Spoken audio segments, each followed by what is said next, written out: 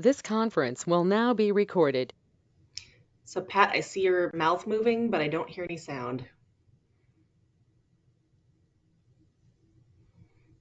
You didn't like mute, press the little speaker X button on your computer, did you? Because I've done that.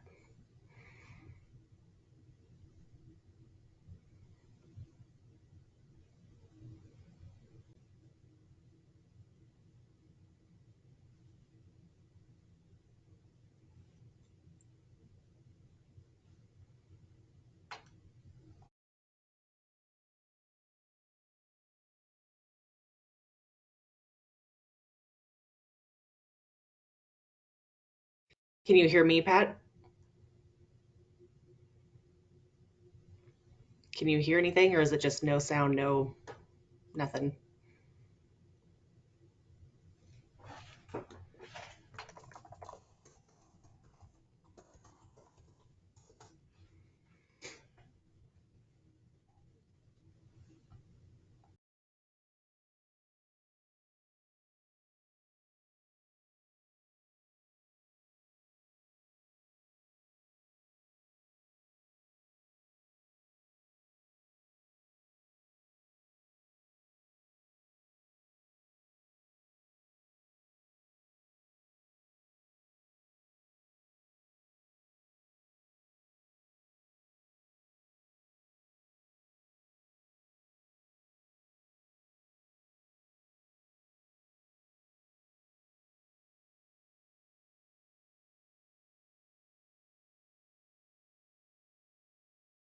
Looks like we're getting closer to figuring it out, maybe.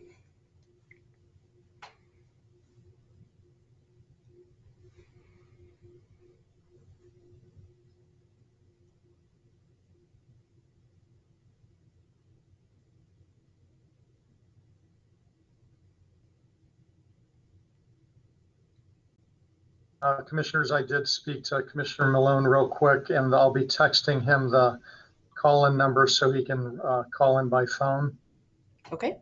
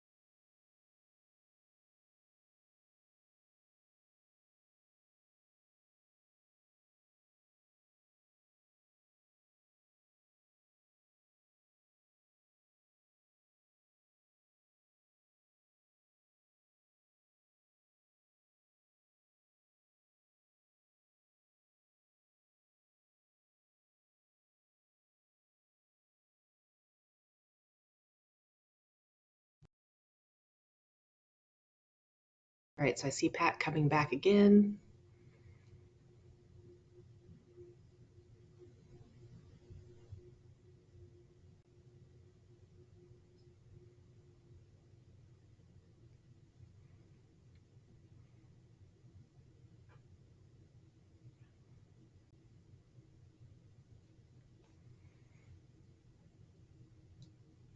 Zan, was it last week? Did you have to call in separately from your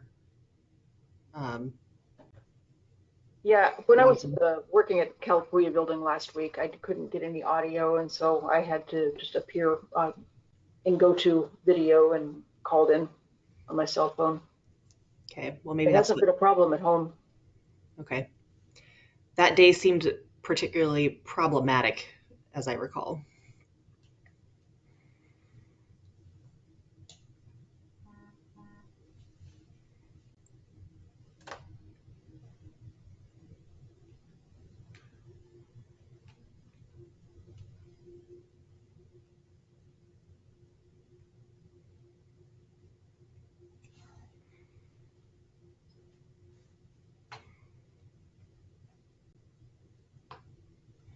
So hopefully it'll be just another minute or two and we can get going.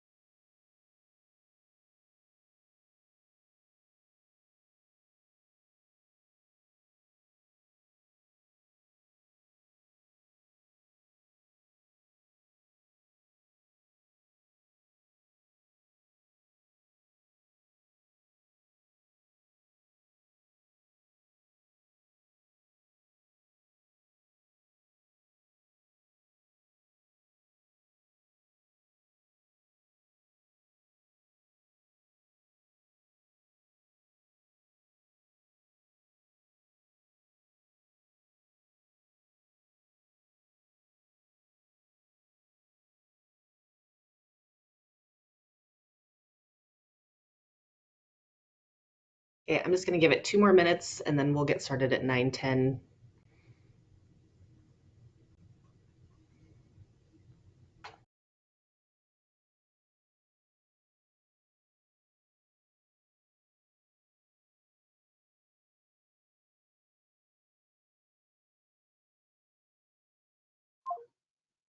Commissioners, Commissioner Malone has rebooted his computer and it should be rejoining here momentarily. And then if that doesn't work, he will call in.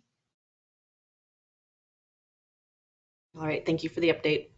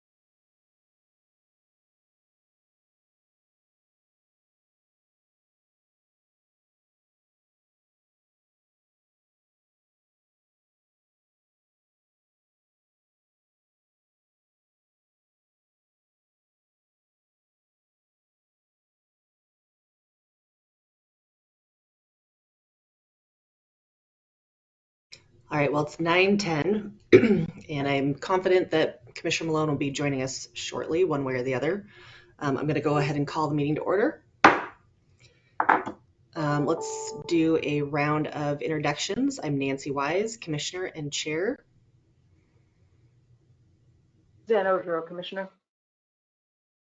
Jeff Van Arsdal, Benton County Sheriff. Joe Kirby, County Administrator. Gary Stockoff, Public Works. Lynn McKee, Director of Benton County Natural Areas, Parks and Events. Johan, he, they pronouns, Equity, Diversity, Inclusion Coordinator. Rick Krager, Chief Financial Officer.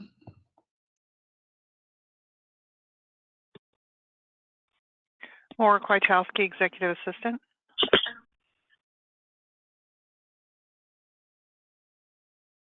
Tammy Webb, Benton County Human Resources.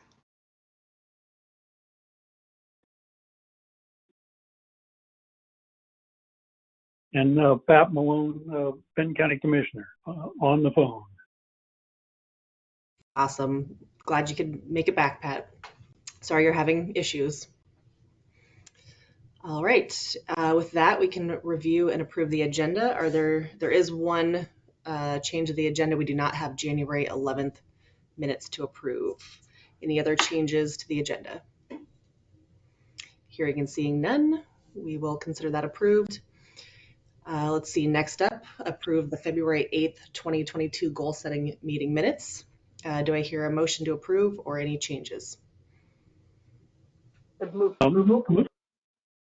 I'll second that. All right, Motion made by Commissioner Odro, seconded by Commissioner Malone. All those in favor say aye. Aye. Aye. Aye. All right, we are rolling along. Next up, transient lodging tax collection. And we have Lynn McKee with Natural Areas Parks and Events with backup from Rick Krager. Welcome and good morning. Commissioners, I just wanted to jump in and give you a little context before Lynn and Rick get started. Lynn had presented some information about a month ago to the Fair Board and the Fair Foundation on the TLT. And based on that presentation, I thought it would be a good idea to bring that information to the entire board. Commissioner Malone is on the Fair Board, as you're aware, and was at that presentation. But after speaking with him, thought it was a good idea to bring the information to the entire Board of Commissioners. So asked Rick and Lynn to put this together. So Lynn, Rick, whoever's taking the lead first, go for it.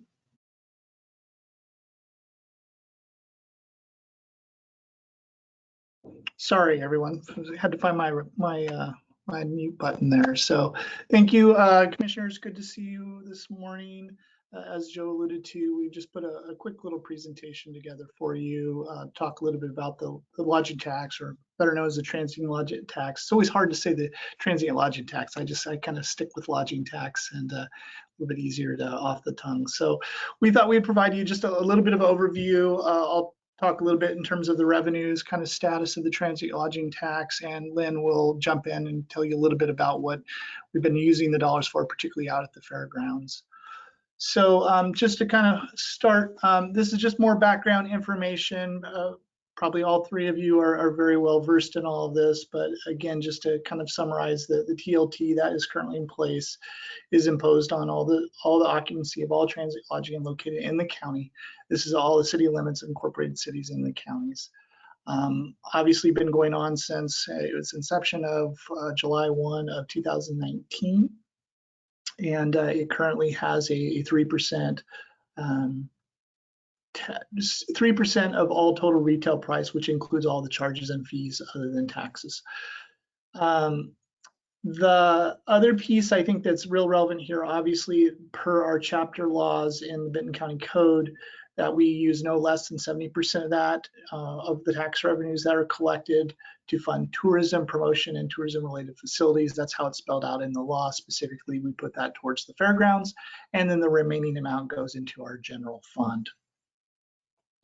So I thought I'd just, sometimes there's a little bit of confusion in terms of the collection process itself, because there's a bit of a timing, but up until the end of the last calendar year, the city of Corvallis was the collector, or basically I shouldn't say the collector. They received all the payments from the lodging tax collectors. We changed that beginning January 1 of 2022. The Department of Revenue is now the direct collector, and that actually is much more efficient in that, particularly for the lodging tax collectors, in that they not only have to distribute the dollars or pay the dollars to an organization, but they also have to do a filing. So in this way, it makes it much more efficient for them and going to all one place. Also, there's an advantage for us with the Department of Revenue that they have a tendency to have a little bit more connections in terms of being able to reach out. I know just working with them already, they've had a lot of questions about reaching out to particular businesses that perhaps should be in compliance with this, and so that is another advantage that we have specifically to that. Again, all the facilities, as you all well know, that this is for mostly, we see hotels, motels, resorts. It also is for RV sites, campgrounds, vacation rental houses, but all of that is spelled out specifically by the law. As it relates to the collection, the TLT lodging tax collectors, as I call them, that we are required by the county to actually certify all of those collectors in the county. Once let's say a hotel becomes, it goes into business, then they're required to register with us as the county. We're required to certify them. And then, of course, at that point, they would then move into the quarterly tax payment process. So the way it works is that they collect on a quarterly tax year basis, and then they must file no later than 30 days at the end of the quarter. So as an example, the first quarter of tax year 2022, January 1st through March 31st, that is the pay period in which the tax collector is receiving all of these taxes. Then they have 30 days to actually make a payment to the Department of Revenue, and they're filing now. So by April 30th, they have to get that in. Then by contract, the Department of Revenue has, usually it says another 60 days, but it's anywhere between 45 and 60 days to actually make the payment. So for that first quarter, we won't see that tax payment until approximately mid-June. So again, just wanted to give you a little context, because sometimes there's, the money comes in a little bit later than in the case of when it's actually collected. In terms of the distributions received by the county, and I already mentioned this, 70% to the Fairgrounds. The way you've established the 21-23 budget is that you take up to a maximum of $50,000. So first of all, I should back up. 70% to the Fairgrounds, 30% to the general fund, but within the general fund, $50,000 for 21-23 is set for the community development operations budget to actually be used for enforcement. There's up to $24,000 is put in for community organizations, and then the remaining is put into the general fund operations as dollars, and that of course doesn't exceed the 30% cap. So here's some numbers for you to give you an idea of what's been happening. So you can see we obviously started back in fiscal year 20. July quarter one represents as of July 1, 2019 through September 30th of 2019. So this shows all of the activity, and it's broken down by those 4 areas that I was just talking to you about in terms of how much has been in terms of the dollars, how much has been put into the account specific to those.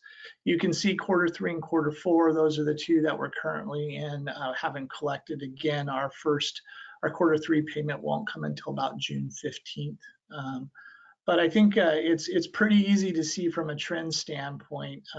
Quarter 1 and quarter 2 was what I would call what we maybe could have expected as normal. But then quarter 3, quarter 4 comes along, and that's when COVID hit, when you're looking at fiscal year 20. So you can see how the big influence, you've gone from what was 185, 149, suddenly in quarter 4, you're down to $52,000.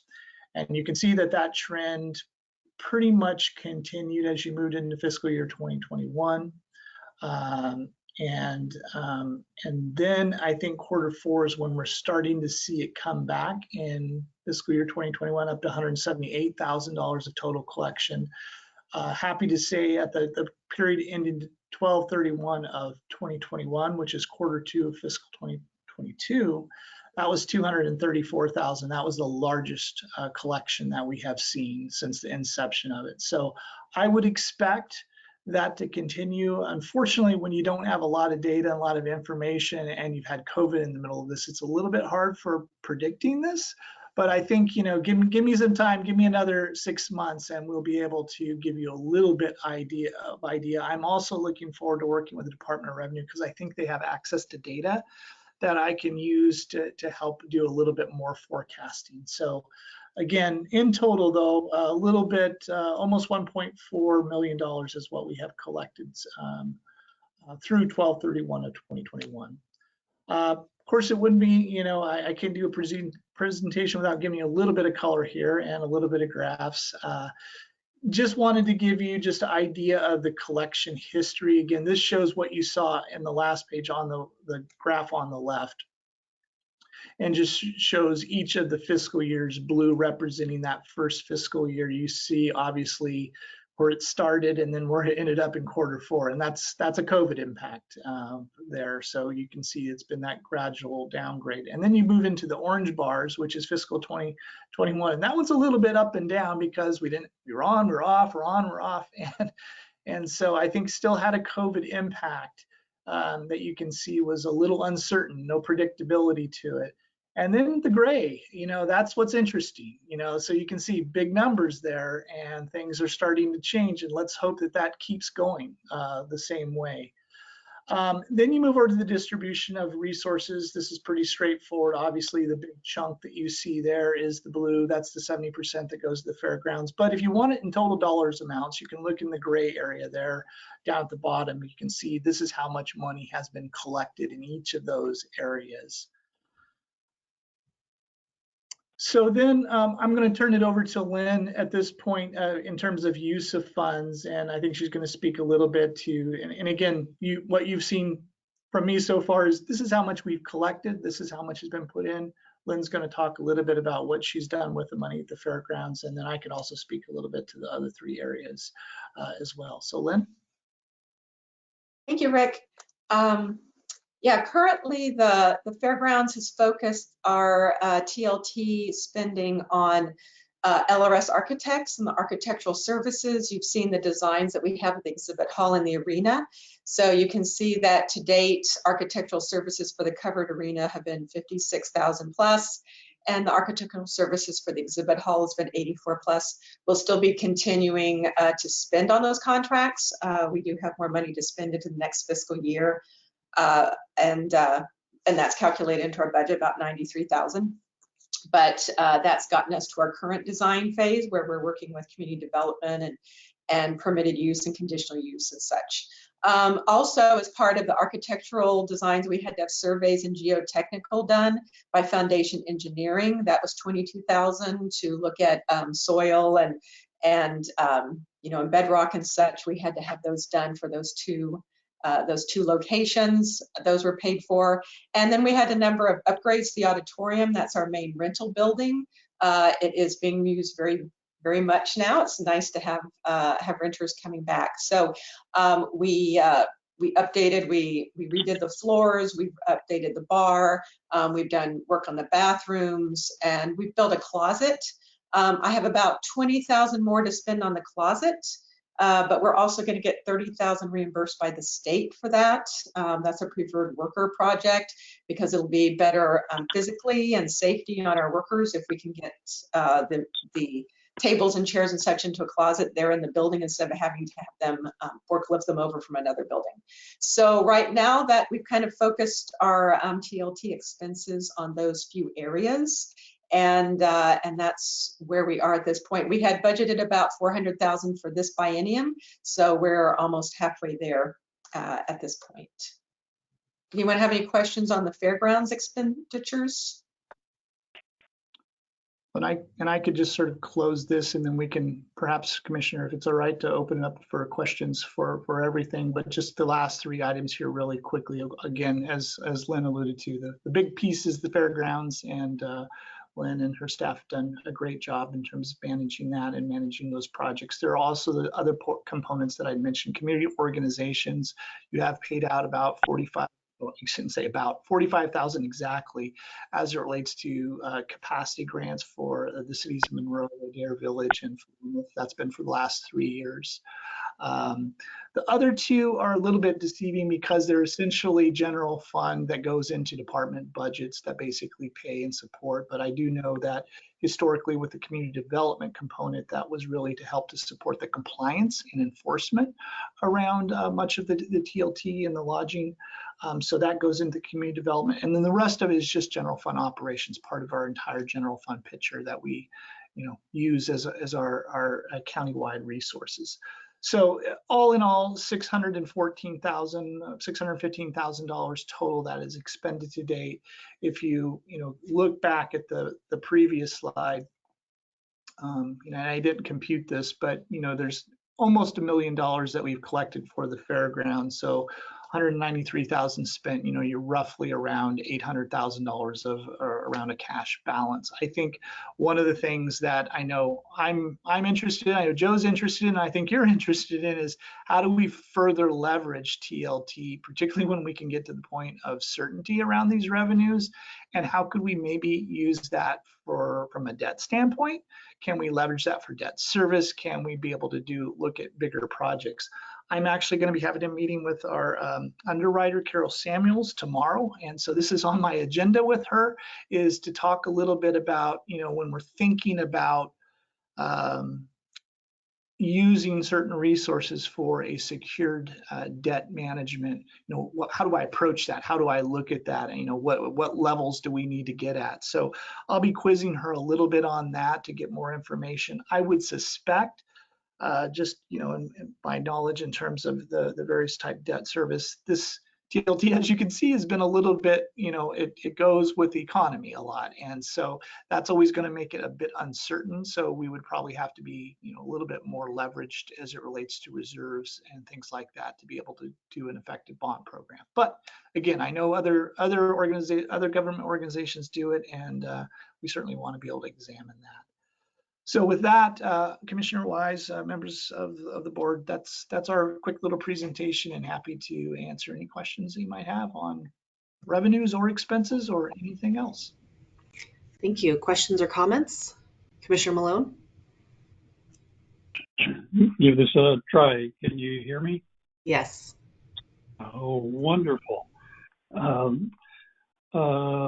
see. Oh, on Lynn's report, you didn't mention the kitchen.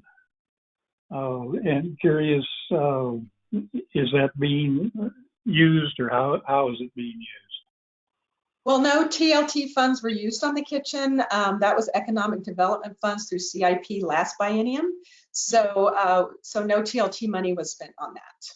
So that's why that was not mentioned. But yes, we are cranking up and using the kitchen, and we're very excited. Oh, and one of the other items I wanted to mention, I apologize, I didn't mention during my my section. Next week on your Board of Commissioners agenda, you'll see an item where we're going to talk about some state funding for the fairgrounds. We will be receiving $277,000+, and we are going to be discussing how we would like to use that money. That money has to be spent on a CIP project, and then it'll be reimbursed by the state. So the Fair Board is sending some recommendations to you next week as to where they would recommend spending the money. So we discussed with Rick Krager that we would expend that money out of the TLT funds, but reimburse it back into the TLT funds. So we will be looking at that next week, next Tuesday. Okay, and I had a question for Rick on the lag between collection and when we receive the money. What can we expect as far as time lag? Yeah, thank you, Commissioner Malone. So typically, from the time a quarter collection period, if you will, has ended, we're probably 75 to 90 days is what I estimate in terms of actually physically getting that money in our accounts.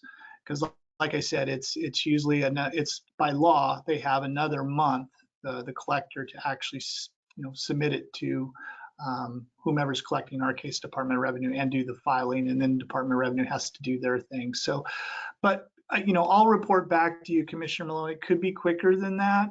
This is the first time. I'm still waiting for the first deposit from Department of Revenue. So they've been very responsive so far. I've been very impressed with working with them and their knowledge. So we'll see. But I'm estimating 75 to 90 days. Okay, great. Thank you. All right, other comments, questions?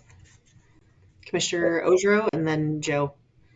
I just want to say that I am rather excited to see what we get as a result of the World Athletic Games down in Eugene, because we know already that our lodging here is full, and there are other events occurring during that same time period. So I think that third quarter payment for this calendar year should be pretty nice.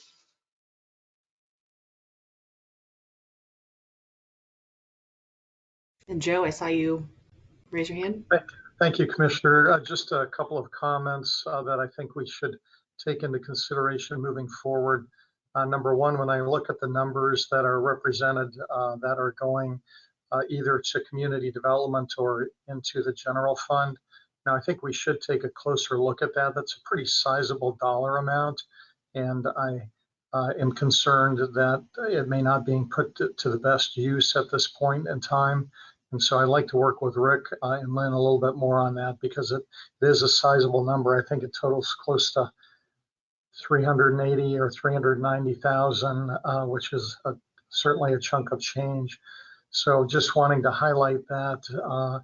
And then also when we think about the enforcement, and Lynn, I went back last night and checked my notes, but as relates to community development, I think, Rick, it would be a good idea for you and Darren to have a conversation, because the Lodgers Association were really interested in ensuring that we were doing what we can to enforce the collection of TLT, not only from hotels and motels, but folks that are in the VRBO world or Airbnb world. And so that was really part of the purpose of those funds, was to ensure we had capacity to enforce that. But I think since this was originally conceived, that may not be the best role relative to our code enforcement, because it's really a financial compliance piece. So I think we should talk about, have you and Darren and I get together and talk a little bit about this, because there could be more of a function within financial services as opposed to community development. Yeah, thanks for that, Joe. And I know you and I have talked a little bit about sort of the backlog of back to the, when this was actually put in place, and some of the responsibilities of making sure that each lodger is certified. And I think that's something that we're getting back to the place where it needs to be. But I do agree that it's really sort of ensuring. I feel like there's kind of two parts. There's ensuring in terms of the appropriateness of tax collection that's being done. I also think the Department of Revenue can play a role in this as well, Joe. So I think that use the state muscle a little bit to be able to kind of put some pressure in cases, and they're able to identify. I'm already finding a lot more than us, and I know the city of Corvallis, and city of Corvallis would agree with us, because they also are using Department of Revenue now. So I think it helps, and that should give us better information. And I'll just step in and share that things have changed a bit since we enacted our TLT, is that the state is requiring the online platforms like Airbnb to collect the tax and submit it. That wasn't true when we started. They were trying to make them do it, but Airbnb and the other platforms were doing a real big push back. It took about a year to finally kind of bring them into that process. But I think that that's much more successful now. I think they were trying to individually go out and gather taxes from people, but the online platforms are required to do that now, at least in Oregon. All right, thank you. Any other questions or comments on this agenda topic? Hearing and seeing none. All right, we can move on to compensation of non-represented employees. And I have listed Joe Kirby and Tracy Martineau. Commissioner Wise, one thing that I had asked Rick to do was just to quickly insert an update relative to the federal funding requests that we have put together. And there were a number of inquiries we received from our legislators last week. And so before we move on, if Rick could touch on those financial matters real quick, just as an FYI to the board. Perfect. Thanks, Joe. Thanks, commissioners. So first of all, just as a reminder, we had 7 projects in which we put forward. We've forwarded them to Merkley, Wyden, and DeFazio at this point through each of their portals. So I've had a lot of activity, a lot of questions from all 3. And I think as of right now, there's only one outstanding question left that Lynn and I are actually looking into as it relates to the historic courthouse in terms of some scalability related to that. But here's what I can tell you. The total projects, I've really had sort of inquiries on 6 of them at this point. And I think the biggest one has been the 53rd Street project. The railroad crossing has gotten a lot of attention. It's a big price tag, which, of course, they want to try to scale everything down. But, we were really good, and Gary and Laurel, in terms of helping me, is that we can't really scale that down. It's got to be that level. And we've also gotten good support from ODOT. They wrote us a letter to help us continue to move that project forward. So that's one that's seen a lot of interest. It is, though, a big price tag. And so that's always a worry. But again, I look back at a lot of the awards last year, and there was some pretty substantial, even to Oregon, given. So I don't think we should be shy about continuing to push for that. The other one that has gotten probably the most popular one has actually been the Benton area transit and the electric vehicle stations. And the reason is because they like both of them together. And so Merkley's office said, hey, what would you think about it pushing these towards electric buses and really moving in that direction? And I think, I talked to the transit program, and I think it works for some. It doesn't work for all, especially for the long distance ones. But so we kind of recrafted that a little bit and rolled them in together.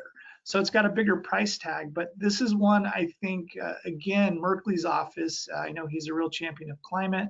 I looked back again I think I sent it to most of you, and I saw that Lane County and Marion County got substantial investment last year from electric buses. So again, I know a little bit different situation, and I did tell them, I was careful to say, well, if we replace 6 buses, it may not be all of them as electric, because some of them we have to run from coast to Albany, and there might be some longer distance ones. So we have some flexibility in that, but that's certainly getting probably the most noise. I'm getting a lot of questions about that from all of the offices. Both Molly and Courtney from Wyden Merkley's office have been kind of working in tandem on that. As of recent, the community path has been another one that we have provided information. Again, the question being scalability. We are going for the longest stretch in our request, but again, working with Laurel and Gary, we were able to kind of break it up a little bit. So, we can still potentially get a smaller amount of resources and be able to continue to extend and continue to move that important project forward. I mentioned the historic courthouse, did just get some inquiries on that one recently. I do, again, it's around scalability. I think the biggest cost for that is the seismic. That's the huge price tag, but I do think that there's things like ADA, there's renovations, there's things that we can still do. So Nick and Lynn are working with me a little bit and Paul, I should say, being able to help me kind of understand where I can maybe break those down a little bit.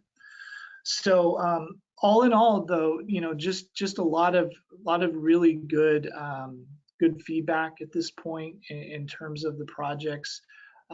They seem very engaged, very interested. They like our request. I think it's important that we just continue to stay close contact, continue to push for the need.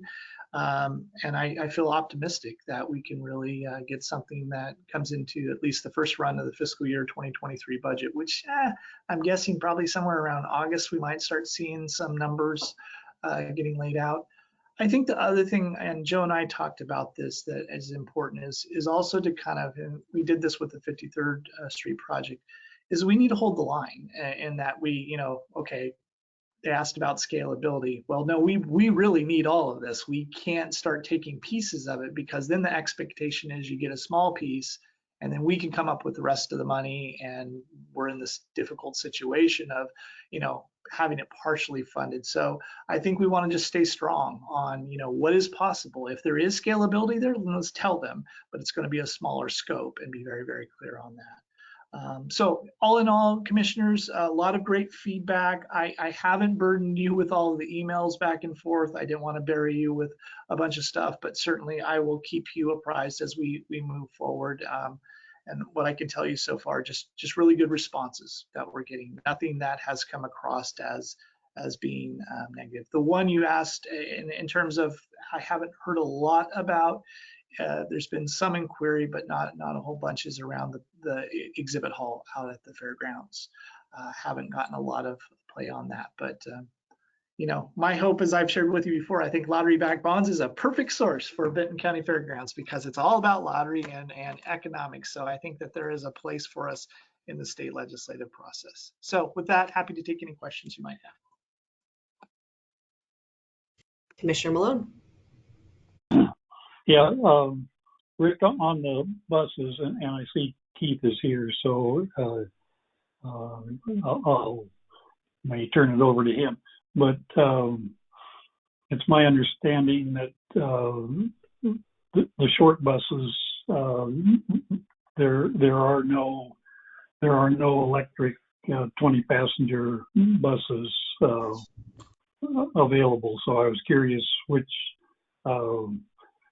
bus, what size buses you were talking about. Commissioner, I think I can clarify that. These will be like Ford E-Transit vans. They'll work for the shorter routes in town, but the bigger buses, no, for like Costa Valley, 99 Express, the buses that they would have available really wouldn't work for that because of the capacity for, needing to recharge. But there is a potential that we could use the vans locally. And manufacturing wise, there are really, Ford is the only group that is producing those right now, and they are a premium item. So if we do get funding, we would hopefully get funding for one, and then we could start working on it from there. So. And Commissioner, the one thing just to add to that, and Gary has been great in terms of helping me understand categories and various different types of, and he's been very clear that, it's not going to work for all cases. So as part of that, I've really been clear with Merkley's office that, hey, we're not saying all of these would be, we need to have flexibility in terms of what is gas versus what is electric. But indeed, if there are, like Gary said, opportunities for us to do that, particularly in the shorter routes, we certainly would like to do it.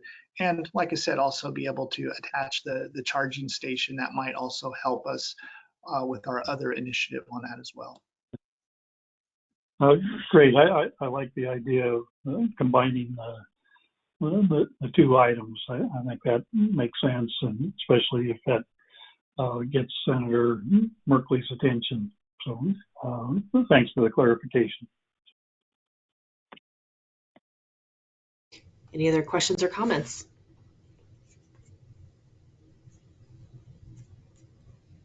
All right, hearing and seeing none.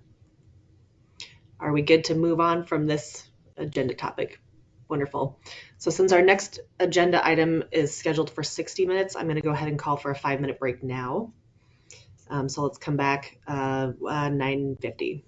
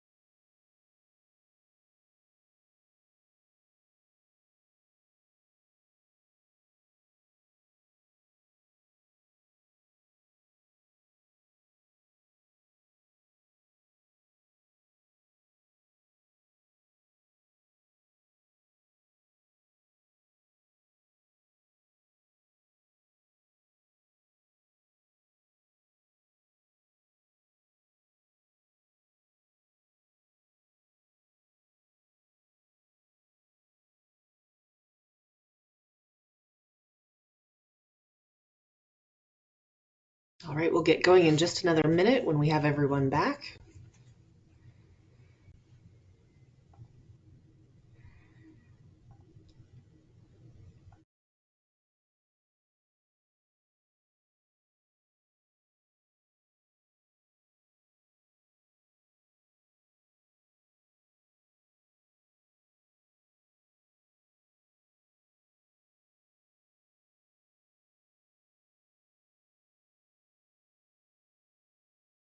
Um,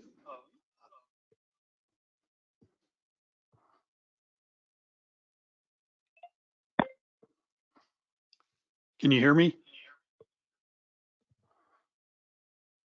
Now can you hear me? Okay.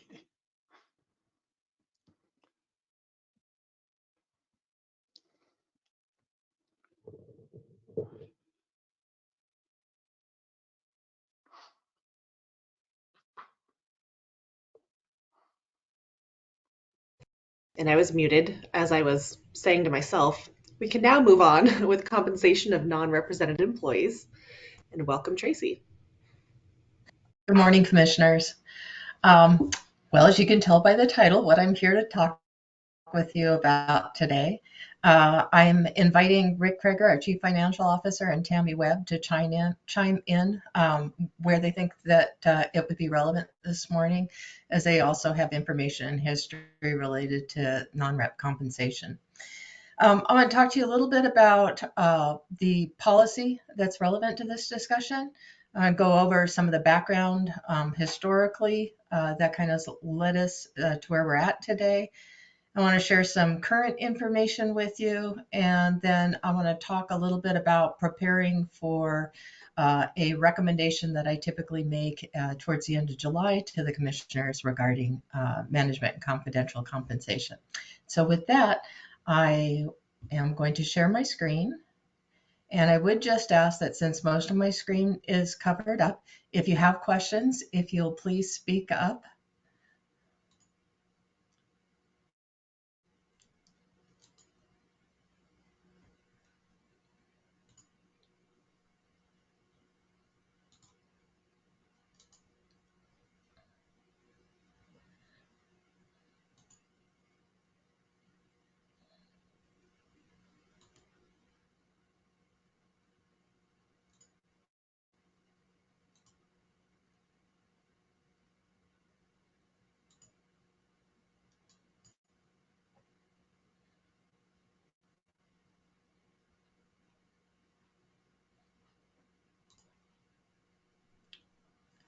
I'm having difficulty with sharing my screen for some reason.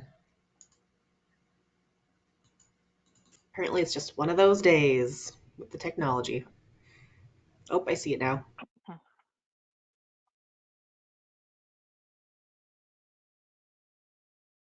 Are you seeing my screen okay? I can see it. Okay, I'm getting used to the new GoToMeeting enhancement.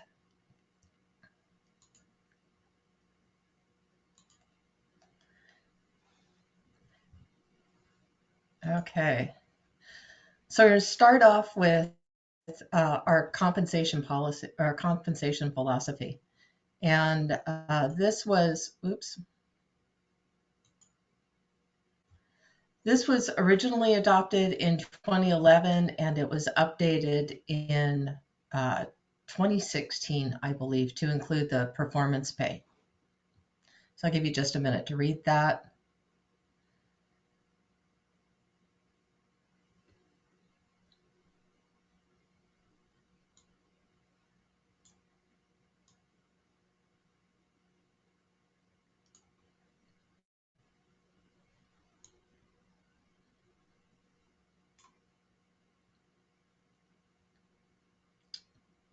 Okay, and I'm going to move on.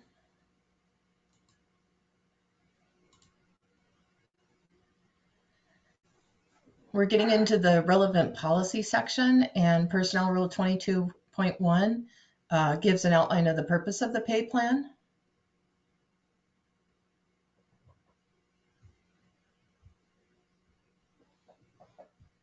And I won't read these to you. I'll let you just take a minute and go over those quickly. And I believe you have a copy of this PowerPoint in your agenda packet as well, if you'd like to reference it later.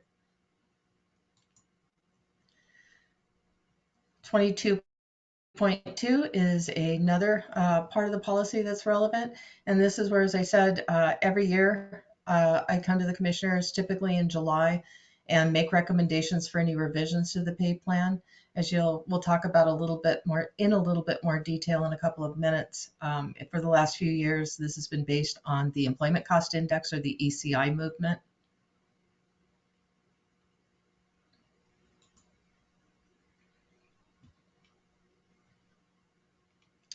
So a little bit of background. In 2011, the county changed from a very narrow classification system where we had somewhere around 160 very narrow classifications to the current classification system that we have, which is called a decision-based methodology classification system. It is a broad-based classification system. And then we also moved to more market-based salary ranges. In 2016, we implemented performance pay, and this was a change from the traditional county compensation, where your performance pay is actually pay at risk. And please stop me or interrupt me if you have any questions. The last time that we did a full compensation study was in 2017. And at that time, two of our unions, Afscme and ONA, were also somewhat interested in what we were going to be doing with performance pay. And so we included those positions in that compensation study, as well as for management and confidential positions. We engaged Fox Lawson from Gallagher and Associates to conduct that study for us.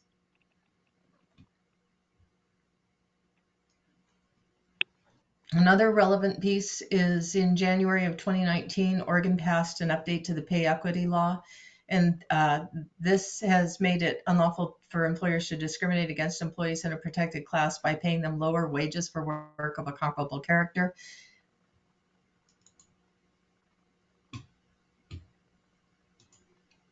I apologize. In 2021, we had bargaining with Afscme and ONA. We negotiated increases in both establishing new steps, including additional steps for both of the unions, as well as a 3.5% general adjustment for Afscme positions and 2% for ONA. And so I just kind of want to shine a light on this. What this means then is if you're an ONA or an Afscme employee, you are eligible annually on your anniversary date to receive a step increase somewhere between, I think it's 3.2% for ONA up to a little over 5%, depending upon which where your step is in the salary scale, as well as a general adjustment. So what that means is that employees in these unions are receiving up to 8.5% annually, depending upon where they're at in their salary range. We're currently engaged with BCDSA in negotiations, and we've only had our first bargaining session so far. So of course we haven't got to economics yet, so don't really have anything to report out on that topic. And then another important factor, I think, is considering what our current position vacancies are. We have 132 regular and limited duration management and confidential positions.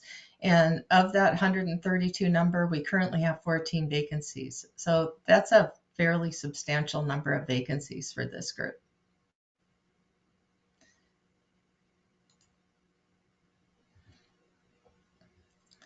It's a little bit more on history and on the Economic Price Index, or the ECI. Since 2019 up to the present, we have, the commissioners had embraced a philosophy of pay increases being driven solely by performance. And in 2019, we thought that we were looking at a huge deficit due to changes in PERS with how they were charging employers. And there were some other changes that were made, and that event did not occur. And so we did not experience that kind of a huge cost increase. But we continued with the 3% if you were below the salary range midpoint, or 4%, 3% if you were above the salary range midpoint, 4% if you were below. And the eligibility for those increases is on your anniversary date. There was no general salary scheduled adjustment that affected employee pay. We only adjusted the pay ranges. So again, to underscore that again, management and confidential employees were only eligible to receive either 3% or 4%.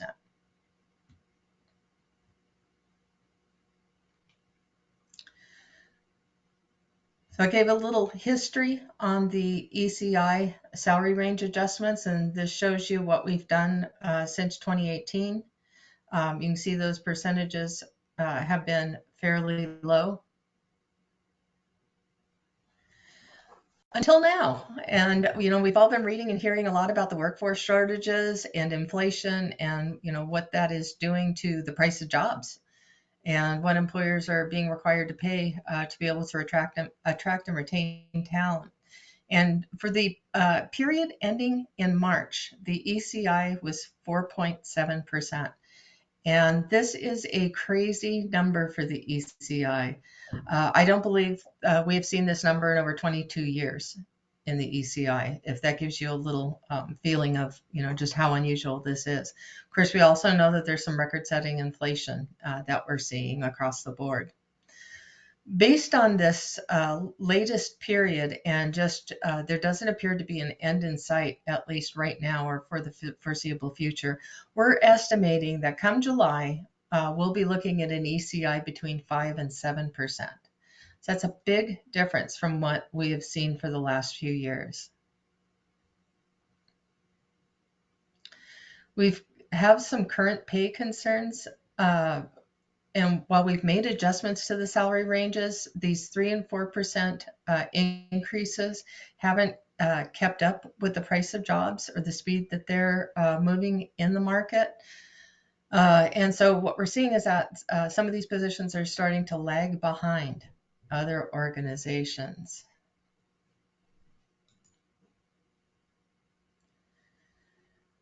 So some of the plans that we have in place have to do with, we want to conduct a market compensation study. It's been 5 years. It's more than time to do a whole new job study for management and confidential positions. This will true our jobs up to the current market conditions. And we expect that that's going to be a pretty significant change for many of our positions, if not for all. Tammy Webb and I have just noted in the last year or so that many of our management and confidential positions are lagging behind somewhere between 5 and 18%. Now, we haven't done a wholesale pay study, but just as we check jobs from time to time, especially when we're recruiting for these jobs, we like to see where we're at in relation to the market. And this has just popped up for us. So we've been growing increasingly concerned about compensation over the last few months. Tracy, could you just repeat that? You said we're lagging behind by what percentages? So it's a rough estimate, and I would say that it's somewhere between 5 and 18%, and that certainly depends upon the job. Some jobs move faster in the market than others. Thank you. And so we're getting, I'm sorry, go ahead. Oh, I just said thank you. Oh. So we're getting a little concerned, and it certainly increases our sense of urgency for doing a whole market study and engaging a consultant to perform that for us.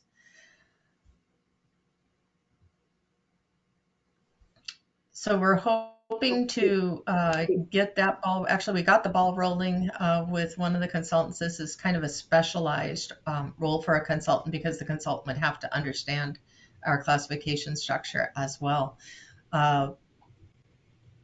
We're hoping that this study would start to take place over the period of June, July, August, and hopefully that we would have the results by August. That's important not just for pay adjustment reasons, but I think our CFO, Mr. Kreger, is also interested in preparing for the biennial budget. And I think I saw Commissioner Ojo's hand. Yes. I think, Tracy, that is the end of your formal presentation, correct? Yeah. I'm sorry, I didn't catch all of that. I thought I was just checking. I'm looking at the slides that I have here, and that was, as I understand it, the end of the formal presentation. And I have a couple of questions, so I was just going to jump in. I have a little bit more, and I would like to invite, Rick has some information that he would like to present as well. Okay, I can hold those questions. I'm happy to answer them at any time, though, Commissioner, if you think they're relevant to the slide that we're on. Okay. It's a bigger picture question. I will let you finish up. All right, thank you. So, I'm thinking ahead about coming to you in July, and when I think about coming to you with an ECI adjustment that's above 5%, I get concerned about the budget hit as well as surprising you with that information. So that's why I'm coming to you early this year, is to talk about some thoughts that we've had in HR related to compensation. And so one of the thoughts that I discussed also with Rick, it was about in order to catch up somewhat this year, to adjust not only our salary ranges, but to adjust individual pay by the economic cost index, and would like to hear what your thoughts are in that regard. And then also wanted to provide you with this opportunity if there's other information that you would like to see, that I collect that as well and prepare that before July. And so in preparation for this, we knew you'd be interested in hearing about some numbers. We don't know what the true impact of a market compensation study will be. It could be that we implement those results in the next biennial budget or on some other scheduled. But that if we were to implement ECI and apply that to both the salary ranges and to individual pay, that would help to close a bit of that gap that we are anticipating coming out of the market study. And so, Rick, would you like to talk a little bit about what the potential dollar impact might be? Yeah, thanks, Tracy. And just to kind of pick up here where Tracy has alluded to, and obviously the market compensation study would still be unknown, as she alluded to, but if we were to start looking at making adjustments, particularly as it relates to the ECI, again, as I think as Tracy indicated, we don't know exactly because we still need to get the fourth quarter data, but I think we've made a pretty good estimated guess in terms of anywhere likely between 4 and 6%. And so I've had staff to kind of do an analysis as it relates to kind of worst case scenario. And what I mean by worst case scenario is that on an effective date of July 1, everything is changed. So everything goes up. And I'm not saying that that's the way it should be done. It can be done in multiple ways. Sometimes you can say, well, portion now, portion later. So that will all, obviously the final fiscal impact would be based on those decisions. But assuming a decision of July 1, making the change anywhere between 4 to 6% is going to cost on the low end $720,000 per year, up to the high end of probably close to $1.1 million in total. Those are approximate numbers that I'm giving you. Again, that will be fluid, obviously, depending on where things are at. Vacancies impact this as well, if there aren't positions that are hired. But I wanted to at least give you the kind of ballpark in terms of what that meant. Now, that's on an annual basis. I think the other part, obviously, you're probably wondering, is long-term impact. Obviously, that there are long-term impacts in everything we're doing. As you know, I've been doing a lot of modeling around what does it mean when we make these decisions, like borrowing or like raising salaries. What does it mean over time? Now, I think I've shared with you, as we talked about borrowing, I put a pretty huge cushion in there. And even with that huge cushion, you know, assuming that these type of things were going to happen, we were still in a pretty good place. So, so there is room. I guess that's what I'm saying, is that there is the ability. Does it have impacts? Certainly. It will have impacts, but it also will have impacts from a positive standpoint because of just, I think, trying to maintain and being able to keep up with other workforce. So again, that's just sort of my quick analysis. Obviously, as you get more fine-tuned, I would like to go back to the table and make sure that I estimate anything that you would decide on. So, Commissioner Ozro? Just a quick clarification there. When you say that the estimated impact at the low end is about 720,000 a year up to 1.1 million a year at the high end, that's for that combination of an ECI adjustment for the range plus the individual ECI increase. So basically, what I had estimated is, and Tracy, I don't remember your percentage that you were seeing the ECI at right now, but I think we estimated anywhere between 4 to 6%. So high end being 6% is what we would see as sort of the final number that comes out for the fourth quarter. I think right now it's roughly, what is it, Tracy, 3 or 4%? 4% maybe? It's currently 4.7. Okay. So we went 6% being the high end, making that assumption. 4% would be obviously probably not the recommended amount, obviously, because that would be lower than where you're at right now. But I just wanted to at least give you range. Now, I can also give you another range, which is 8%, just so you have it. I didn't disclose that, but certainly for your purposes, that would be 1.4 million is what we would be looking at an 8% range. So I modeled all three of those. Does that help? Commissioner Ozro, did I answer your question? I want to make sure. No. Okay. What I was trying to get at is that this is the ECI increase applied to individual salaries, correct? Correct. And not just our usual applying the ECI to the midpoint of the range. Okay, that's what I want. That's what I was asking. Sorry, Commissioner Ozro, I apologize. And then my other question is a much larger philosophical question. And that is that the non-represented management confidential employees are the only unit at this point that's still on the paper performance plan. And I was wondering whether or not at HR we had done any evaluation of the paper performance plan for non-rep employees, and is it having the effect that we intended paper performance to have in terms of incentivizing superior performance, and what is the future of that pay framework, given that this is the only unit that is still in the program? Mm-hmm. Yeah. So what we have done is we've continued to look at the types of goals that are established for department heads and for management confidential. And candidly, there's a wide range of goals that have been established.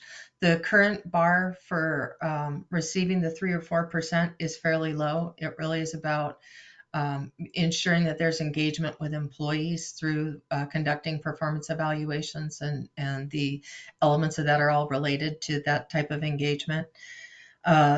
Originally, the intention of pay for performance was to incent our employees to achieve goals that move the organization forward.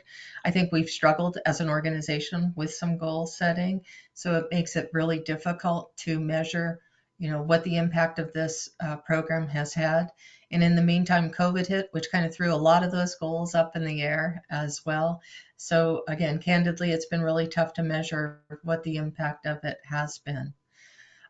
We would like to expand the scope of work for the consultant that we're engaging this time around to include making recommendations on our performance pay program, to take a look at, what we've done so far and, kind of hear from the expert on what they would recommend for us going forward.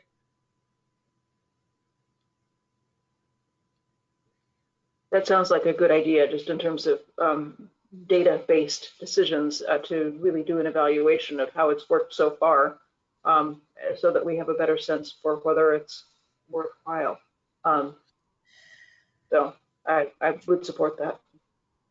This is just anecdote, but we had a conversation at a department head meeting several months ago where just kind of floated the concept of, do you think we should do away with performance pay, or is it something that we should continue to strive for? And I was kind of surprised, to tell you the truth. I expected to hear from department heads that they would want to go back and return to the previous way of paying management confidential employees, which was the traditional step increases on a regular basis, on an annual basis. And instead, what I heard was, no, they didn't want to give it up, even if we haven't been doing, as well with it as we would have liked to have been doing. It still is an aspirational goal that many of them seem to want to continue to pursue. Thank you. I was wondering about that. I knew it had been a topic of discussion, hadn't heard the results. Joe, I saw your hand. Thank you. Several comments that I'd just like to share.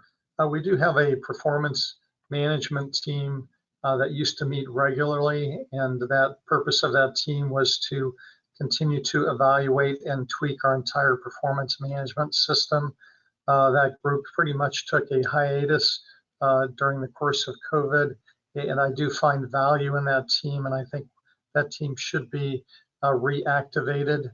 And so that's number one. Number two, my experience with pay for performance systems is if you really want them to drive superior performance, the compensation has to be higher in terms of what employees can achieve, and it's really has to be differentiated between a satisfactory performer and a star performer. So when you just have a 3 and 4%, that kind of divide that, that's not a large enough difference to incentivize. Number one, it's not enough percentage overall, and number two, the difference in percentages is not great enough. And so I would just highlight that as we continue to move forward. So I think our pay for performance plan has really had mixed results, and Tracy is exactly right. Continuing to focus on goal development is an area that the performance management team is focused on, and yet they haven't met recently, so we do need to get them reactivated. Johan, I saw you click on. Is there anything you'd like to add? Yes, thank you. I think pay for performance could definitely be a good motivator, but also has some equity issues of how is that being done, who's evaluating that, what biases are maybe present in that process. I'm not super familiar with our own, so I'm not sure what exists within that, but I do worry if we have unless we have a very detailed and thoughtful process, we could be just perpetrating equity issues that the laws that we have in place are meant to prevent. And just already knowing our demographics of the county, I worry about how this will impact women and people of color in particular, who generally get paid less than white men. So I want to make sure that we are being very thoughtful of whose values are being seen as star performance and what values are not, and things like that as we do this process. And Tracy, as we have this consultant in, I'd love to consult with them and see what we can do to make sure that we're making this process as equitable as possible. Thank you. Commissioner Malone? Yeah, I think this is a question for Rick, but or maybe both. So you mentioned the market compensation study. Is that going to be, are the results going to be available before July 1? No. Okay. No, Commissioner Malone, this would be like the second part of our look at compensation. The first part would be where I come to you in July with a recommendation for an adjustment. And again, we typically base that on the ECI. This year, because we appear to be lagging behind, that I would make I'm thinking I would make a recommendation to adjust not only the salary ranges, but also the individual's pay. And while we do that, we would also be engaged in a compensation study. And as Rick mentioned, we can decide on how we would implement the results of that compensation study, but we would also be able to plan for it in the next biennial budget. Okay, thanks for that clarification. I guess my other question would be, so July 1, potentially we do an adjustment, and that is for the fiscal year that starts July 1, and then we would get more information during that year and see what we do to the following year. Is that the right sequence? Okay. Yes, thank you. Commissioner Ojo? I want to make sure that Rick and Tracy have the last word on this, on the non-rep piece, and then I want to ask another follow-up question. So is this a good time for that? Yes, maybe. I think so. Okay. The question I want to raise is the fact that the compensation is set for elected officials, for the 3 commissioners and the DA and the sheriff, by the community members of the budget committee. And they met to do that last winter and set the increase rate for all 5 of us at that time. However, inflation was barely in existence at the time. And the dynamics are very, very different at this moment. And I would like to suggest that we reconvene the community members of the budget committee to reevaluate their second year increase for the elected officials. I also would like to suggest that we really do need to talk as a board about the criteria for raises for the district attorney and for the sheriff, and think about compensation for the sheriff in particular, because compression is getting so great in the sheriff's office that pretty soon, well, his salary will be below that of the under sheriff unless we keep it ahead. And with the bargaining that's going on, it's quite likely that even the next tier of management at the sheriff's office will earn more than the sheriff. So we have a suite of issues to address there. And there are some historical reasons for that low salary there. So that's my set of questions with respect to the electeds' compensation. Sure, and I just have a question. Isn't there a state law or isn't there some rule or law somewhere that says that the sheriff has to make more than the undersheriff? 1% more. Okay. So that situation kind of seems like it, I mean, if the sheriff does go below the undersheriff, wouldn't it automatically bump up, or we'd have to follow that law? Yes, and I think that, yeah, after the compensation, I mean, after the BCSA negotiations are completed, that would probably be a clear adjustment point. But I think that there's also an issue of performance in terms of this sheriff, and recognizing that the salary for the sheriff's office has been kept artificially low for many years. And do we want to recognize performance in that office? All good questions. So Tracy, going back a little bit, I want to make sure, what do you need from us? Do you have the direction that you need from us, or? So what I would like to propose is, just given the trajectory of the ECI, that we know it's at 4.7% now. We expect it to go higher, not to go lower.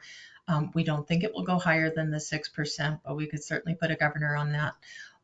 What I'd like to propose is, if you have any additional information you would like me to collect or for Rick to project, that you let us know now, and that we could come back to you in June, and with the idea that we would put a decision for you in front of you to implement the ECI once it is published. Now, the ECI is not published until July 29th, I believe is the date.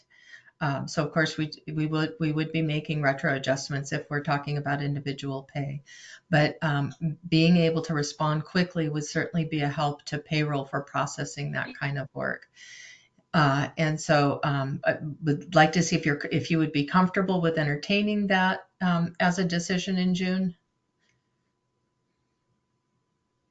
I think that sounds fine for me, from my point of view. And I see head nods from the other two commissioners.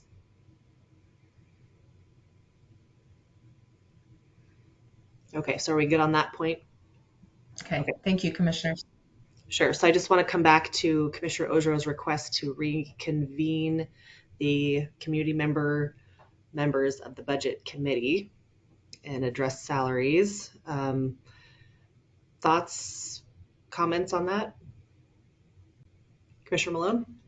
Yeah, I think that makes sense. I was reminded that the legislature tried to raise their inadequate salaries in this last session and didn't get it done. But I think out of that process, there will be some probably legislation next year that will set up a review board, maybe of retired judges or kind of third party to examine not only legislative salaries, but I think judges.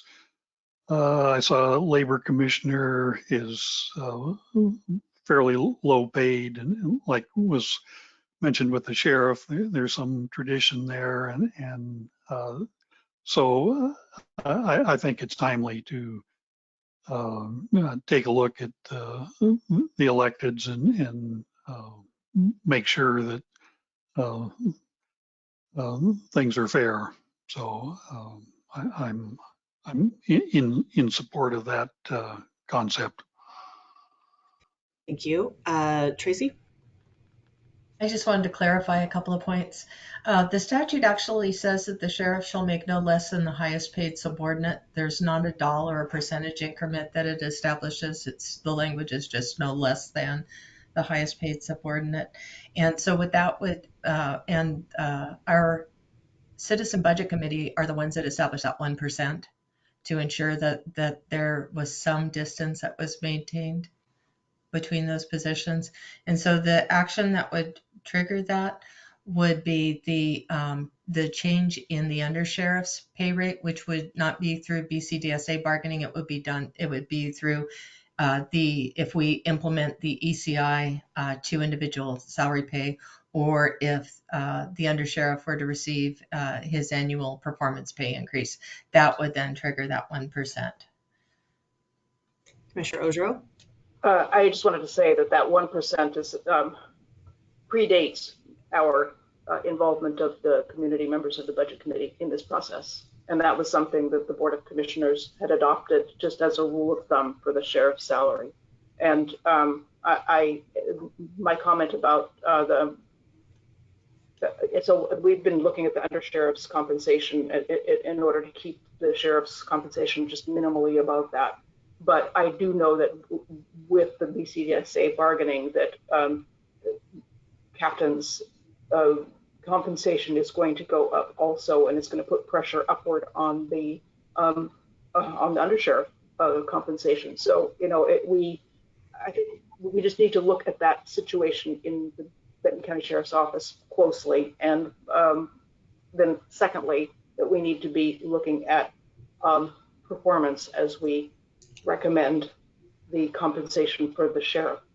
And part of what I would really like to see is, again, the community members of the budget committee make those recommendations, but to have the Board of Commissioners make the final adoption of the sheriff's salary and the district attorney's salary. So because we are much more cognizant of performance, or give those community members specific performance criteria so that they can make an informed decision.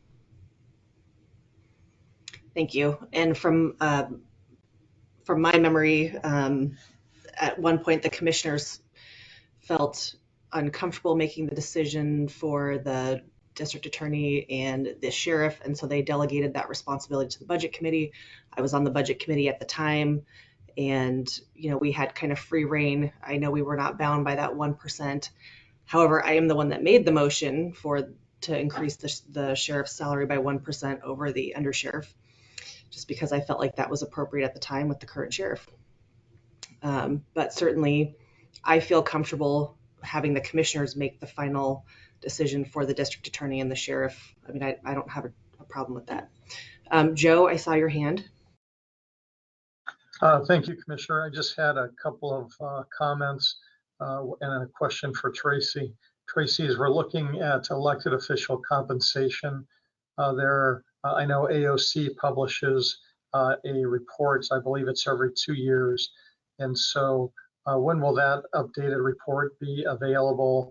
And would that be made available to the Citizen Budget Committee?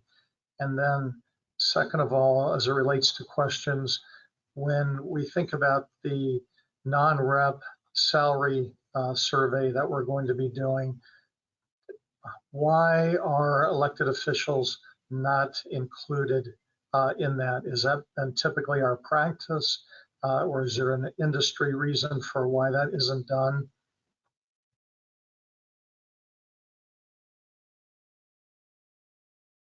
So the first part of your question, Joe, is we just participated by submitting our compensation information as part of AOC's salary survey. We don't know yet whether they have an actual release date for that information. It's typically 2 to 3 months after their survey closes. They're doing it, they did it late in 2020. They just collected this information, like I said, I think it was last month that we responded. So I'm guessing they may not have it till June, July. Not sure. And then in terms of how we use that information for the Citizen Budget Committee, yes, we do use that information. Where the information is incomplete or not up to date, we reach out to the individual comparable counties to update our data. And then we compile that information in a spreadsheet or a series of spreadsheets to provide that information to the Citizen Budget Committee. So that is where we get most of our information. And then in terms of treating electeds like we do other positions, elected officials are not considered part of the labor market. I mean, just by and large, their statistics are not gathered by the Bureau of Labor Statistics or the Department of Labor. They are treated completely differently, and so they are not included in that information. There are different forces in play on elected officials. Some are compensated, some are not compensated. There's just a wide variety of practices out there. Whereas in an employment relationship, there is a minimum wage set by state and federal government, as well as market forces for being able to recruit and retain those positions. So it's just a completely different set of factors that are at work on positions that we have to compete and recruit for. Thank you for. I would also say that, excuse me. No, go ahead. I apologize. I think there's just a little bit of a lag. This is certainly not meant as as diminishing the role of the elected officials, but we have minimum qualifications for our positions that we recruit for also. And people recruited into those positions have to meet those qualifications, whether they're educational or experiential. Thank you for clarifying that, Tracy. Joe, did that answer your question? It did, Commissioner. I would like Tracy to also kind of provide context around what I understand to have been a previous board's compensation philosophy, because I think, from my standpoint, we need to decide if Benton County wants to lead the market, wants to lag the market, And I think that's part of what we're experiencing is our compensation philosophy has not been to necessarily lead the market. And so I would like Tracy to talk maybe about what that philosophy was and when that was set, because I do think we should do some soul searching there as to what our current philosophy should be. Thank you for shining a light on that, Joe. In the past, it's very traditional, not just for Benton County, but for other organizations to match the average of the market. And so when we talk about looking at county comparables or we look at a full market survey, we look at what the average compensation is. That's the actual pay people are receiving. And then we try to match our compensation to be close to that average. So when Joe talks about a different philosophy of, for example, leading the market, is that instead of matching the average, we may want to set a position like we want to pay at the 75th percentile of the market or something like that. And what frequently happens when organizations do that is that, it's been 5 years since we've done a full market study. So if we were to set that type of a philosophy, we may lead the market for the first 2, maybe even 3 years, but then we start to lag. You ultimately start to fall behind. I mean, that's what history tells us. Thank you. Commissioner Ogerow? It still seems as though we would be better off personally setting ourselves up for something higher than the average, and perhaps going for the 75th percentile. Even it's difficult to recruit, as we know, and our compensation is lagging, and so it's an awkward position to be in for all of us, for all of our employees and department leaders. I was going to say something else, and I have just, I think, fled from my mind, so I will leave it at that for the moment. I have a question I could jump in with while you're thinking on that, Zan. Tracy, when we are looking at these averages, I mean, do we ever consider the local economy and market, maybe the housing market and cost of living is more expensive in Benton County than in some other counties? When we do a full market study, there's a geographical adjustment. And so that takes into consideration cost of living. And so we might get, and I'm just using this as an example, we might see a $30 an hour average wage in the Western United States. The consultant would take a look at where that information is coming from. And if it was not geographically relevant, might adjust it up or down to fit Benton County cost of living. So for example, if California were having a big impact on skewing it up, they would adjust accordingly. If Idaho were having a big impact on skewing it down, they would adjust accordingly. Okay, thank you. Commissioner Ogerow? I remembered my question. The question is about comparators. And I know that the PECBA, there are certain formal comparators and based on county population and et cetera. But there's also the regional labor market of Lynn County, Lane County, Lincoln County, Polk County, Marion, just the local geography.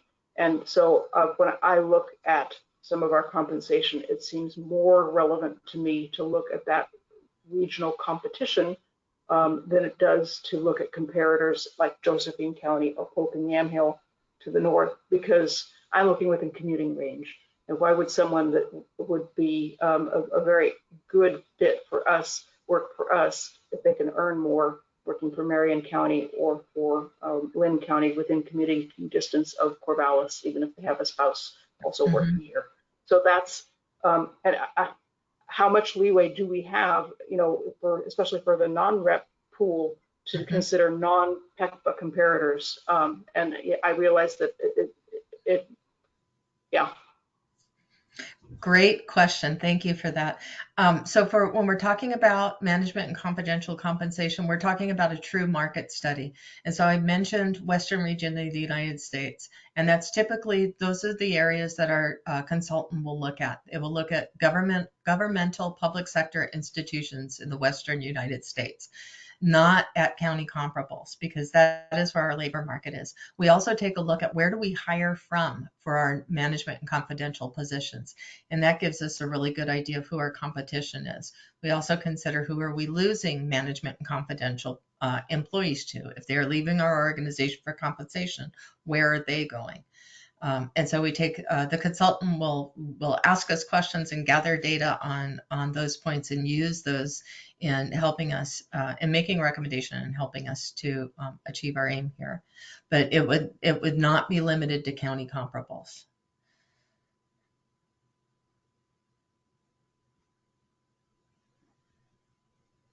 Other comments or questions? I would just say that as the compensation study gets underway, in the past, what we have done is bring the consultant in to meet with the board and kind of give an overview of the work that they have done and what their recommendations are, and also to give you an opportunity to ask the consultant directly any lingering questions or concerns that you might have. That's good to know. Thank you. Other comments, questions? I have one that I just want to make regarding the elected's salary. I just want to make it perfectly clear that I have no opinion one way or the other on the commissioners' salaries, because that's not appropriate for me to comment on. So just putting that out there. Any other questions or comments on this topic?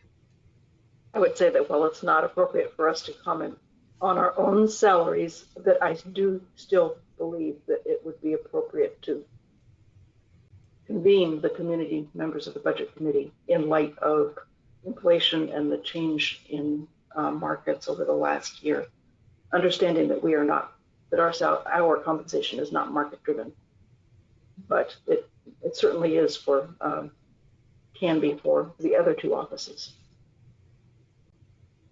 Thank you. Commissioners, just asking relative to direction on that particular topic, are you asking staff to re-engage the Citizens Budget Committee at this point? I believe so. Sorry, I hit the wrong button. Would you like a motion? Either a motion, or I need to hear all three commissioners saying yes, or two or more. Tracy? I just, for the sake of clarity, typically the budget officer has been the steward or guide for the Citizen Budget Committee. HR has just provided the data to the Citizen Budget Committee in the background and history. So just wanted to make my role clear. Sure. And is Rick our budget officer? Okay. Yeah, Rick and I would get together on this and develop next steps. Yeah, I absolutely fine with that. This will be a first for me, but I'm sure Joe will help me along the way. Sure. And just, Joe, do you have any concerns or other thoughts you'd like to share about this? Commissioner, I think we have the direction that we need. I wasn't able to see Commissioner Malone putting his thumb up or shaking his head.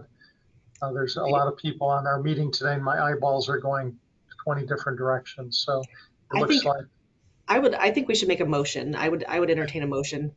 Thank you.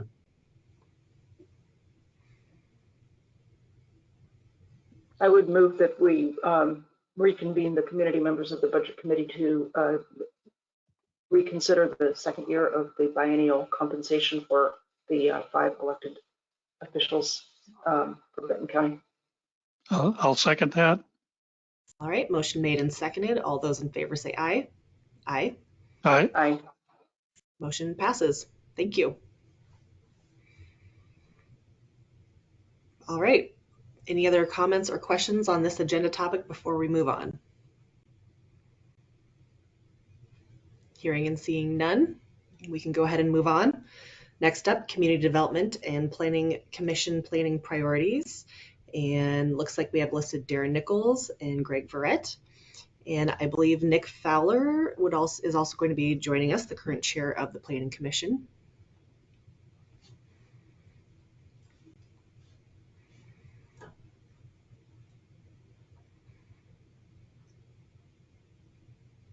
Good morning, Chair Wise, commissioners, and guests. Nice to see you. Can you hear me okay?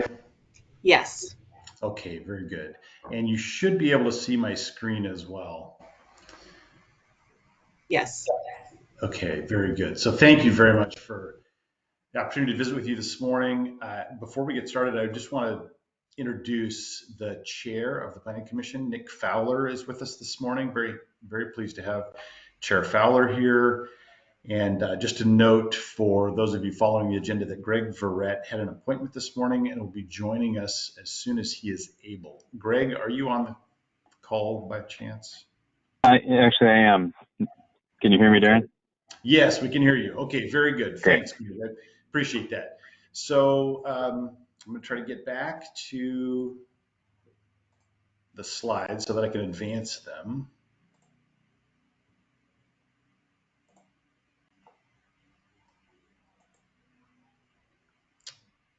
Okay, can you see my slides okay? No, we do not see slides now. Okay, that's what I feared. There, you should be able to see them now. Yes.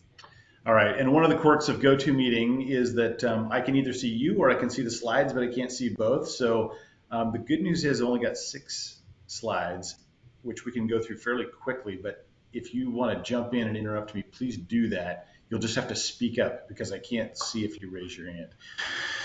So, all right, so thank you again. In your packet, you have these slides, which really provide an overview of the recent Planning Commission discussions. You also have a staff report outlining those discussions for the Planning Commission. And then importantly, behind that, you have a select collection of overview concept papers that were developed by planning commissioners as a result of their discussions since the start of the year. So that's what's in the packet. We're going to spend a little bit of time this morning going through those conversations for a couple of purposes. One is just to provide a recap so that you all know where the Planning Commission has been spending its time over the last few months. Also to seek feedback from the board and input on those Planning Commission discussions. And I think maybe most importantly, to help all of us, including the Board of Commissioners and the Planning Commission, prepare for an upcoming joint work session between the board and the Planning Commission on Monday, May 23rd. So let's start by acknowledging that the county's Board of Commissioners adopted a set of planning priorities back in 2019, which is a fairly lengthy list. You can see that here. And we don't want to ignore or lose that in the conversation, but we do want to acknowledge a couple of things. First of all, some of that work has been completed, thankfully. Those are the items listed in green. Some of that work is underway and has some substantial progress made on it. Those are the items in yellow. And then there are some things that we have yet to get to, and those are the items in black font there in front of you. But I just wanted to acknowledge that the board did adopt a fairly robust list of planning priority needs back in 2019. We haven't lost sight of that. We are working on many of those items. But we also want to acknowledge that a lot has happened since 2019. So here's some of the emerging context in 2020 and going forward. First of all, we have a number of new planning commissioners and new planning commission leadership. We also have several new community development staff members and leadership, including yours truly. This goes without saying, but I think it's important to just remind ourselves that we are still in the midst of an extended global pandemic, and that has changed the way we think about a lot of our work, not just to community development, but across the board at Benton County and around the world. We've also endured in Oregon some catastrophic wildfire seasons, and I think that those events have really changed the way we think about our landscape and the way we think about resilience and climate change and the impacts of some of those really big drivers in our landscape. Benton County has also undertaken some significant community development and planning related projects, including but not limited to the Justice System Improvement Project, several components of the 2040 Thriving Communities Initiative, the Home Opportunity Planning and Equity Board, the HOPE Board's recommendations to address really important things like housing affordability and homelessness in our community. Our move to the county's new governance center at Calapooya, the Calapooya building represents a shift in customer service and how we think about Benton County, and certainly how we think about community development in our move there.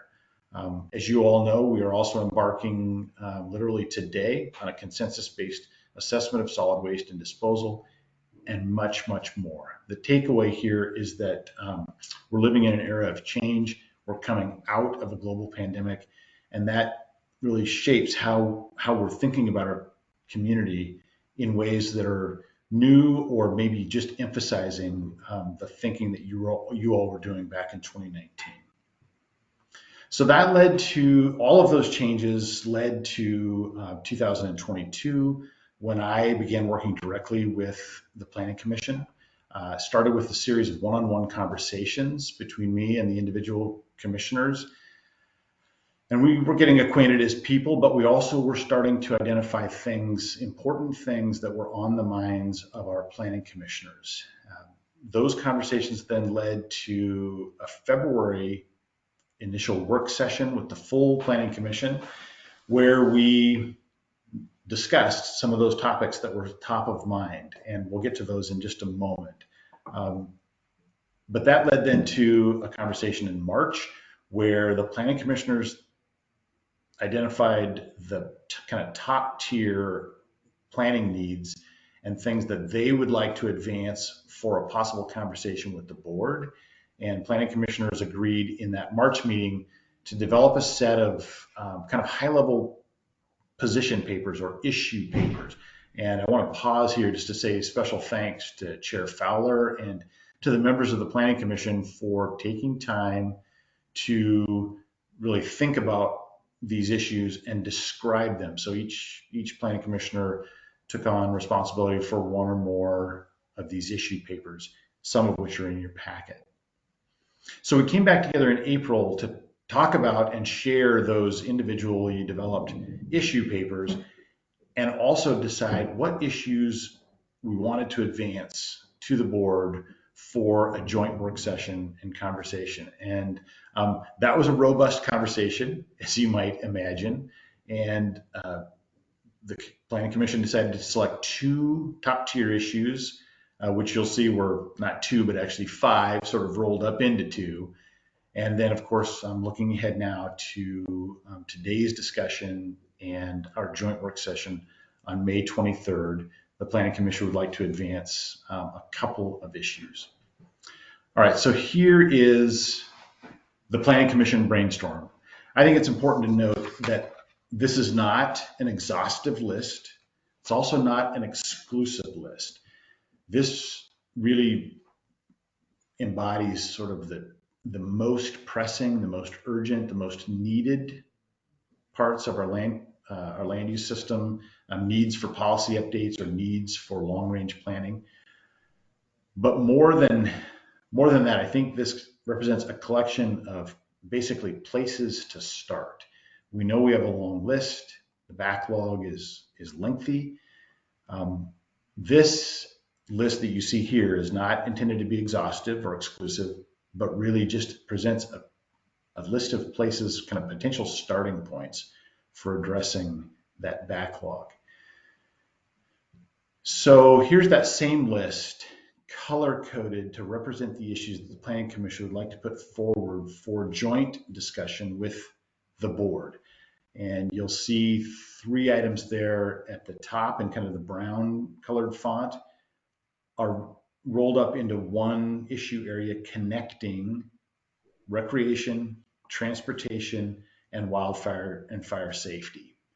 So that's one of the issues, kind of that collection: transportation, recreation, and wildfire and fire safety. The second issue that the Planning Commission would like to put forward is also a hybrid of water availability and quality, combined with data collection, management, and use. And if you've had a chance to look at the packet, you'll see that those individual topics are described in some detail there. And then what the Planning Commission has discussed is putting forward kind of two collections of ideas, connected ideas that they'd like to discuss with the board. So that's where we've been in a very kind of high level nutshell format. I guess I should say at this point that part of the conversation that the Planning Commission has had in its preparation to visit with the Board of Commissioners is a recognition that the Planning Commission has two fundamental roles. One is it serves as a quasi-judicial body that responds to land use applications. Certain land use applications come before the Planning Commission, and the Planning Commission is asked to respond as a decision-making body to those applications. The other big role for the Planning Commission is to serve as an advisory body that makes recommendations to the board about where and how to approach long-range planning and land use issues. And so we really come to you today in that second role of the Planning Commission, which is as an advisory body, both kind of putting forward some ideas, but very much asking for feedback, direction, guidance from the board in what we hope will become a two-way conversation going forward and help us to build and plan for the future of our Benton County community. So I'm going to pause there and invite Nick Fowler to share thoughts or context from his perspective as the chair of the Planning Commission, and then very much would like to welcome thoughts, feedback, and next steps from the Board of Commissioners. Well, perhaps I'll just offer a little color commentary. And of course, Commissioner Wise, you're intimately familiar with the Planning Commission process and capabilities, having provided service on the Commission for a number of years. And I guess broadly speaking, we have a bit of an embarrassment of riches because we have a very enthusiastic Planning Commission coupled with some pretty deep competencies in some of the areas that are listed on the slide on your display. And one of the things that we're hoping to do is to harness that enthusiasm and competency to advance some of these items in our advisory capacity to the Board of Commissioners, and extend our reactive role in the quasi-judicial space more into and balanced with a proactive role on advice and counsel to the Board of Commissioners. So I think that's all the color commentary. Darren did a great job of providing an update to date of our progress, and we look forward to the May 23rd joint work session. Thank you. And Nick, it's good to hear from you. It's been a while, and I'm definitely looking forward to our joint meeting and chatting with you a little bit before that. And I'm just excited in general. I am really feeling positive about highlighting this second role of the Planning Commission as the advisory body. I think that's there's lots of room for growth there, so I'm excited. Comments or questions? Commissioner Ojro and then Commissioner Malone. Well, thank you. I'm excited also. I think this is great. I think that the Planning Commission brainstorm really did capture most of the top issues. I have a couple of clarifying questions. One of those is about the Community Wildfire Protection Plan, the wildfire resilience piece overall, and whether and how do building codes fit into this? Because this is an area I just don't know enough. Is the Planning Commission also responsible for reviewing those as we update them?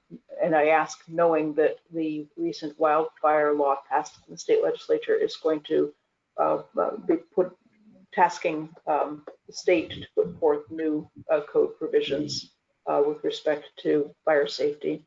That's one. And then the other question is about the whole topic of agritourism, and is that folded into that kind of somewhat ongoing topic of our short-term rental and home-based business? I know that it's that's an issue that is quite connected to issues of code enforcement because we don't have real good clarity on that topic in our current code, nor do we have a clear philosophy on it at the county level at this point in time.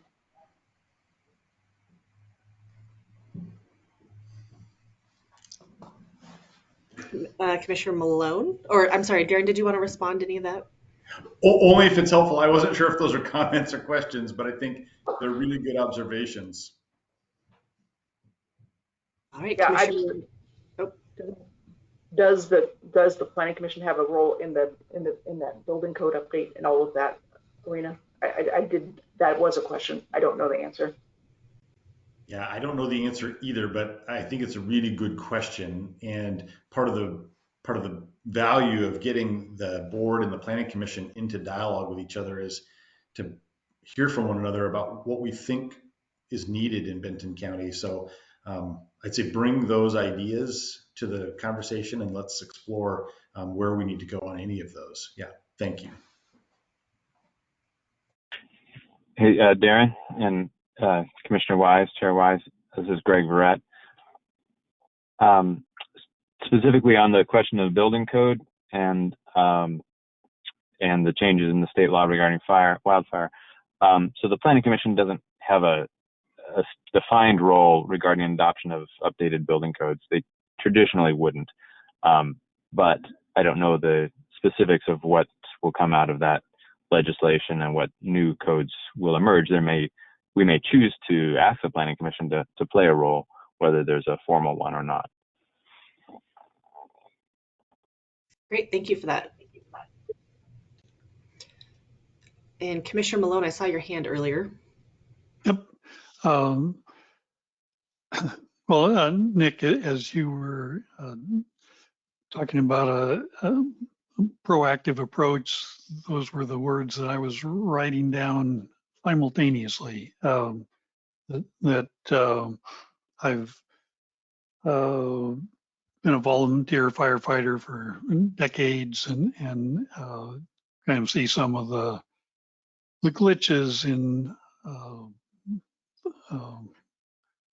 houses or buildings that were built. I think of Mary's River Estates in the 1970s and built a road very steep. So they pretty good sized development that had a couple issues. One, there was only one road in, one road out, and the one road in was too steep for the Philomath Fire Department tanker. So till Philomath got a new, more powerful tanker, they had no fire protection, and just that was obviously a long time ago. But that kind of relatively short-sighted approach and building in problems that could have been dealt with at the front end instead of surprising people that they had a really nice house with no fire protection. So I'm excited about the advisory part of the Planning Commission and taking on trying to prioritize some of these issues, and I think that's I'm looking forward to that discussion. And the other thing I was going to call on Greg Verrett now that I know he's there, and wondering with your new role, and I've heard you talk about taking on projects. Do you feel, I guess I would appreciate a comment or two from you, Greg, how you're new status would fit into this effort. Sure, Commissioner. The specifics of where my time gets allocated will need to be worked out. To which projects and which projects am I involved in, which projects is Darren involved in, or others.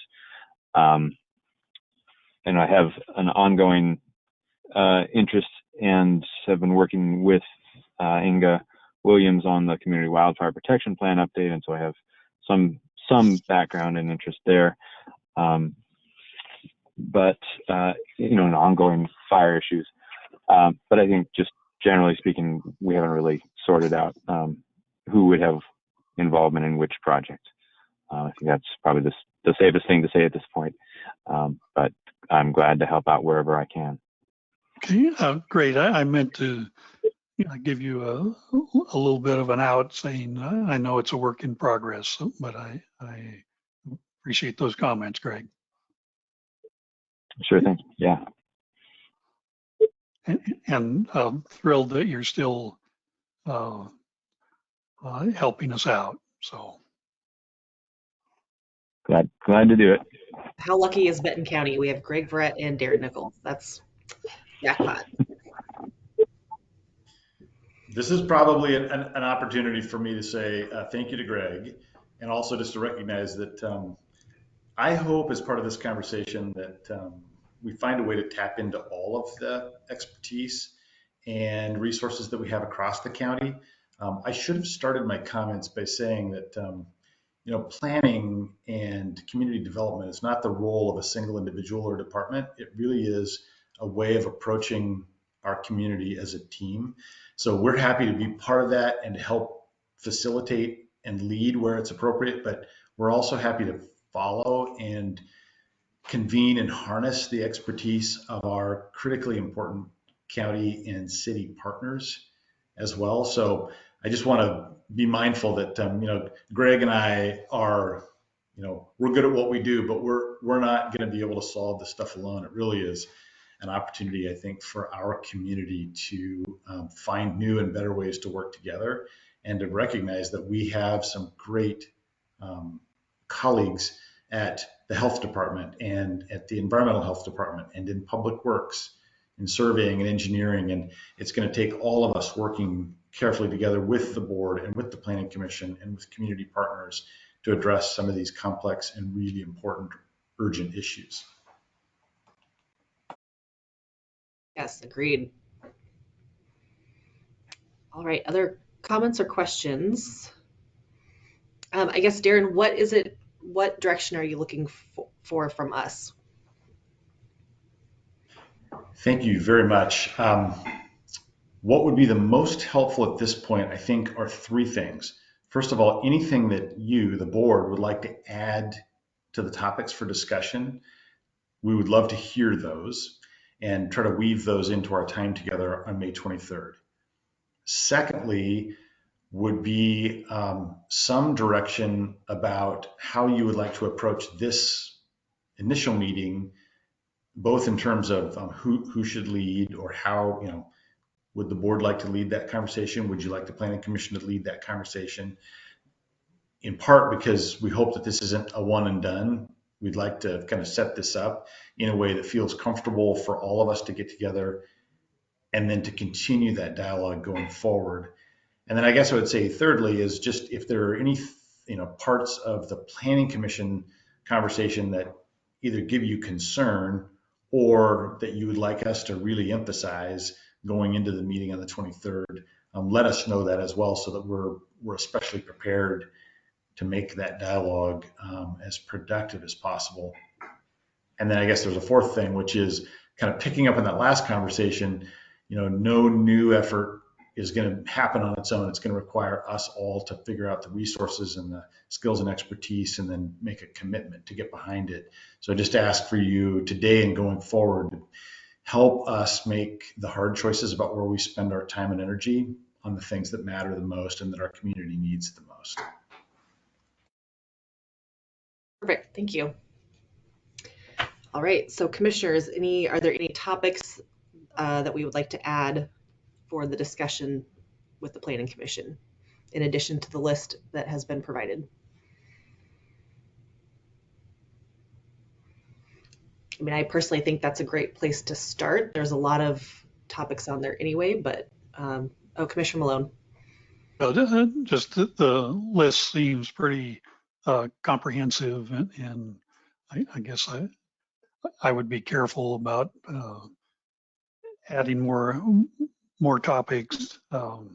It's easy to add, but just like this started in 2019, and good progress has been made, but maybe fine tuning within a category. But off the top of my head, I can't think of anything I'd like to add other than well,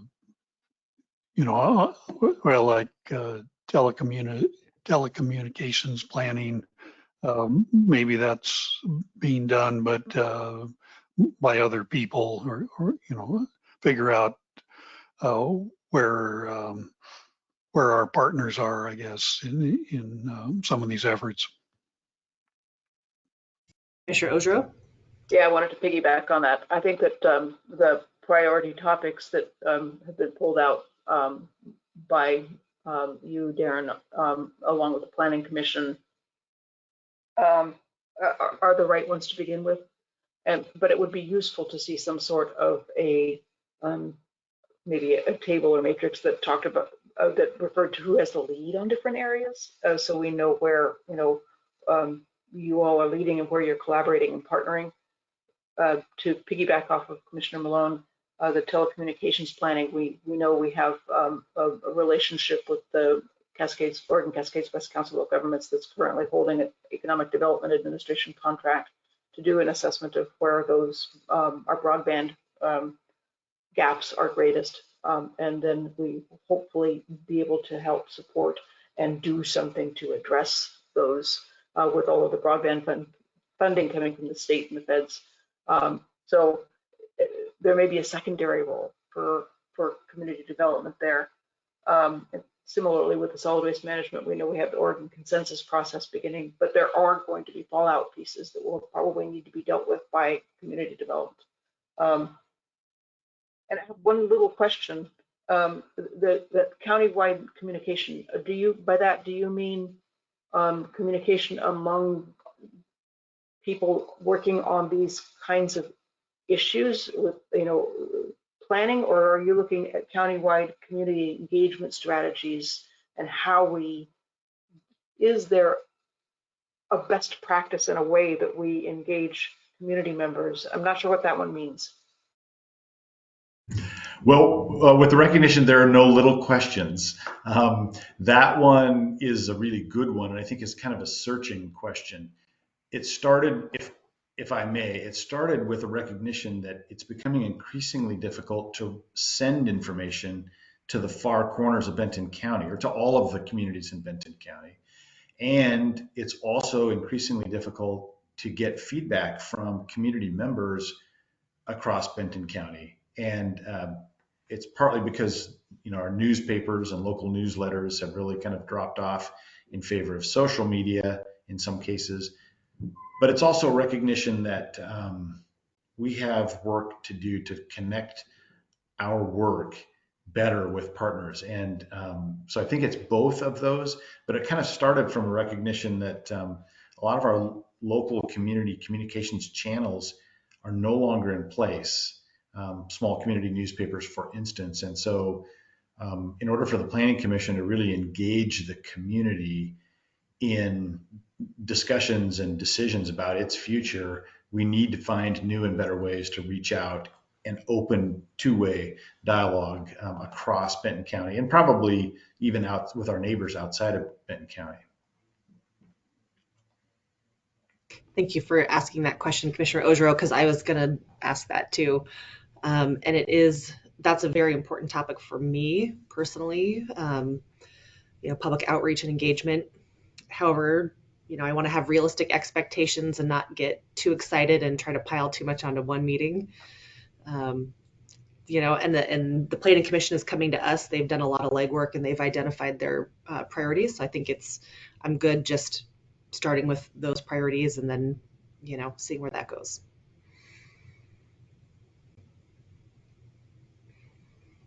Other comments, questions?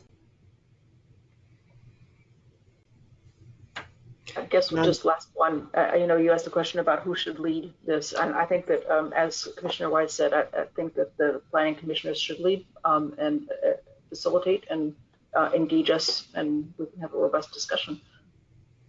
So Commissioner Ogier, by that, do you mean that you would like the planning commission chair to chair the meeting? Or I don't know. Does anyone have thoughts on that? I don't, obviously as the chair, I don't want to, I'm open to hear other people's opinions on that. I was thinking about content. I wasn't thinking about meeting management, but that's an open question. Okay.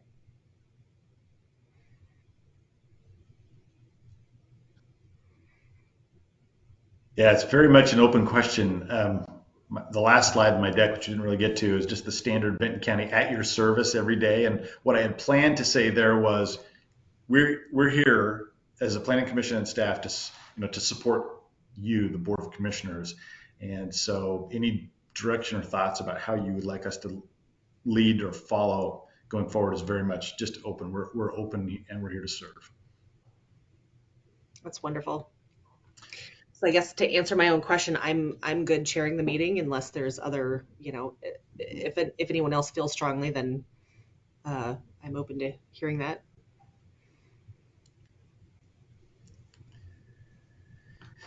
Commissioner Wise, I might suggest that you and Planning Commission Chair Nick Fowler find a time to connect with each other offline and just kind of visit a little bit about how you'd like the logistics to go, and that will help us to support and make the most of our time together. If you're comfortable with that. Yes, I need to follow back up with him and get that scheduled. Thank you. Okay. But yes, Zan, as you were saying, or Commissioner Ogier, having the planning commission kind of lead and bring the stuff to us, I think is a good way to go about it. Commissioner Malone, do you concur, or any other thoughts on that portion? I think that sounds fine. Just my only question is the community development / planning commission planning on developing an agenda, and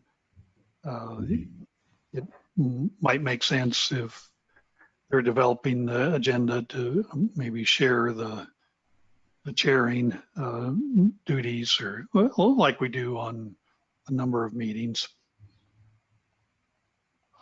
We typically alternate when there are two boards. So when we meet with City Council for Corvallis Council, we alternate. So maybe that's the best way to go, since this is not the one and done. Sure. All right. Any topics on the list that we want to emphasize or concerns? I may feel like we kind of already addressed that. I don't think we have any concerns with the list. I'll just mention too, since it popped into my head, the last time I spoke with the mayor of Corvallis, Biff Traber, he asked if we, at the next city county leadership meeting, if we could add the agenda item of urban fringe management agreements. And I said, yay, there's will on both sides. So maybe someday that'll get addressed. And that is already on our current list from 2019 anyway, so. All right, Darren, does that address your needs? Yes, I think so. I'm looking at Joe for just a moment to make sure that Joe feels comfortable with where we're headed. And then, but I think from my purposes, we're in good shape, and we'll just keep working towards the 23rd and send you agenda shortly. Joe? Darren, thanks. I am very happy with the conversation that's been had this morning, and I think it's a great start. And thanks for working with the Planning Commission and the board. I think the upcoming meeting will be very productive. Okay. All right. Thank you, Joe. And thank you all for being flexible. There's no real easy way to start a conversation of this size and magnitude. So we'll have lots of grace with you all if you'll do the same with us. And I feel good about where we're headed. Good. Well, thank you so much, Darren and Greg and Nick. We appreciate you coming and having this conversation with us, and we look forward to our joint meeting. All right. Have a good day. Thank you. All right. Thank you. I'm going to call for a quick 5-minute break before we move on. So we will come back at 11:24.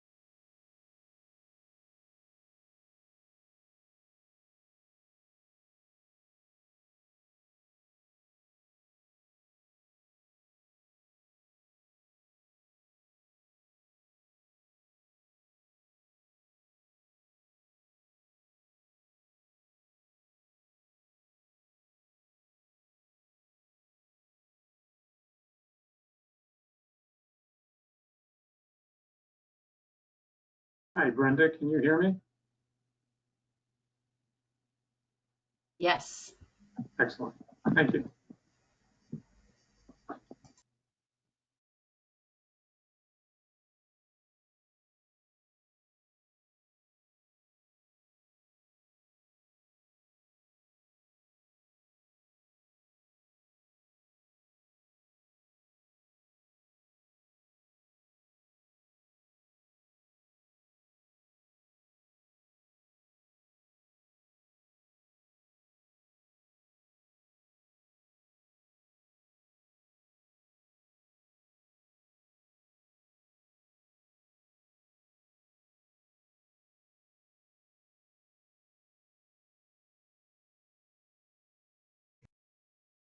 It is 11:24,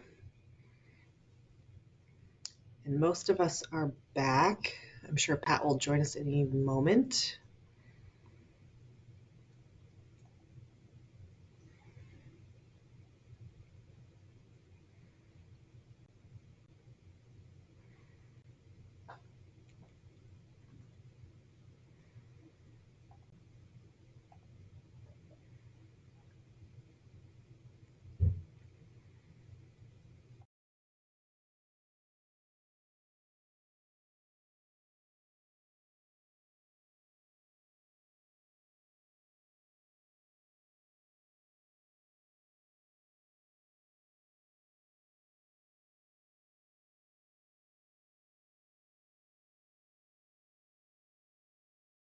All right, looks like we are all here. And our next topic is the Justice System Improvement Program, an update. And we have Nick Hirth with us and a couple others. Welcome. Thank you, Chair and Commissioners and guests. I am joined today by Brenda Downham, who is the Communications Coordinator for the Justice System Improvement Program. I don't believe you've met Brenda yet, but you do have time scheduled with her on Thursday, and you'll be hearing from her more today. So looking forward to that. Brenda, thank you for being part of the team. As well, Chris Edmonds from Coastline, who you have met before. Between the two of them, they'll be giving most of the update today, but did want to acknowledge their presence here. And I'm going to go ahead and share my screen just to kick this off. So our agenda today, as follows. I want to just quickly touch on some upcoming milestones and share with you that I'll present a more detailed agenda at goal setting in June. Some things are still a little bit fluid, but I wanted you to know that Mara is scheduling 6 hours of meetings for us in July, roughly mid-July, probably either 2 3-hour meetings or some combination. This will be outside of your Tuesday meetings, and this will really be for us to discuss the draft facilities package. Heretofore, I've been saying the bond measure package, and Brenda kind of scolded me there. She said, you know, we're really not drafting our bond measure package until well into the fall and winter. And that's accurate. So this is really a preliminary facilities package that we will be using for final costing purposes. We will, you know, have survey data combined with public engagement, and all of that will lead up to deciding on a bond package in the latter part of 2022. So I'm going to try and be precise about my wording. Additionally, our goal is on August 2nd at the Tuesday BOC meeting to meet and essentially codify what our draft facilities package is. So the other 2 meetings will be outside of the Tuesdays, still public meetings, but then we want to come back to a Tuesday meeting in early August and codify your decision. I mentioned survey results, and we will be talking about the survey as part of the update today, but you may expect to get our first round of community survey results at goal setting in June. So looking forward to that. And then I already mentioned that providing a more detailed schedule at the next goal setting, including essentially our detailed communications plan.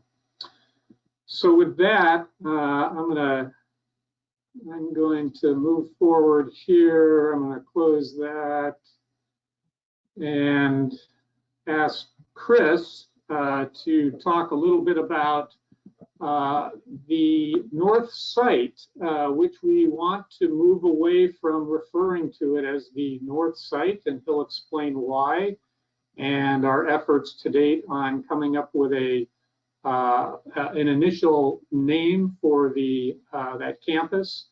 So Chris, please take it away. Yeah, thanks, Nick. Good afternoon. So we held a conversation last week with the executive committee for JSEP around a potential naming of the new site. The primary reason why we wanted to undertake this work, just as a reminder, is to reinforce that a clear decision has been made on proceeding with the north site. When we refer to it as the north site, it only makes sense when viewed in context with other directional options. And now that a decision has been made on that, it's time to give this campus a name. So this slide that you're looking at here provides an overview of what a conceptual campus structure is. I wouldn't, these aren't a decision that we as consultants can make for you, but this is our initial thinking on, how a campus kind of waterfall hierarchy might look in encompassing facilities, grouping them into centers, holding them under an overarching campus. We looked at a number of different regional comparators, and we looked at how other jurisdictions were naming their facilities, and we came up with a number of different ideas. But real quickly on this, on the campus structure,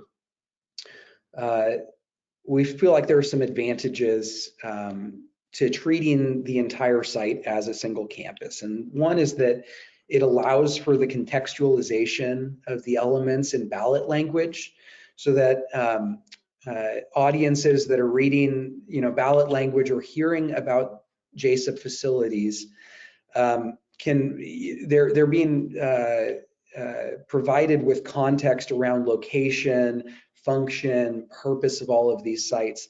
And also it reinforces the codependencies, the co-supportive elements within the JSEP facilities and how they work together, so that we're not trying to do any of this in the vacuum, but rather we're trying to take a forward-looking step as a community to improve our overall justice system and community safety. So Nick, you can go on to the next slide.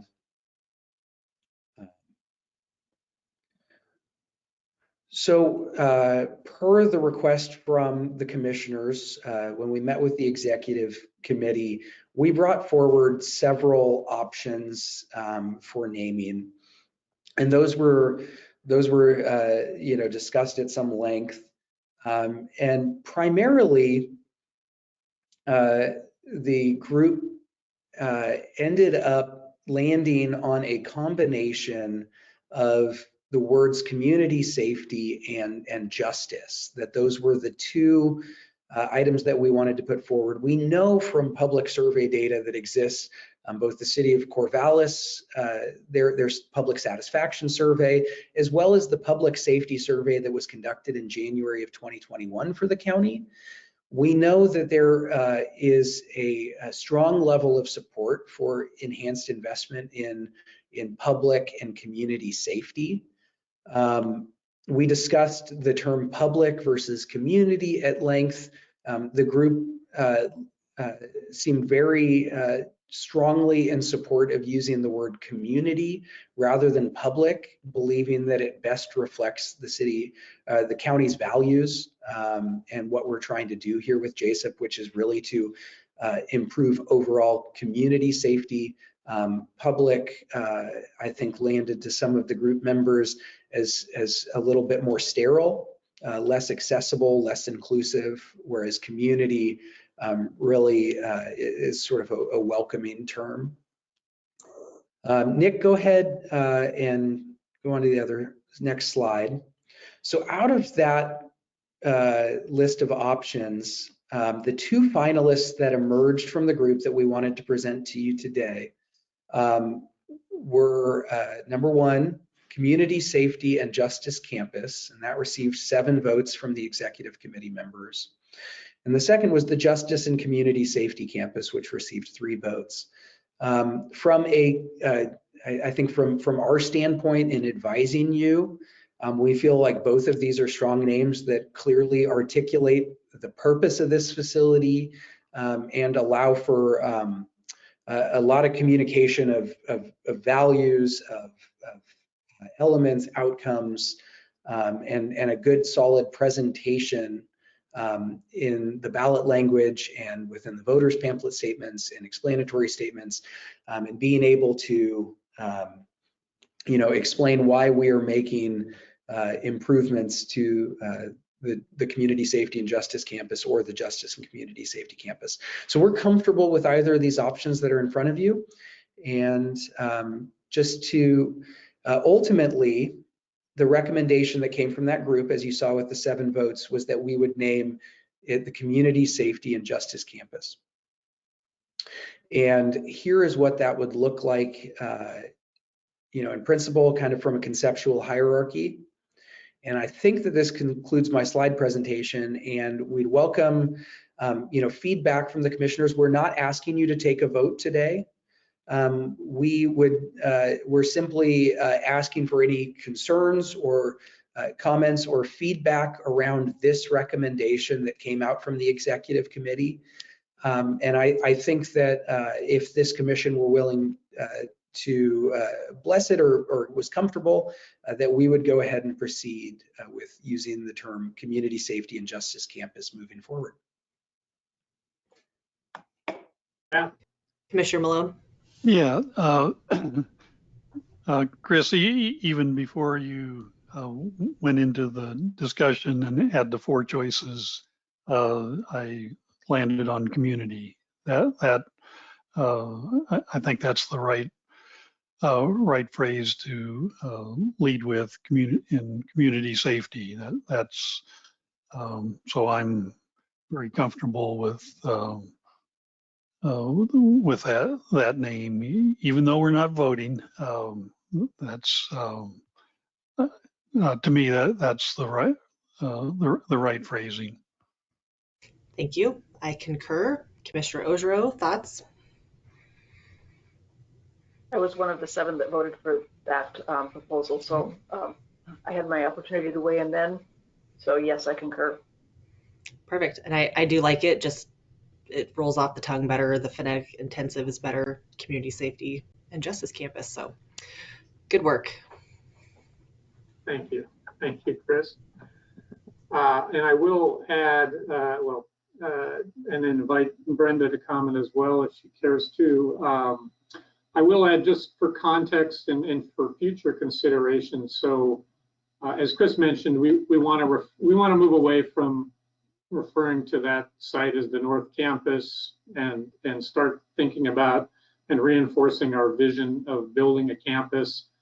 There will be opportunity in the future for the county to consider more specialized or individualized names, and so we've gone through a very extensive naming process to arrive at our Calapooya building. Certainly envision something similar for the Community Safety and Justice Campus, and even the 2 centers and potentially even individual buildings.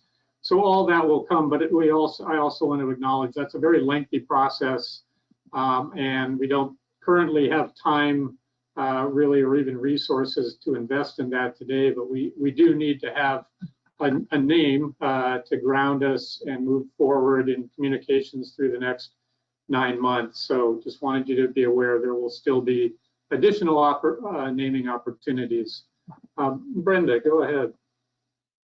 I actually didn't have anything to add. I'm just ready for the next portion of our presentation. Okay, great. Well, I'll move forward then, unless there are additional comments. Great.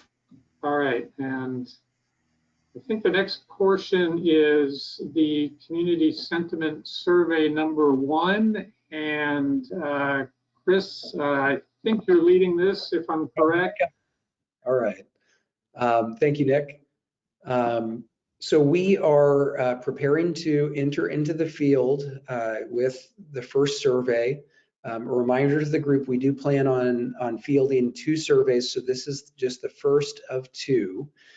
We are going to sample 300 registered voters in Benton County through a survey that is currently at 11 minutes, may be up to 12 minutes, but that's currently where we are with 21 questions.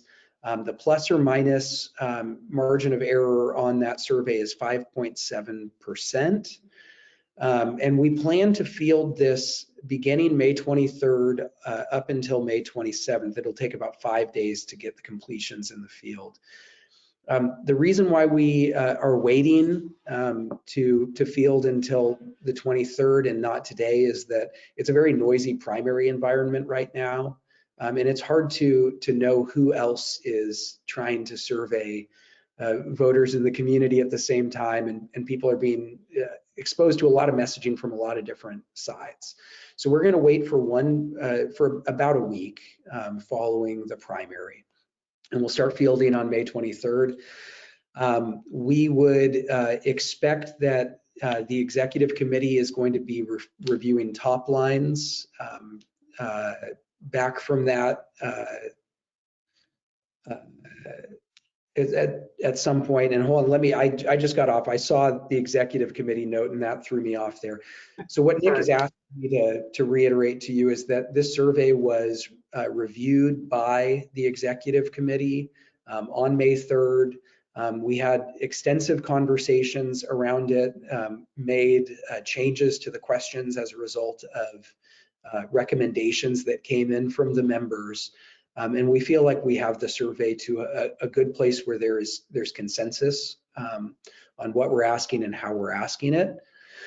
We would expect, getting back to what I was saying, we would expect that initial data will start flowing back from that survey the week following when we're in the field. So that'll be the first week of June. And we'll start pouring through that data. We'll work through the crosstabs, and then we'll work in partnership with DHM to put together a presentation on this survey that we will plan to provide to the Board of Commissioners. In this survey, we're really looking at trying to gauge the initial elements, or the initial factors that are going to help us confirm the facilities package that we may want to recommend the commissioners refer out to voters. And so we'll be looking at the general mood of the electorate, county satisfaction with county services, voter approval of the county's performance in those areas, general awareness around JSIP. We are going to test ballot language that we believe is, as close as we can get to in a survey environment of what an actual ballot question would look like. We are going to ask voters to help us prioritize their voter prioritization of the various elements that are in the package. So we're asking them on a ranked order basis how they prioritize the projects, and we're also asking them on an individual basis whether they consider certain projects to be high or low priority. We are asking an initial question on a proposed hypothetical bond that would be $95 million. And at the end of the survey, I'm sorry, my lights go off if I don't move. At the end of the survey, we also give respondents an opportunity to answer a question about a second hypothetical bond measure that would be $75 million, but would not include the sheriff's office. And that should give us some sort of data set to work with regard to cost preference that exists within the electorate. And then, as is pretty standard in surveys, as you guys have seen before, we're asking demographic information that'll allow us to understand, which portions of the community based on identity factors are hearing about JSIP, and how different demographic groups respond to the project. Any questions on this survey? Questions or comments? Commissioner Malone? Yeah, Chris, and it may be too early in the process, but you throw out a number like 95 million. That's a big number. What does that mean to me?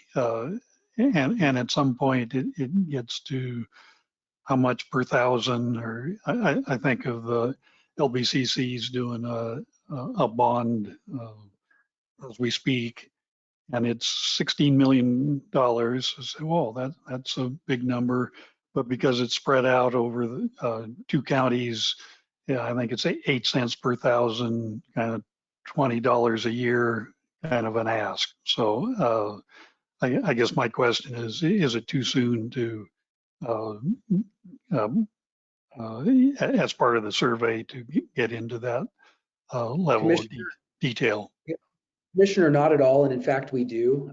I can go ahead. I just pulled it up. I'll read the question to you, which is, shall Benton County issue up to 95 million of general obligation bonds paid by property taxes for improvements to public safety and justice system facilities? And now that we're saying that, I'm actually going to ask them to change public to community. Funds would also be used to repurpose the historic courthouse. If passed, the bond measure would cost $170 per year for a typical home with a taxable value of $266,000. Funds from the proposed bond would be overseen by an independent community oversight committee. So that's the question that we're asking. Great, thank you. And I will just add that those figures, that 266,000, that was provided by our assessor's office relative to the average cost of a home in Benton County. And as well, the rate was provided by Rick Prager using new tax rolls. So these are accurate numbers, very likely will be very close even as we head into next year.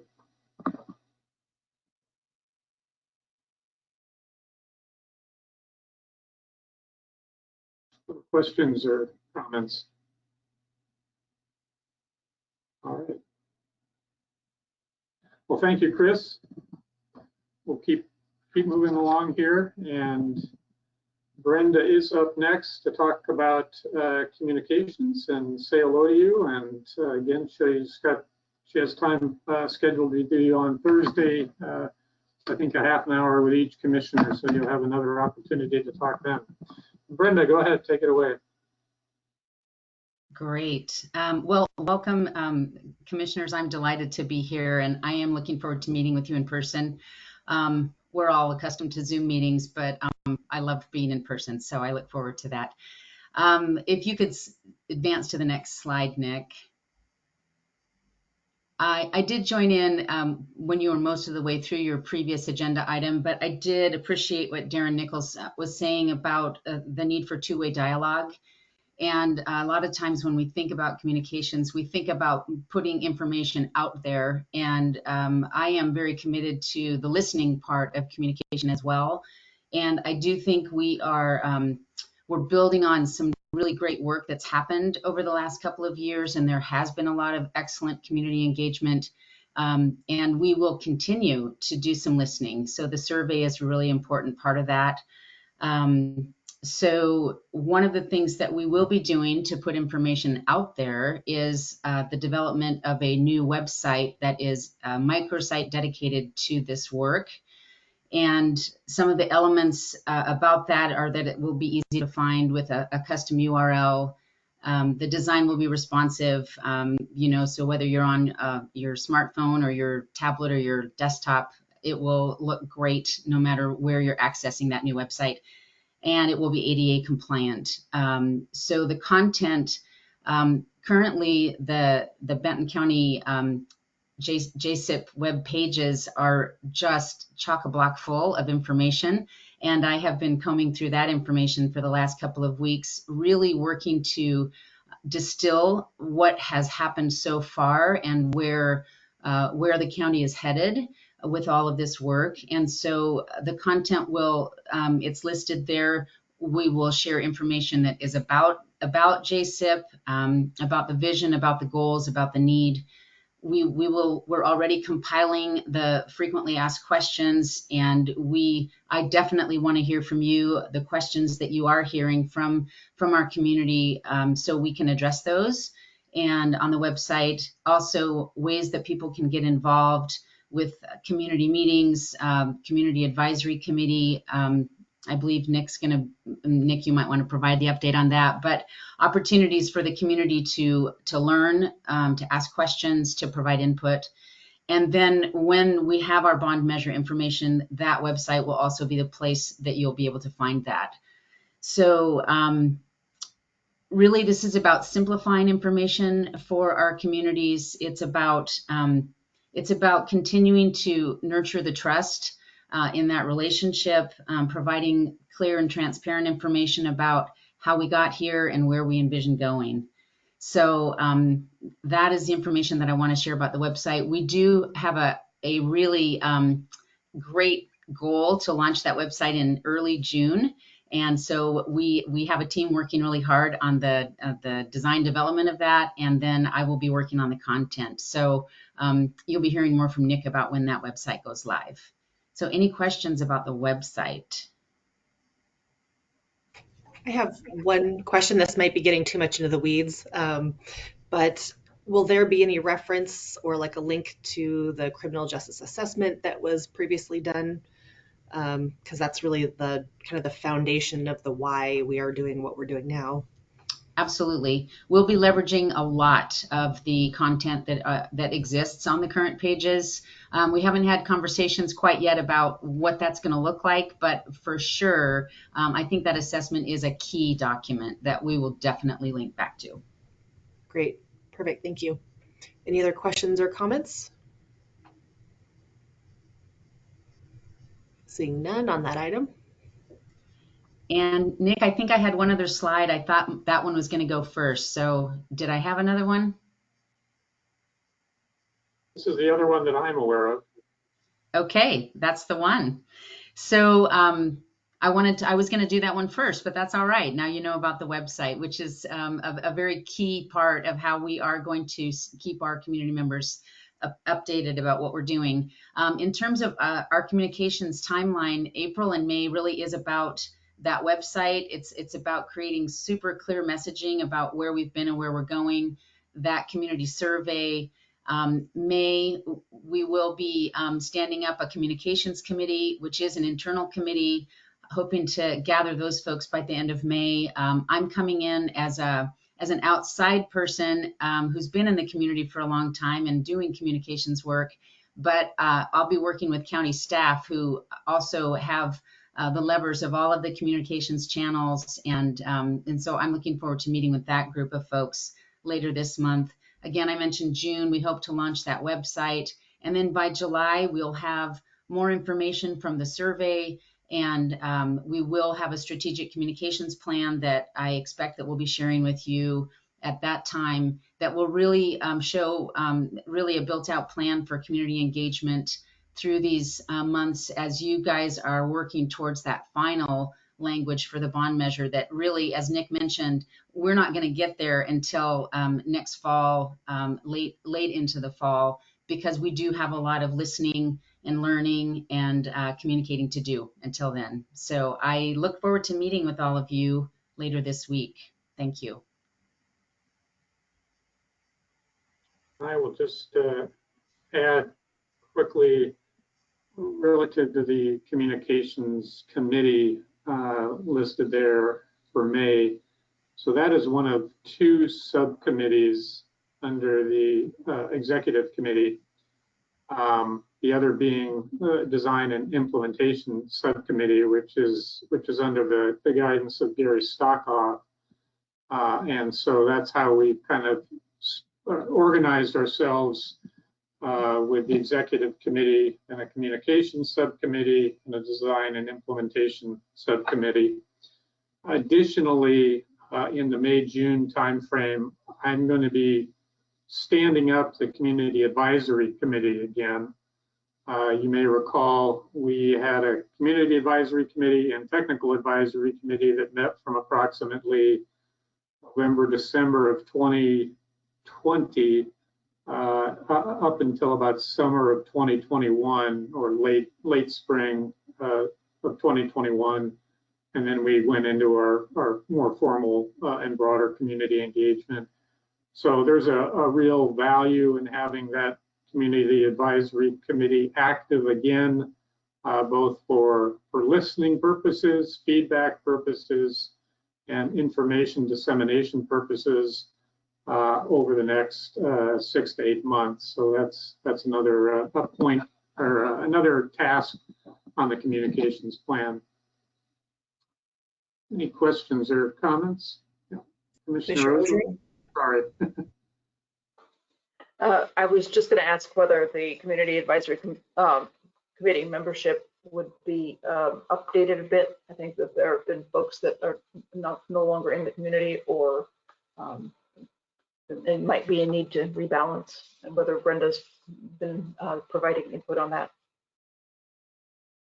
Yeah, we haven't actually got into the planning, but certainly I will acknowledge that in over a year has elapsed, and I expect that the makeup will need some reconsideration. Certainly there are new folks that I have engaged with that I would like to extend an invitation to, and as you said, some have moved on. So we'll be taking a look at the list and updating it.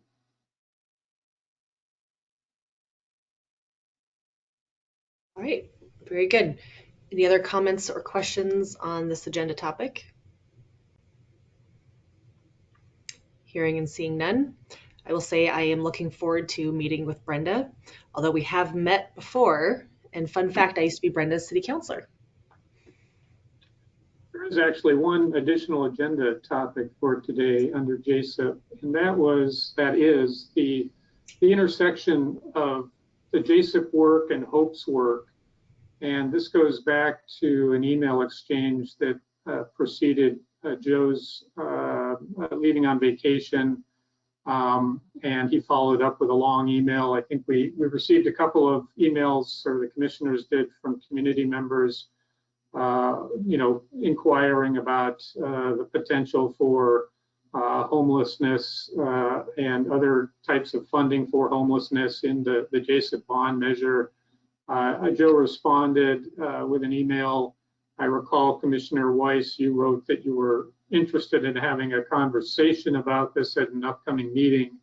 And so I wanted to, have that discussion now quickly, if you're interested, time permitting, and invite, Joe to share his thoughts. It's a conversation that we had internally as well, between Brenda and Coastline, so I'm glad they're here to participate as well. But I think maybe just to kind of frame the discussion, certainly there is an intersection, there's no denying that, between justice system involvement and our activities to improve the justice system and and homelessness. If I can kind of summarize where I think we are at relative to that intersection, we've set up two very important independent projects or programs. One is HOPE, the other is JSIP. They are not independent silos, but they also do have their own scopes of work. Obviously, we've invested in both, and they are both moving forward. I regularly meet and communicate with Julie Arena, just to underscore these are not independent efforts. At the same time, they're both very, very complicated efforts, and there's just no denying that. And that was one of the discussions we had yesterday between Brenda and Coastline and myself, just the sheer logistics of trying to talk about either one of those activities and have it have it resonate and be able to explain it to the public. It's a huge challenge. And, you know, you've heard me say before that, you know, there are times when JSIP is actually kind of, you know, struggling against its own complexity in terms of engaging with the public and explaining all the factors. And I don't have to remind you guys of this because you know everything that we've been through and everything that is still coming. So I would say in conversations that Joe and I had prior to his email, we, as he indicated, are very much aligned that, you know, we believe that HOPE needs to continue to do and plan on its schedule. JSIP needs to move forward as it is. We know there's elements in JSIP that are definitely going to benefit individuals who are homeless and may become justice system involved. Crisis Center is an excellent example of that. The fact even that we're going to have, you know, a mental health wing in a larger correctional facility, you know, with secure and appropriate holding facilities for those that do become involved. You know, that it all speaks to that intersection. So let me just stop there and invite comment, invite Joe to say a few words here, invite questions. I just didn't want to let this important topic kind of just pass us by.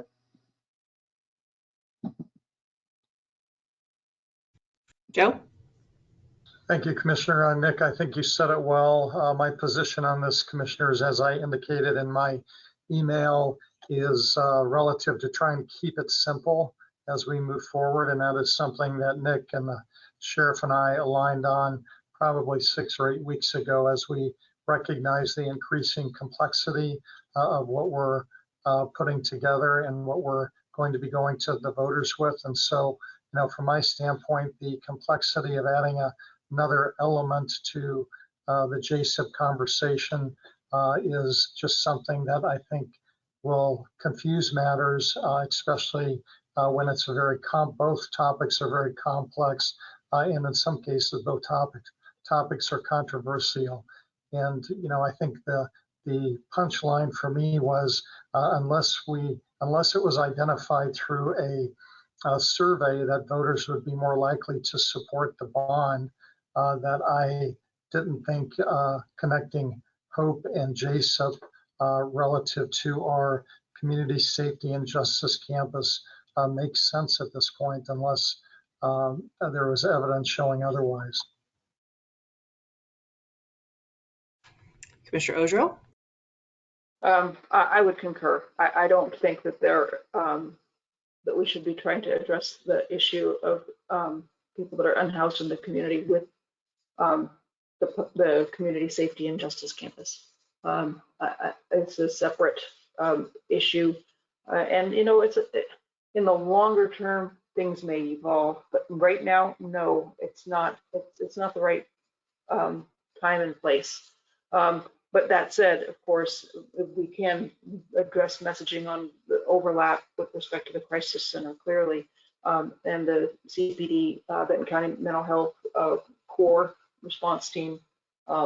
There's also a couple of other elements that will address both populations. Some of that is the situation table staffing, joint staffing of friendly faces cases that is starting to emerge under the HOPE banner, and then the pretrial service programs on the JSIP side.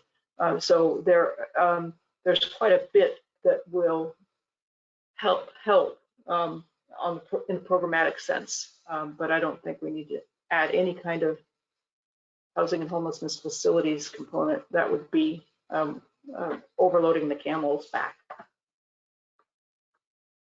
Thank you. Commissioner Malone, would you like to add something before I go? Go ahead. Sure. I think Joe said it well, and I would. JSIP is a complicated enough effort without adding things to it. I think our job is to show how the JSIP effort will help the homeless situation, and I think that's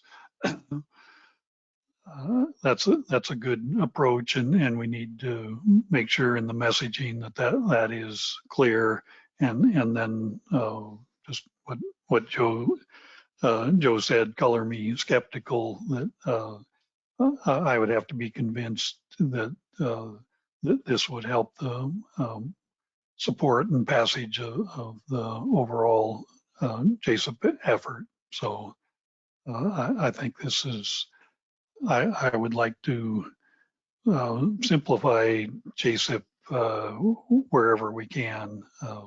So I agree that the homeless issue is important, and we're on track to we're working on it, but not in this context.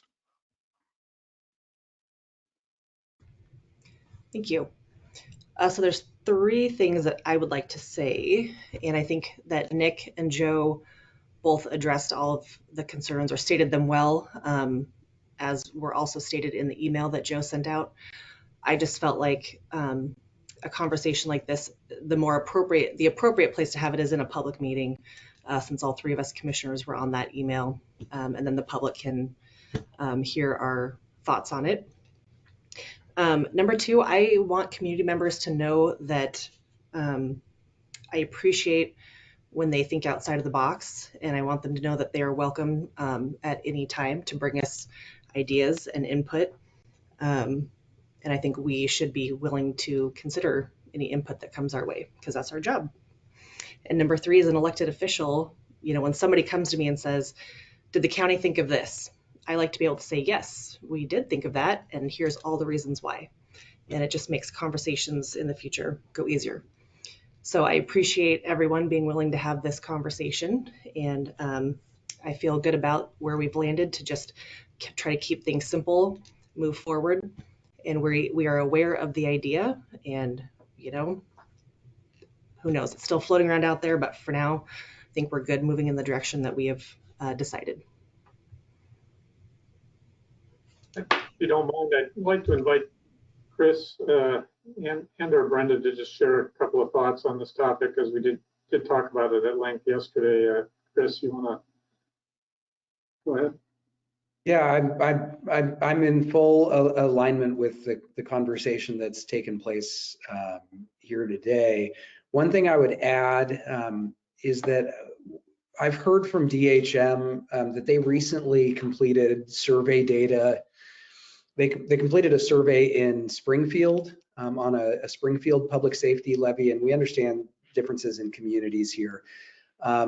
But Springfield top 3 issues around public safety were voters identified homelessness, public safety, crime, drugs, and housing affordability as the 3 top in the community. And the single biggest reason why voters said they would support the levy is that it would provide additional funding for mental health services such as Cahoots and mental health services in jail. So we do believe that there is a reasonable basis here to assume that voters believe that investing in a more holistic approach to public safety will help address not just crime but houselessness and ancillary issues, including mental health and addiction services. So what I asked, as part of this conversation, I asked DHM if they would propose back to us a question that might help us assess to the extent that voters perceive a linkage between the JSIP facilities, the crisis center, the mental health wing, spaces for substance abuse treatment, pretrial services, and addressing homelessness. So that way we can, really assess, one, is our hypothesis credible in terms of how the voters, respond, and do they get this from an educational perspective? And 2, it should inform a little bit about how we talk about JSIP, because I think that one of the great things about the JSIP project and the Community Safety and Justice Campus is that it it's an integrated system that is providing a lot of different benefits and a lot of positive outcomes in a lot of different population centers across the county. And so, we'll test whether or not, mental health is an effective, or homelessness is an effective conversation for us to have with the community. But I agree that, facilities funding for specific houselessness initiatives and developing funding is probably a bridge too far to incorporate into a bond measure that's already nearly finalized and is focused specifically on community safety and justice facilities. Brenda? Want to add anything to that? I think that Chris articulated all of the conversation that we had yesterday, and I agree it is important to talk about it, and we will definitely be talking about this as we put together information for our communities. Thank you. Thank you very much. And I just have to say the level or the depth of the consideration and investigation into this topic is much deeper than I was expecting us to go. So I appreciate that. Thank you very much. Any other questions or comments on this topic? All right, with that, I think we can move on to our break. Are we okay if we just take a 20-minute break? Or would commissioners like a 30-minute break? Thoughts? 30, all right. We will do 30 minutes.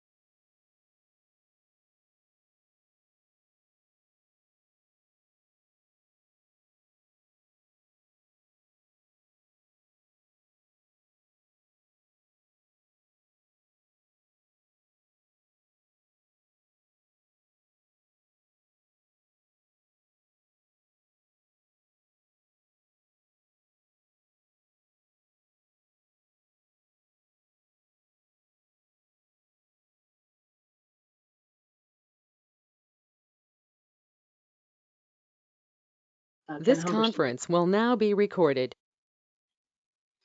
With respect to apprenticeship programs and whether or not Benton County wanted to join some of the other counties in putting into place either a general resolution in support of apprenticeship programs or a much more formal program incentivizing apprenticeship programs or mandating them in our contracts for construction work or the trades in general where there are apprenticeship programs. We have not had a chance to talk about this as a group. I did share all of this material with both Vance and with Gary, and we wanted to have a bit of a more informed discussion. I can tell you that Blaine County has chosen not to go into a route where they look directly at apprenticeship programs, but they have embraced community benefit agreements more broadly in terms of their contracting approach. And Deschutes County is going down that path at this point also. They're the only counties that I'm aware of that are really digging in deep into this topic. So with that introduction, I would like to pass it off to Gary and then Vance for a little bit of more background about their perspectives on this topic. Thanks, Commissioner.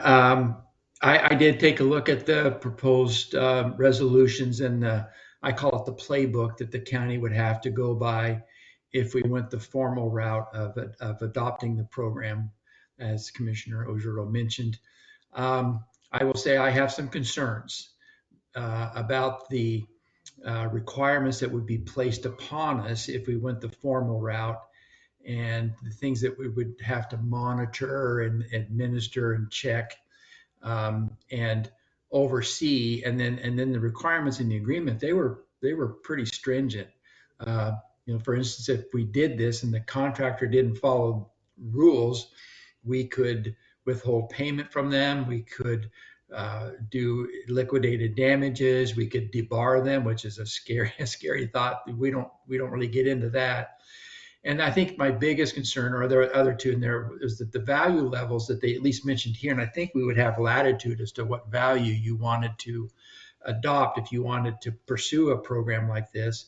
But the $200,000 for the prime contractor and $100,000 for a subcontractor, those are pretty low amounts, especially in today's world. So basically, the way I perceive that is any contract that we did that might have trades that have apprentice programs in it, we would have to work with a contractor that is registered with the board. And I'm not even sure who that group is, that trade council or whatever, whether it's a state agency or a privately set up one. But whoever had gone through the process of getting qualified for the program, those I think are the ones that we would be able to use for the work. There isn't a provision in the document that said we could make exceptions, but then that brings in a whole nother level of scrutiny of how are we making that decision, and are we being fair and unbiased, and just kind of inserts another level of issues into the process that we already have. That's can be a little bit squirrely at times, no matter what. And then the last thing I think I had was just the impact on staff. If you look at what they would require here, if you went to the formal program, it'd probably be at least an FTE that is what they would do, working with the state, reporting, monitoring, checking with the contractors, just gauging all this information and then making sure that we were following the rules that we needed to follow and not get ourselves in trouble. And so I just was concerned right now with our staff levels and the struggles we're having to try to find folks. I don't know if we'd have another one. I had to be able to find somebody. And for a county this small, if we start, restricting the contractors that we have available, my fear is our costs would also go up. And I just don't know if that'd be a good path to follow for the county. Aspirationally speaking, sure, I think that would be something if we could craft something that, and again, I don't know what Lane or Deschutes is doing, but we surely want to promote it. But I just don't know if we would really want to adopt the formal version because of the impacts that would have on staff. So that's kind of my high level view of this, and I would entertain any questions or comments. Or Gary, you're full of it, or I would point out just to my fellow commissioners that there were 3 different alternatives that were proposed in Ken Humberston's outreach, and one of them is just an aspirational statement of support for apprenticeship programs, more broadly called Apprenticeship Aspirational Goals Resolution, and that is something that is also a potential. So there's a spectrum of opportunity here. Some of it is just about messaging and what kind of values we want to share. About guaranteeing that we have a pipeline of future tradespeople, which is ever more important. And then there's the formal program. And I take your comments seriously, Gary. I agree, we're a small county. Vance, comments? So I just want to go just a little bit different tack than Gary. And that is with regard to the size of the contracts that would be affected by a formal adoption of this program. The concern I expressed to Gary and to Joe is that as a small county, when we put out RFPs for projects, we don't get many bidders. And our pool of qualified contracts in our area is already fairly shallow. And my concern would be that if we were to adopt the formal apprenticeship program, we would shallow that pool even further, which ultimately would likely cost Benton County money just because we don't have a good set of bids.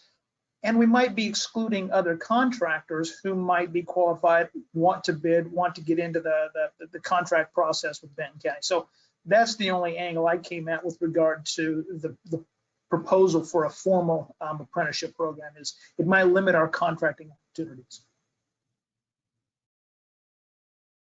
Thoughts, comments?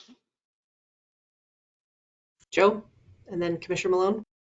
Thank you. I just wanted to share, commissioners, that I looked through all of the materials yesterday that had been provided, and because they are fairly voluminous, I just identified, I think, 5 of the documents, and 2 of those were summary documents, but Maura has all of the documents, and we were going to email everything out to you at some point today in case you do want to read all of the materials. But what was posted in the packet last night was just a sampling of the materials. So just wanted you to be aware of that.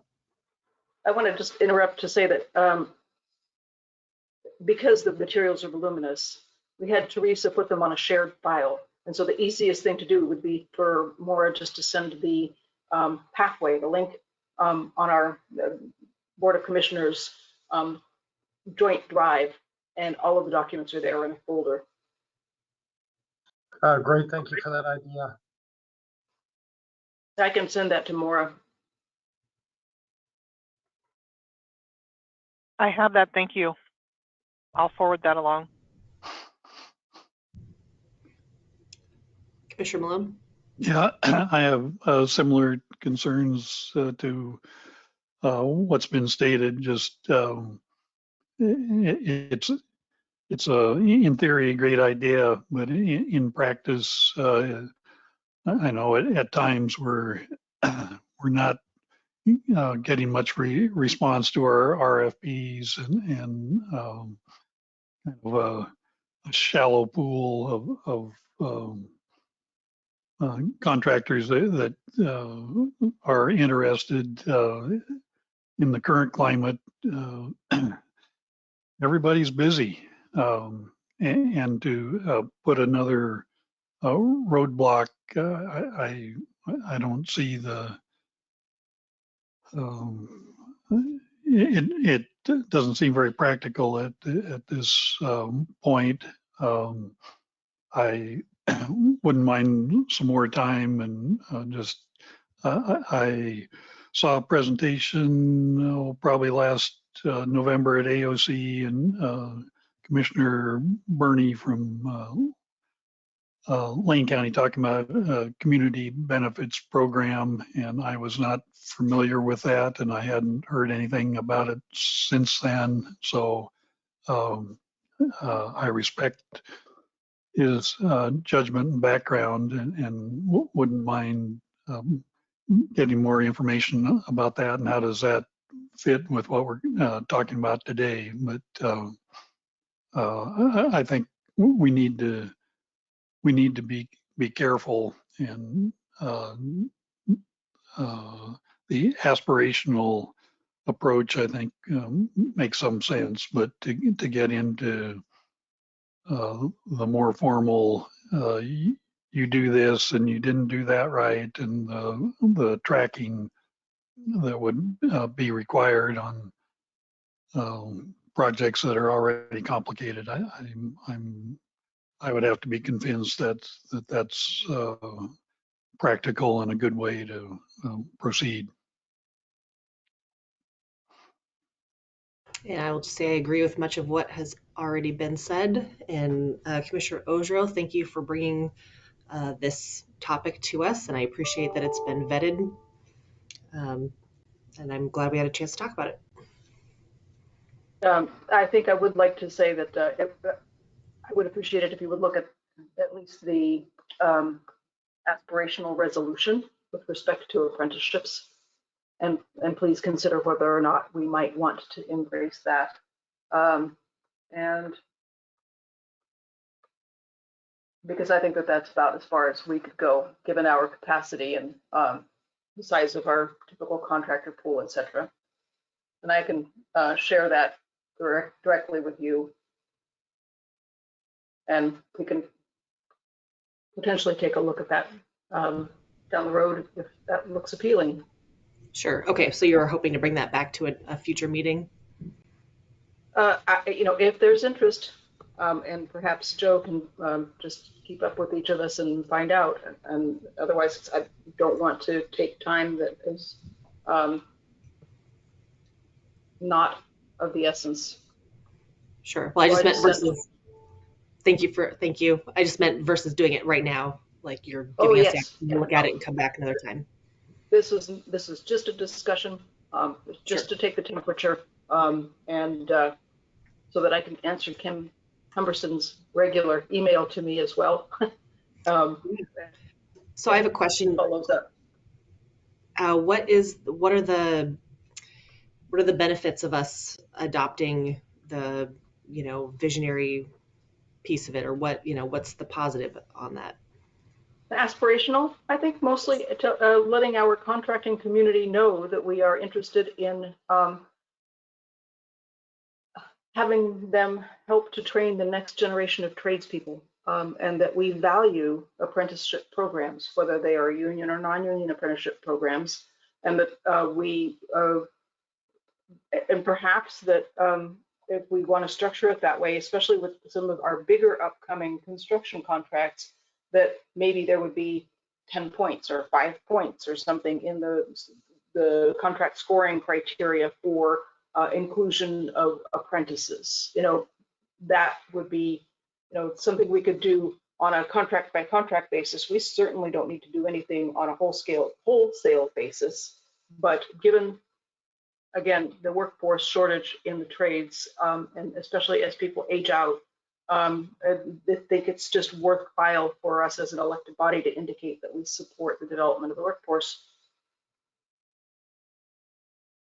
Sure. Okay. Thank you. Well, that's some step to consider and think about, and we can figure out when we can talk about it again on a future agenda.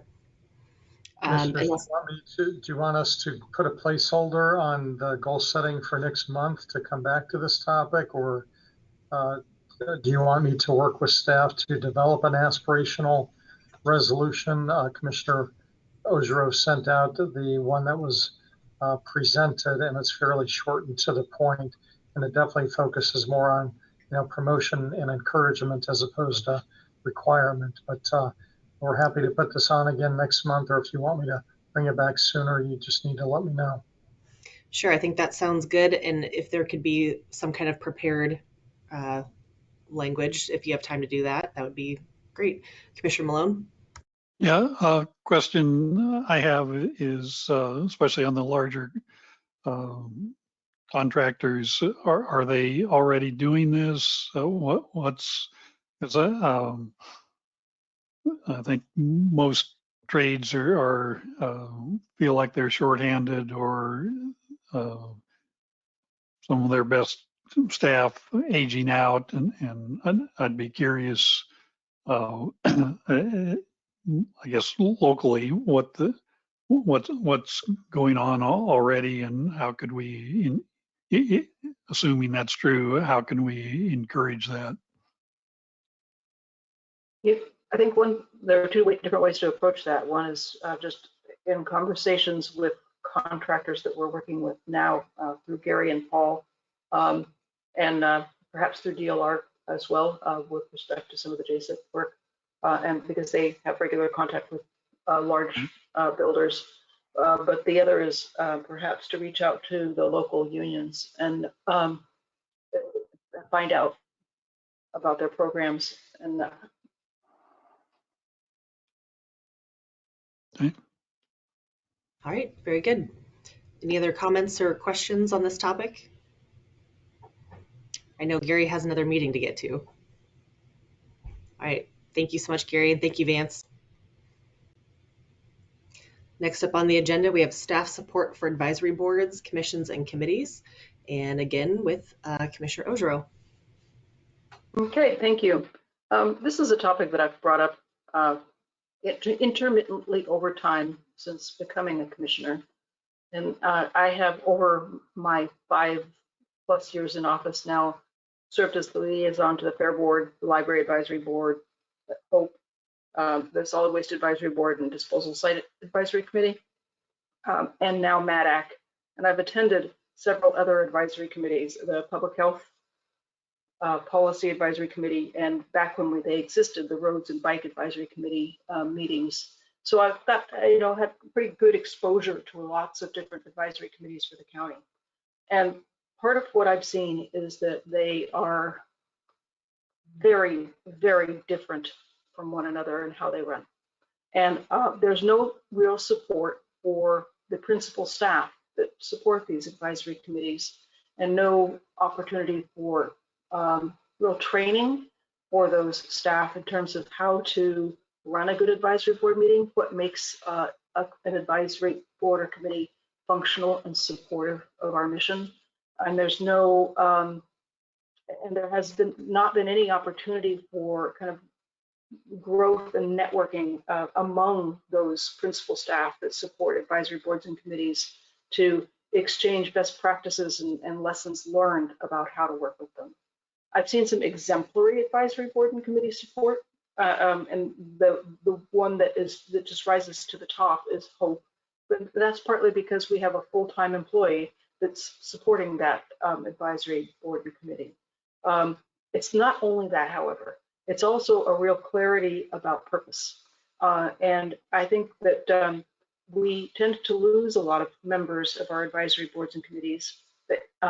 Environment and Natural Resources Advisory Committee right now is a case in point, because they don't have a clear mission and don't have a clear role.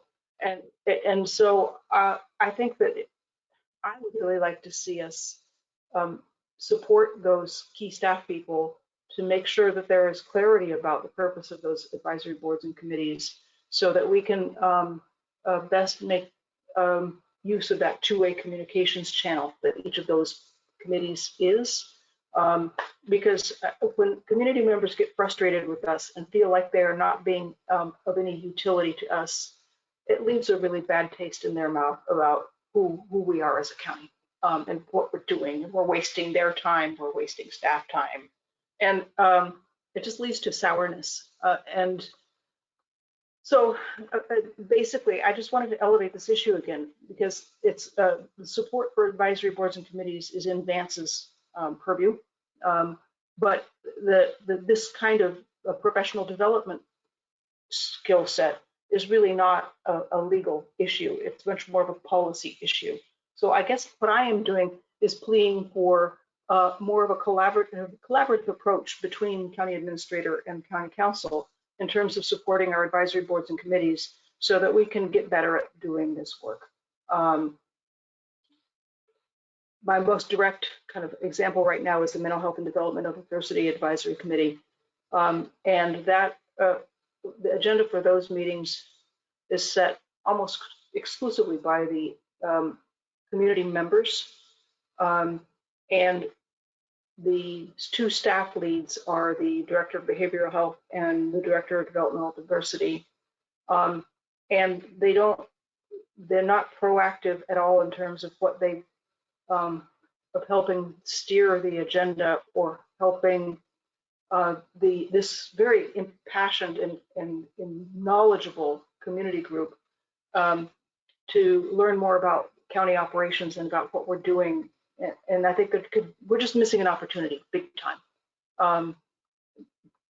So that is an area where I'm trying to provide support and guidance, but I think that this is a bigger issue that goes beyond that particular group. Okay, so what I'm hearing you say is that it's all Vance's fault. Just kidding, just kidding. You do a great job, Vance. And it looked like you were going to say something. Oh, you're muted. I didn't hear her say that, so I'm coming to Zan's defense on that one. But you know, what Zan is describing is something, honestly, that I have heard from probably every board member since I've been here at some point or another in some form. And I guess I just want to touch on three things to kind of follow up what Zan said. You know, a lot of people who come onto our boards and committees either have a passion for that particular committee's purpose, or they have a specific agenda that they want to drive through that committee. And what we have found over the years is once that agenda item has been fulfilled, or once they have run their course of a term or two, they sort of lose interest in that committee. And so that was the impetus probably 8 years ago for implementing term limits on these committees. The board at the time wanted to have new blood. They wanted new ideas. They wanted different participants. So we had a lot of turnover on our committees. Some of it good, some of it bad. But I suspect, Zan, that in some of our committees, what we're getting to is what we saw 8 or 9 years ago, where people had sort of run their course a little bit in their enthusiasm. The other thing I think that is critical to the effectiveness of these committees is the personality of the chair. The chair oftentimes sets the tone in terms of the energy, describing and pushing projects that some of these committees might do. And every chair is different. You know, some chairs get elevated because they've been there a long time. Maybe they're not a good fit to be a chair. Other chairs come in and holy cow, they go from first gear to fifth gear, and that committee takes off. So I think the chair is a critical element in the consideration for how to make these committees effective. But I think the biggest piece, and this is a challenge that I saw when we revised the bylaws for these committees, was it 5 years ago now, Zan? 4 years ago, something like that? Describing the purpose in the bylaws of these committees. It's really difficult. You know, you think, okay, it's the bicycle committee, purpose is bikes. Well, it's more than that. And I personally don't think that we have done a good job either describing the purpose of these committees and conveying to these potential committee members and active committee members what their purpose is. And even when we do, getting back to something Zan said, they have to have something to do.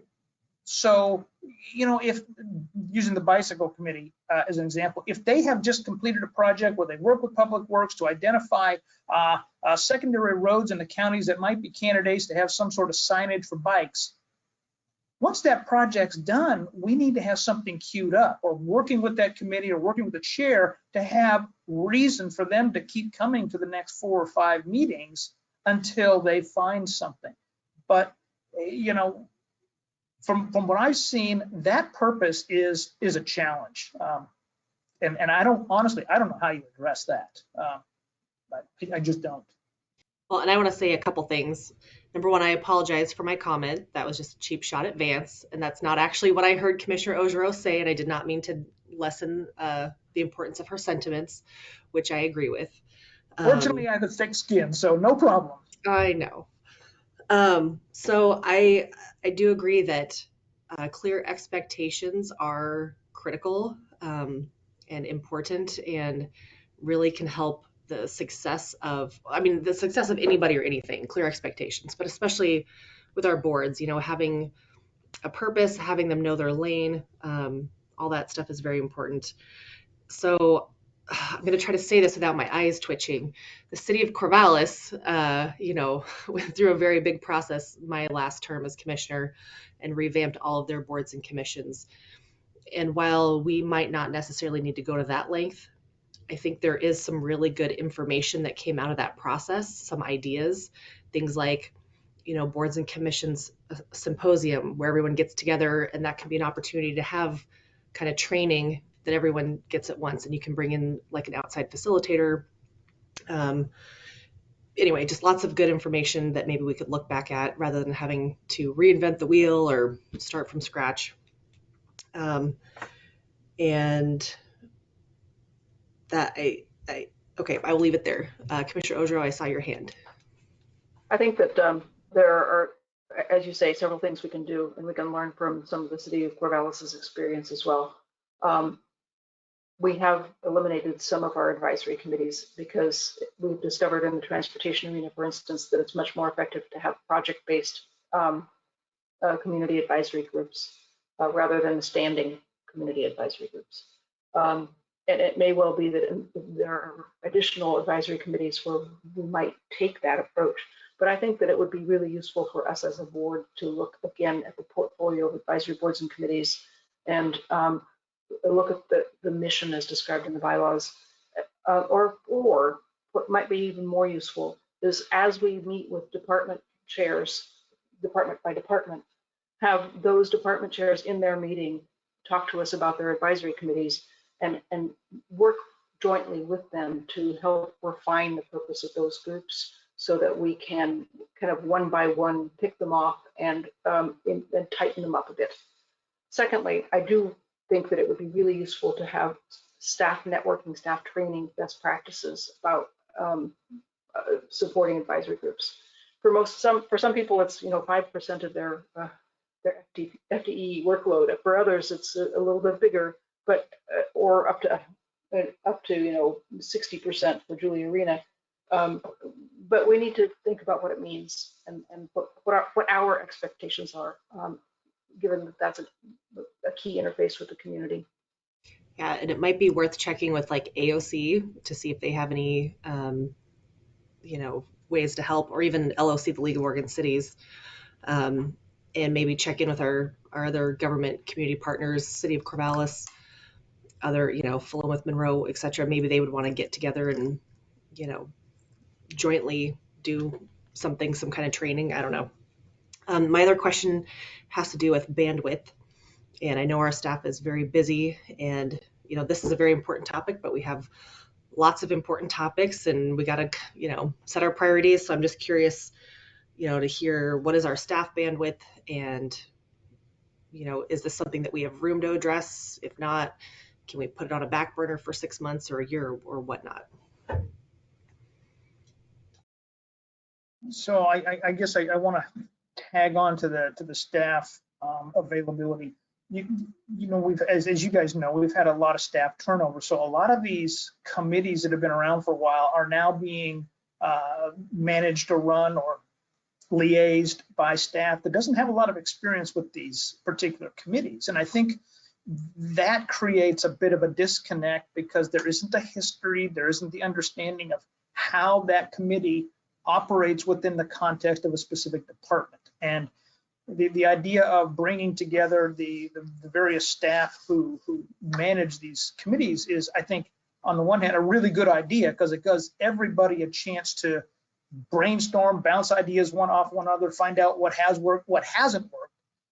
But I don't think it addresses what is a key component of the effectiveness of the committee, and that's the relationship between the department and the committee. And I wonder if we have sort of lost that gradually over time because of either staff turnover, maybe a de-emphasis of that committee by the department, maybe a lack of attention or interest from various boards of commissioners. A variety of things I think have led to in some committees' cases, the impression that they don't feel like they're very valuable, they're not very worthwhile. So it's hard. Those are the ones that are hard to fill. So when you do have, I guess, another discussion on this topic, I would ask you to consider what level of emphasis is the board going to place on these committees? Because that goes a long way to informing the department head, who then informs the staff how much effort to put into these committees. And that, believe me, that's not a knock on any board or any past boards. It's just a reflection of how our policies flow from the top down. So does the interest level from the top down to these committees. Oh, that's that's good. Some good questions. Can we ask our boards? And our assigned staff? I mean, can we kind of, blast it out there? Hey, everybody, what do you think? How do you think it's going? Do you need more training? I don't know. Sorry, Joe, I saw your hand. Oh, that's okay, Commissioner. I just wanted to kind of expand on what Vance was saying and also address the specific question that you asked regarding capacity. From my standpoint, Commissioner Ozero mentioned the word, collaboration, greater collaboration between Vance and I. And I think, part of this responsibility falls in the county council's arena. And then as relates to staff supervision and so on, that falls under my arena. So I think if we are going to undertake this, it is going to take time for Vance and myself and others to really dust things off and freshen them up and, set kind of a trajectory. Bear with me for a minute. My phone is ringing. But when we look at other things on our plate, Vance and I currently have our performance evaluations and goals that are in place for this current evaluation period. Both of our evaluations are due, I think, August 1st. Vance might be July 1st. But, the board could consider, formulating some goal around this that would be a shared goal for Vance and I. That's one way to look at it, especially if you're looking for a extensive rework, anywhere from training to expectations to role clarifications to, I wrote down, I think, 18 different comments or notes that all of you have made relative that we should do this, we should do that. So from my standpoint, it would be a fairly big lift for us to undertake this. And I would ask that you consider how does that fit in the realm of either our current goals or future goals starting in August. And, for me, if you want us to undertake this now, we need to take something else off of my current list of goals. And I'm happy to do that if you feel that this is a higher priority. But anyway, just a few thoughts. Thank you, Joe. Commissioner Malone? Yeah, something I was thought of during the discussion. I think we would be better served if we took it department by department and get some feedback, maybe at a regular meeting with the Board of Commissioners to get their feedback on just how the specific committee that fits their department is working or not working. I think with that approach, instead of it being such a large task, could be folded into our kind of normal department reports. I like that idea, Pat, but I still think that given that Joe is the person that they report to, and if we put together any kind of a training program or some supports for those people in order to be able to do a better job, it needs to be part of Vance and Joe's goals. So I like Joe's suggestion about keeping this in the parking lot as we put together Joe's goal and Vance's goals for the next performance period. And then perhaps integrate this question into those regular department head meetings moving forward. It'll make it, just give it more meaning. Okay. And the other part that I think would be worthwhile is some kind of training / orientation, like has been mentioned, between turnover on the committees and turnover on staff, that kind of maybe an annual reset on going over the bylaws and just what the purpose of the committee has been, and is that are we on track for moving into the future. But I've been on all kinds of boards and committees, and sometimes the new person is just supposed to pick it up as they go along, and I don't think that's the most efficient approach to getting things done and making sure that everybody's on the same page as much as possible. So I guess one of the things I want to bring up is that when I did the revamp of all the bylaws 4 or 5 years ago, because I met with every one of the staff members who was in charge of the various committees, and there was a common theme among those committees that were not statutorily mandated, and that was, should my committee be an ad hoc committee that only meets or is resurrected when there's a project? Because at the time, there just wasn't enough for these various committees to do. And I remember bringing this topic to the board, and Zan's nodding because I think you remember it. And it wasn't really for a decision, but it was just for information about some of the challenges that both the committees and staff face. And I guess I'm bringing this issue back up because I suspect if and when Joe and I dive into this topic is going to come back up again. Whether we have too many committees or whether we should weed them down and make some of them standing, some of them ad hoc. That's just, that was, like I said, that was one thing that came up that we never really dove into 5 or 6 years ago, but I'm almost certain it will come up again. And this is a question that I should know the answer to. Do our boards and committees do annual reports to the Board of Commissioners, to meetings? Yeah, I can't think of, I didn't know if it's just because of COVID and a lot weren't meeting, but other jurisdictions do that, where once a year the board comes or the committee comes and gives an update, and that's a good time to get feedback from the decision-making body, to say, this is additional things you could work on, etc.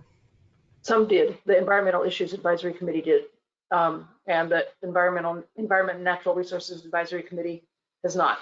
And I don't remember whether that was carried over. If you read the bylaws of the committees, some have a reference to put together a report.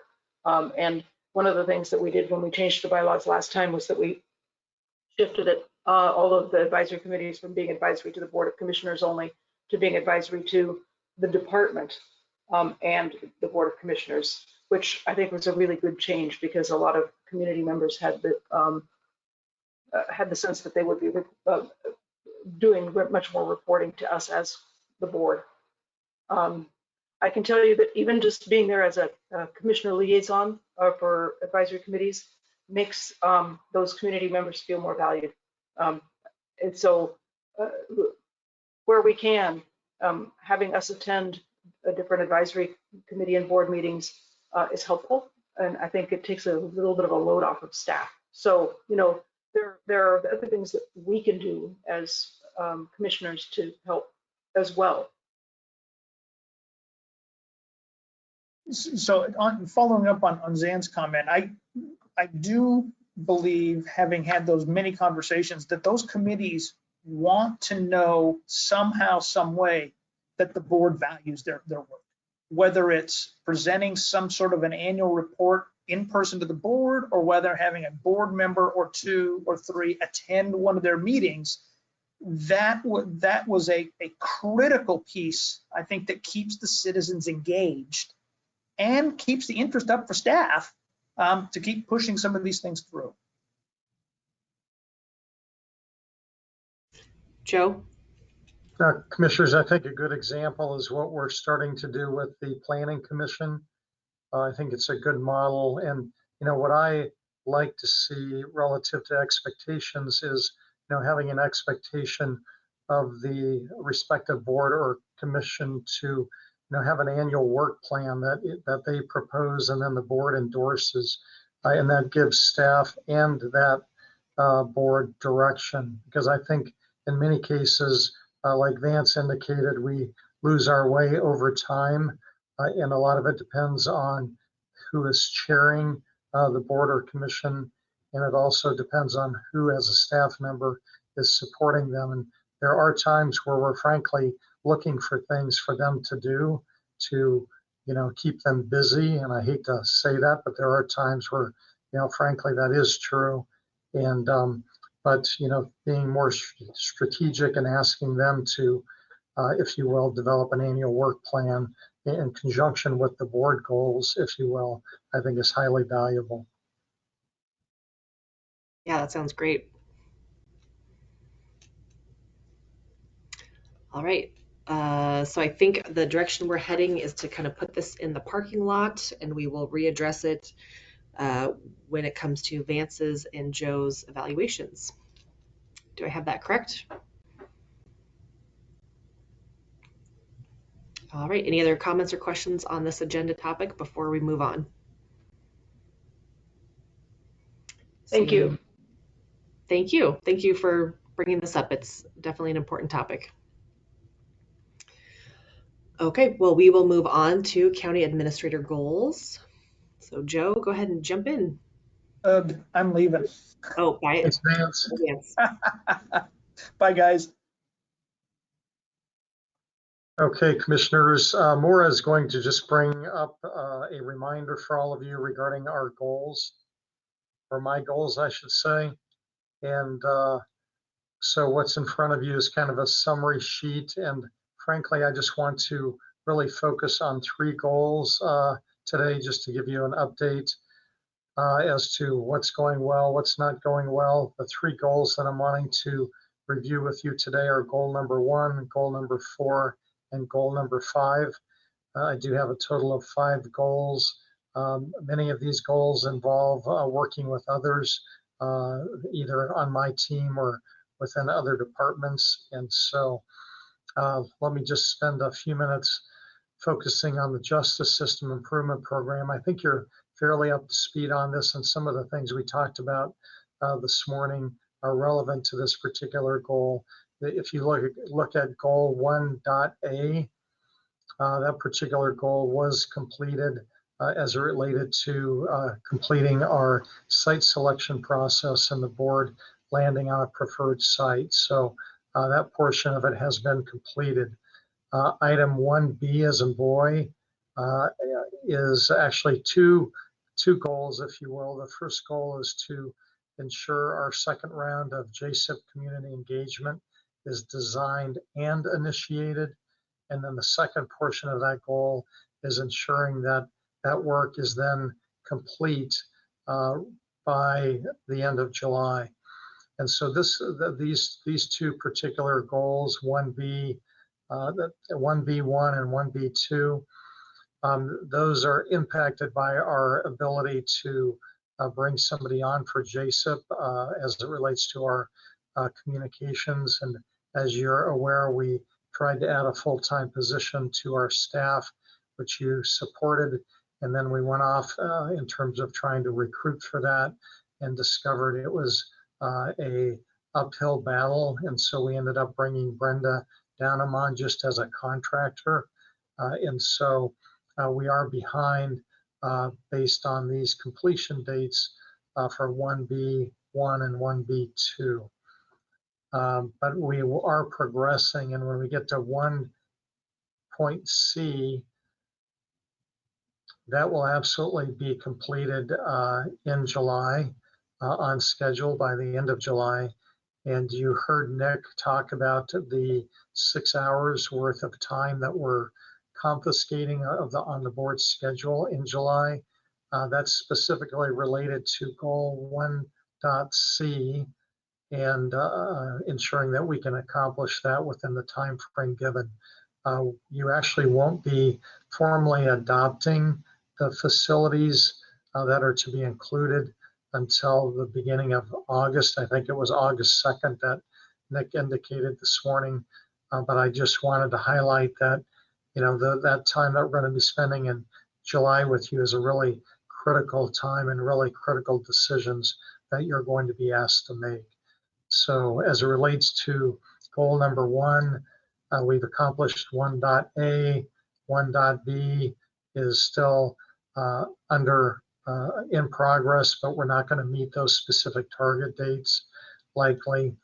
And then 1.C, we will meet that target date based on you sharing your calendars with us in the month of July. Zan? Sure. Yeah, question or observation, maybe the better word. Based on the schedule that Nick and Brenda shared this morning, it looks like 1B and 1B1 and 1B2, is that how they're numbered, are probably delayed by a couple of months. And in essence, we are flipping those so that they are after the decision we make in August. And I think that is it's a conceptual difference, but I think it's a good approach at this point. We will then be communicating and engaging on that menu, preliminary menu that we've selected. So, yeah. Yeah, thank you for sharing that, Commissioner. You're exactly right.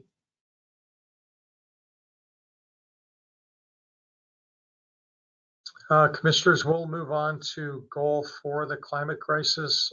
This one we are on track, despite the dates are a little off, but 4A, relative to presenting the greenhouse gas reduction strategies to the board, and 4B, completing the climate action plan update.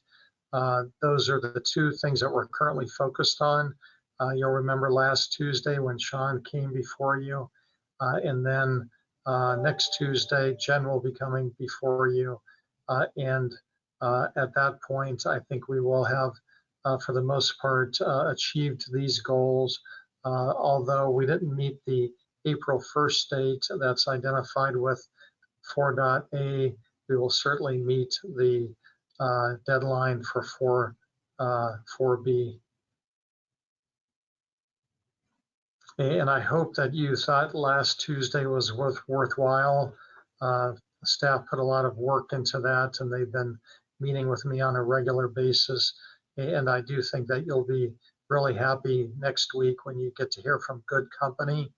They're a consultant that we have hired to assist us relative to our climate action plan. And I think next Tuesday will be the first time the entire board has interactions with Good Company. I know Commissioner Rosero and I have had some discussions with them previously, but I think you'll be really satisfied with their knowledge, and I think you'll really get behind the recommendations that they're making. So for the most part, regarding goal number 4, we're on track. A quick follow-up. It doesn't say so in this in your goals, but I'm assuming that not only are we going to hear the climate action plan, but we will be adopting the climate action plan. So that there's board action implied. That's correct, and I had that conversation with Sean and Jen yesterday, And what I've asked them to bring forward, and I did tell them to check in with Vance, is I'm really proposing that the board adopt a climate action plan, not accept it, not embrace it, but adopt it. That has a different meaning for, I think, many staff members as well as the general public. And I asked Sean to check in with Vance to make sure he was going to be okay with that particular verb of adopt.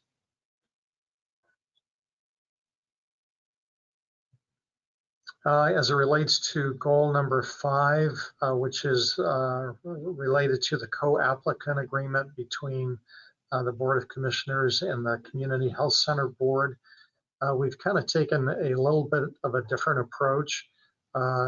Carla and Tracy and I have met 3 times on this topic, and we have also begun to include Rick Krager in this as well. And we've kind of are pivoting a little bit. And what I mean by that is we are getting trained. So myself, Rick Krager, Tracy Martineau are being trained by the board, and in this case, Sarah, and she did an outstanding training for us about 2 weeks ago. So we are going through the same training that board members go through when they initially join the Community Health Centers Board. So we thought we should get up to speed, just like the board is, in terms of the CHC board, so that way we can tackle this better and in a way that's more collaborative, in a way that it has that we are informed by. And so we had our first training that was 3 hours long 2 weeks ago. We have 2 more of those 3-hour blocks of time scheduled.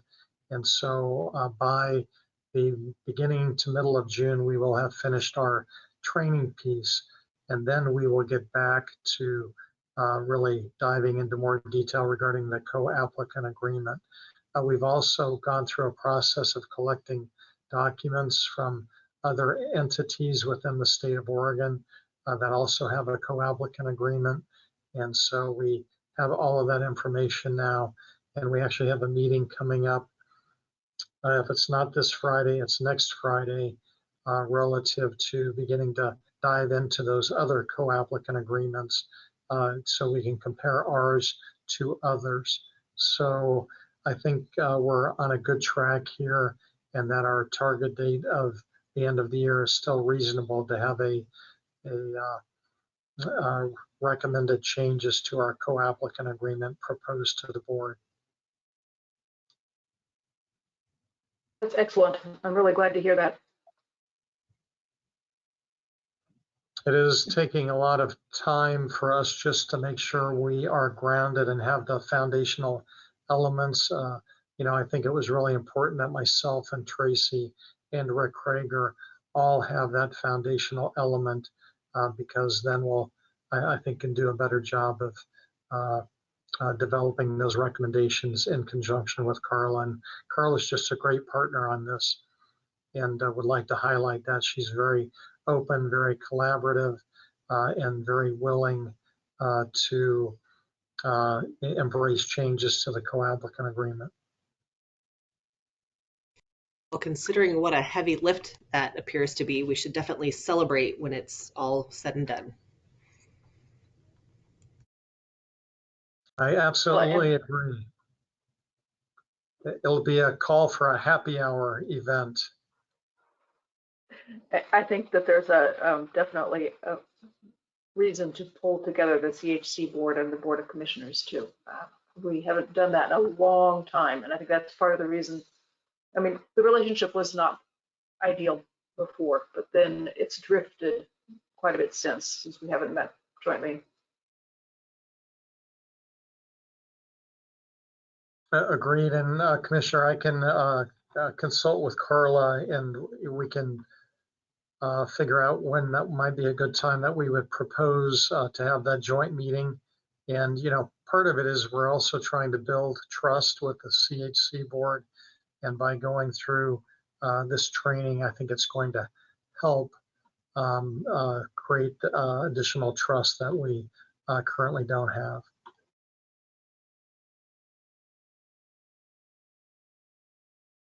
Okay, commissioners, those are the comments I had for you today. Do you have any questions?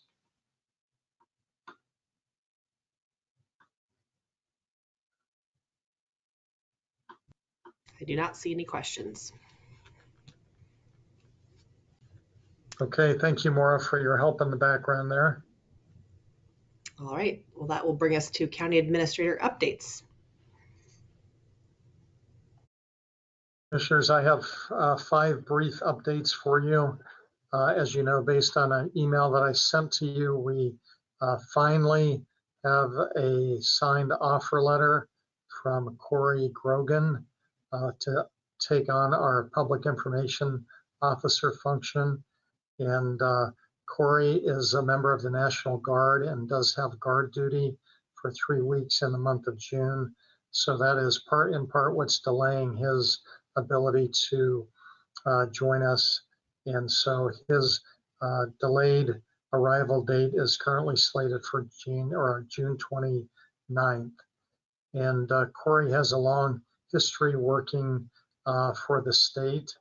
And we interviewed him on at least 2, if not 3 occasions.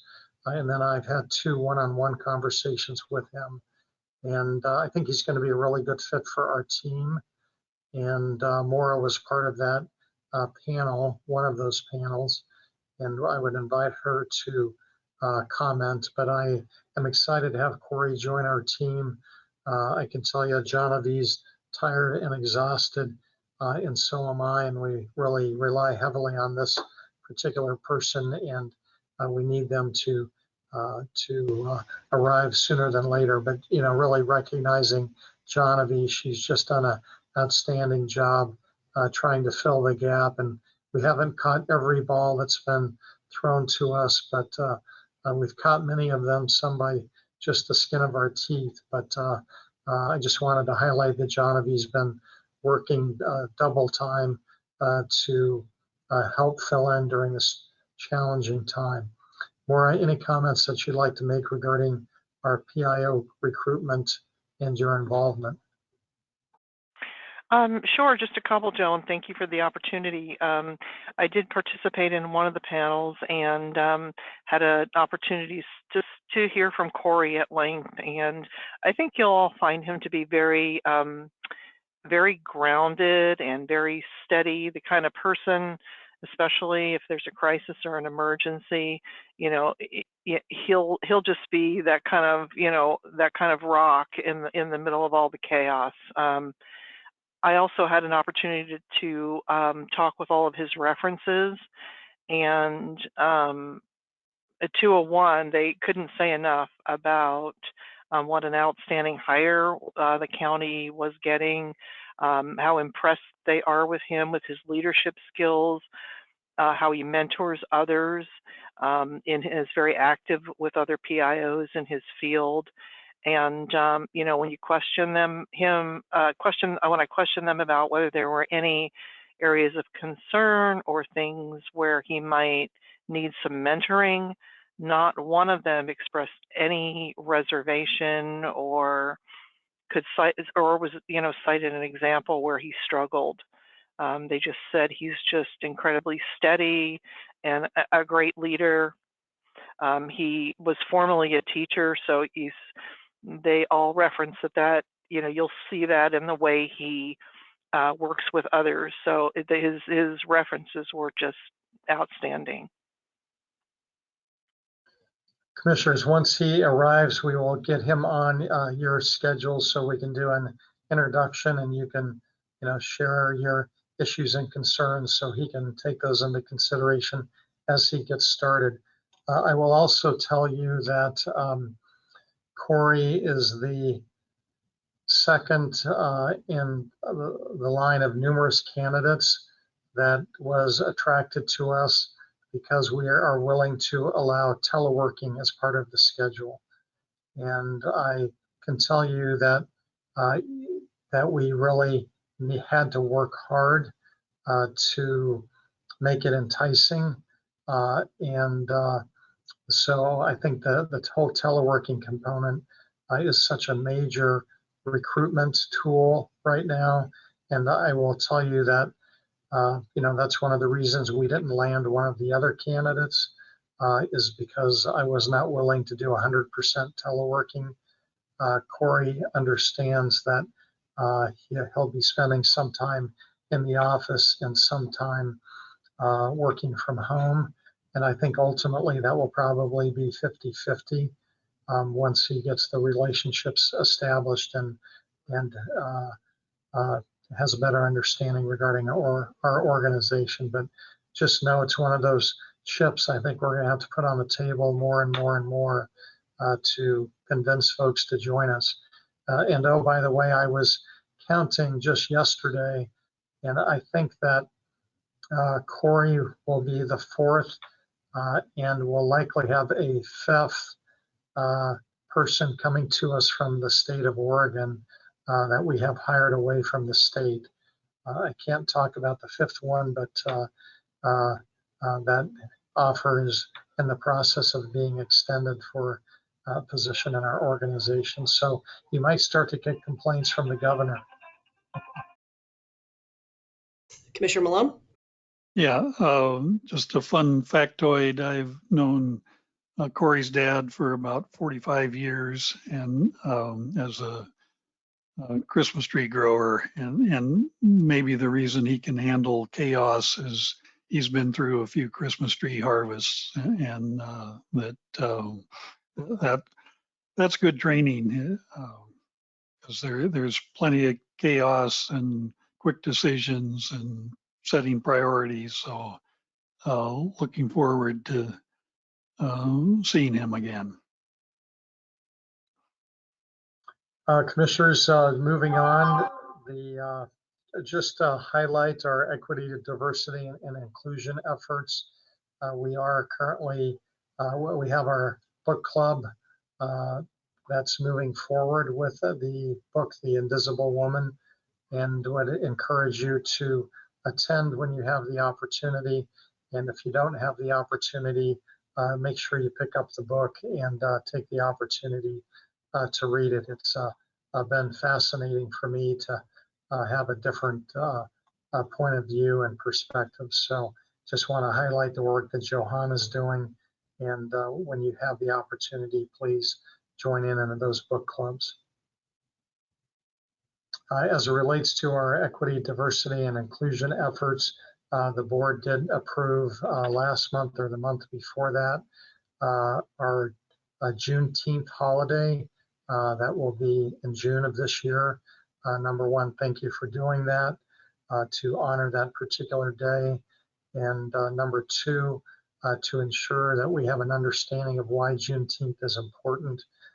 Johan will be doing a presentation at our leadership team meeting in June, just prior to us celebrating that holiday. So you'll be able to sit in on that training because we'll have it as part of our leadership meeting the first Wednesday in June.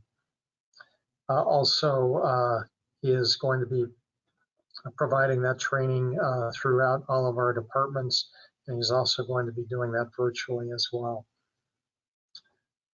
Lastly, just wanted to let you know that I think it's a good time for the board and Vance and I to take another tour of the Kalapuya building.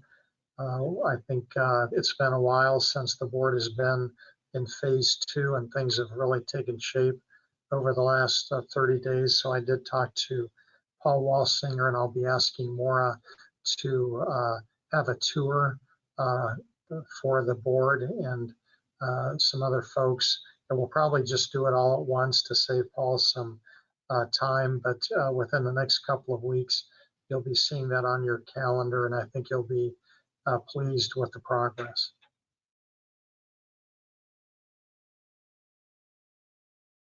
And Commissioner, that's the last note I have for you today. All right. Next up is commissioner updates. Do we have any updates? Commissioner Ojo?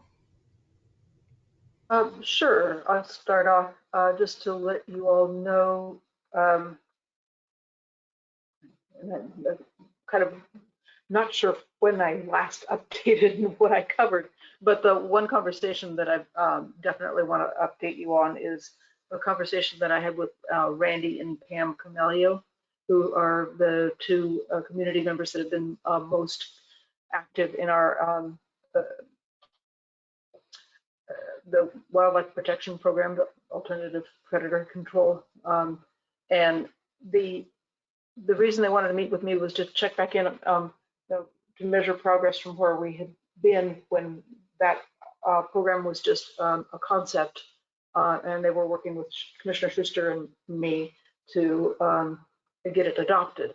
And they also wanted to let us know that they're really, really thrilled with having Shay in Public Works as a staff person with the program.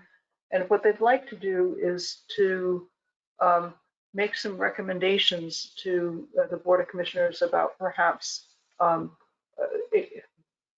expanding the AWPP portion of the bucket of funding, and maybe over time ratcheting down the funding that goes to the lethal kill program. And I told them that we would definitely be receptive to any kind of ideas that they brought to us, and what they were intending to do is to work with Shay and with the evaluation group for the AWPP grant monies, and to put together ideas about how the program could evolve moving forward, and then work, with staff and ultimately with Joe to see if we could put that on a work session agenda to bring those concepts to us for a board level discussion. So just wanted to make sure that you were aware of that. Also, they have been actively working with Dan Mayfield, who introduced a bill for statewide AWPP program, not in the short session, but in the last long session. And Dan's intending to introduce that again in this upcoming long session, just so you are aware of that. And it is starting to gain a little bit more traction from other state legislators for that concept. So that, and did I tell you all about my discussions with the folks from Vineyard Mountain? Does that sound familiar? No, okay. The other constituent reach out that I received was from a couple of former colleagues of mine, one from OSU, Mike Unsworth, and one from John Snelling, a former school teacher, high school teacher, that I've worked with over the years. They both are Vineyard Mountain residents. One is on their parks board and the other is on their roads board. As you may know, Vineyard Mountain has a really weird history. It was actually a large private property that was acquired by an OSU faculty member, but there's no way he could really use the entirety of the parcel. This was prior to our land use laws. And so what he did essentially was just to sell off lots, and mostly to university faculty. So it emerged as a development and has its own parks district, its own road district, its own water district, and is a kind of an autonomous unit. But on the other hand, they need help from the county, and yet we don't have, I think, especially in the arena of wildfire, a very clear relationship about what that support might look like. So they were reaching out to me for some advice because they applied for another round of Firewise community funding and they were denied because their neighborhood was not considered high risk enough. And if I look at Vineyard Mountain and the number of houses, the narrowness of the roads, how wooded it is, it's probably the highest risk area neighborhood around us. So they were just interested in better relationships with the county. They have had a tight working relationship in the past with our Public Works Roads Department, but because of the turnover in the Roads Department and change in philosophy, that relationship has really diminished. and there's not as much mutual support. I understand the reasons for it, but on the other hand, I think that we need to think pretty actively about how to work with Vineyard Mountain, especially on fire risk reduction and access as we move forward. So just to let you know about that conversation, and that there's kind of ongoing back and forth as their district members learn more, and as I come across information that's of interest to them.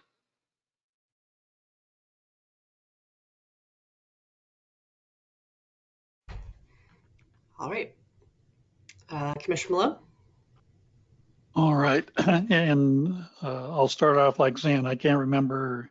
I think I may have mentioned this last month, but the Corvallis Airport resurfacing, and so I was excited to at the community development report this morning. I saw something about overlay at the Corvallis Airport, and I was ready to jump in and talk about asphalt, but I think it was they were talking about a different kind of overlay, like planning, and so I fortunately figured that out before. But as far as I know, that is proceeding.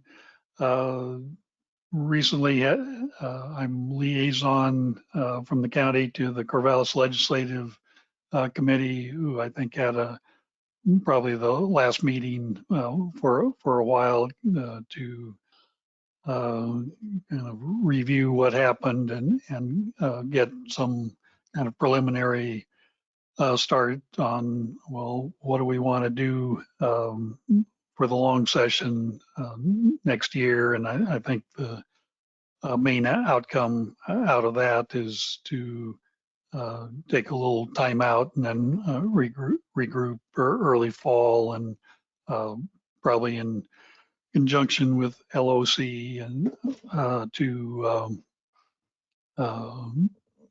get some legislative priorities set up, and probably try to be more even more focused than they have been, as far as not getting too spread out on priorities. Week ago, Saturday, had a couple nice events around the county. There was an electric vehicle show at the Fairgrounds that was mainly private people with a nice variety of electric vehicles. I think the only government there was City of Corvallis had a I think Nissan Leaf, and got to explain that they had ordered another one, I think for the library, but it would take 2 years to take delivery. And so the library couldn't wait 2 years, so they got a Geo Metro or something. But just, the same story is you finally figure out what you want, and then it's may not be available. So, and a week ago, I toured the Public Works, and thank you, Nancy, for inspiring me to revisit some departments, and it was good. I got to spend some time with Keith Nicholson, the fleet manager, and 2 years ago, fleet was not in very good shape. We were bleeding. I think Albany Fire Department pulled out, and apparently the private outfit that gave Albany a pretty good deal is now getting them. There's a new contract in the works, and market rate, and so there may be some discussion there that honesty and reality may help us out, but it sounds like things have stabilized, and there was a nice variety of equipment, of fire trucks, street sweeper, and some pretty specialized equipment that there aren't a lot of good options for maintenance or repair on them. And one thing that fleet does is when something like a fire truck or ambulance, yeah, there was an ambulance there also. When they come in, try to drop other things and take care of it as quick as possible to get it back in service, which is something that is really appreciated and maybe hard to come by currently due to lack of mechanics in various private outfits. Last up, I guess I had Nancy and I exchanged texts or emails on an email that I got towards the end of April about water concerns and marijuana grows and a lot of times I can't tell when it's only one name on there. Have they sent it to all three of us, or is it really only coming to me? And apparently it was only coming to me, so I'll put a plug in for the IT and email tracking, and that so that we don't lose track of constituent concerns. And I guess along those lines, I'm would raise the question of kind of more consistent email response. Zan, you tend to go into pretty good detail on some of them, and I noticed Nancy sometimes a fairly long email gets thank you for your concerns, and as far as I can tell, that's all they get back. And if I had spent a half hour asking some specific questions, I think I would expect a little more response, or forward it on to Public Works or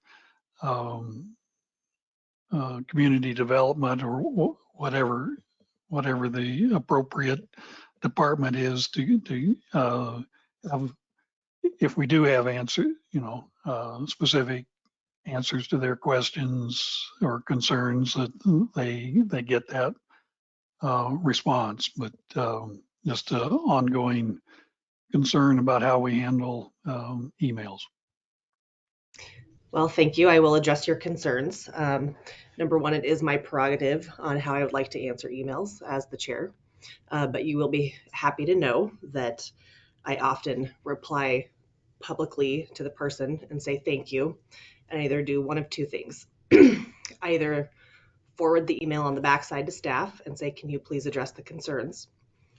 Or I reach out and say, here's my cell phone number, please call me. And the majority of the time they do call me and we have a conversation. I find that it's a lot easier to talk one-on-one over the phone, because a lot of times people want to just express their thoughts versus having someone. It's not my style to go down through an email point by point and tell them that they are wrong. It's my style to just talk it out. Is that helpful to know? Yeah, absolutely. And I've do similar things, just especially on the 6-part paragraphs, and one, it's concern about time, and also maybe there's a misunderstanding between what's written in the email and what I understand, and I don't think there's anything better than a one-on-one, and make sure that both parties are on the same page and talking about the same thing. And, I'll go say ahead. too, I'm only human. I have missed some emails. I do miss emails on occasion. It's definitely happened. I know Zan's caught a couple that I've missed. So, we're all human. And so I know kind of the way that we do things here is the chair usually takes the lead on replying.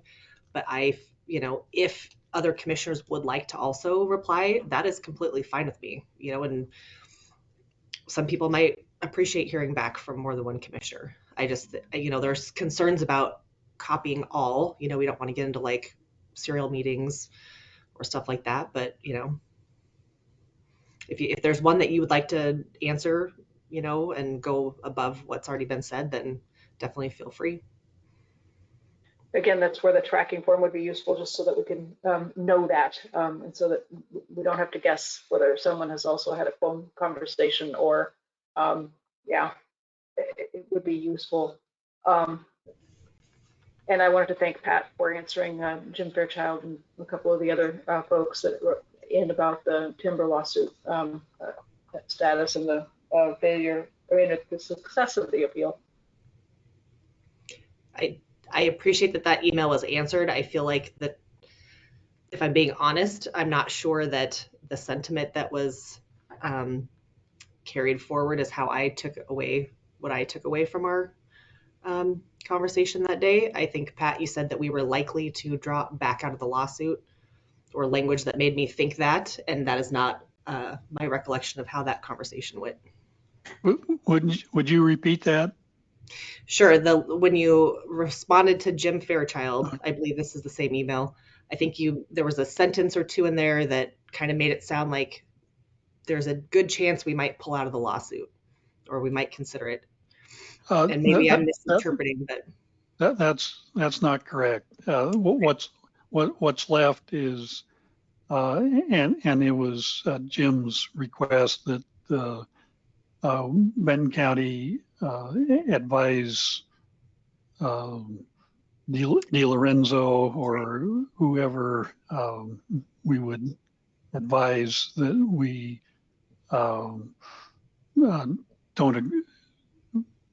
don't want them to appeal this decision to the Supreme Court, state Supreme Court.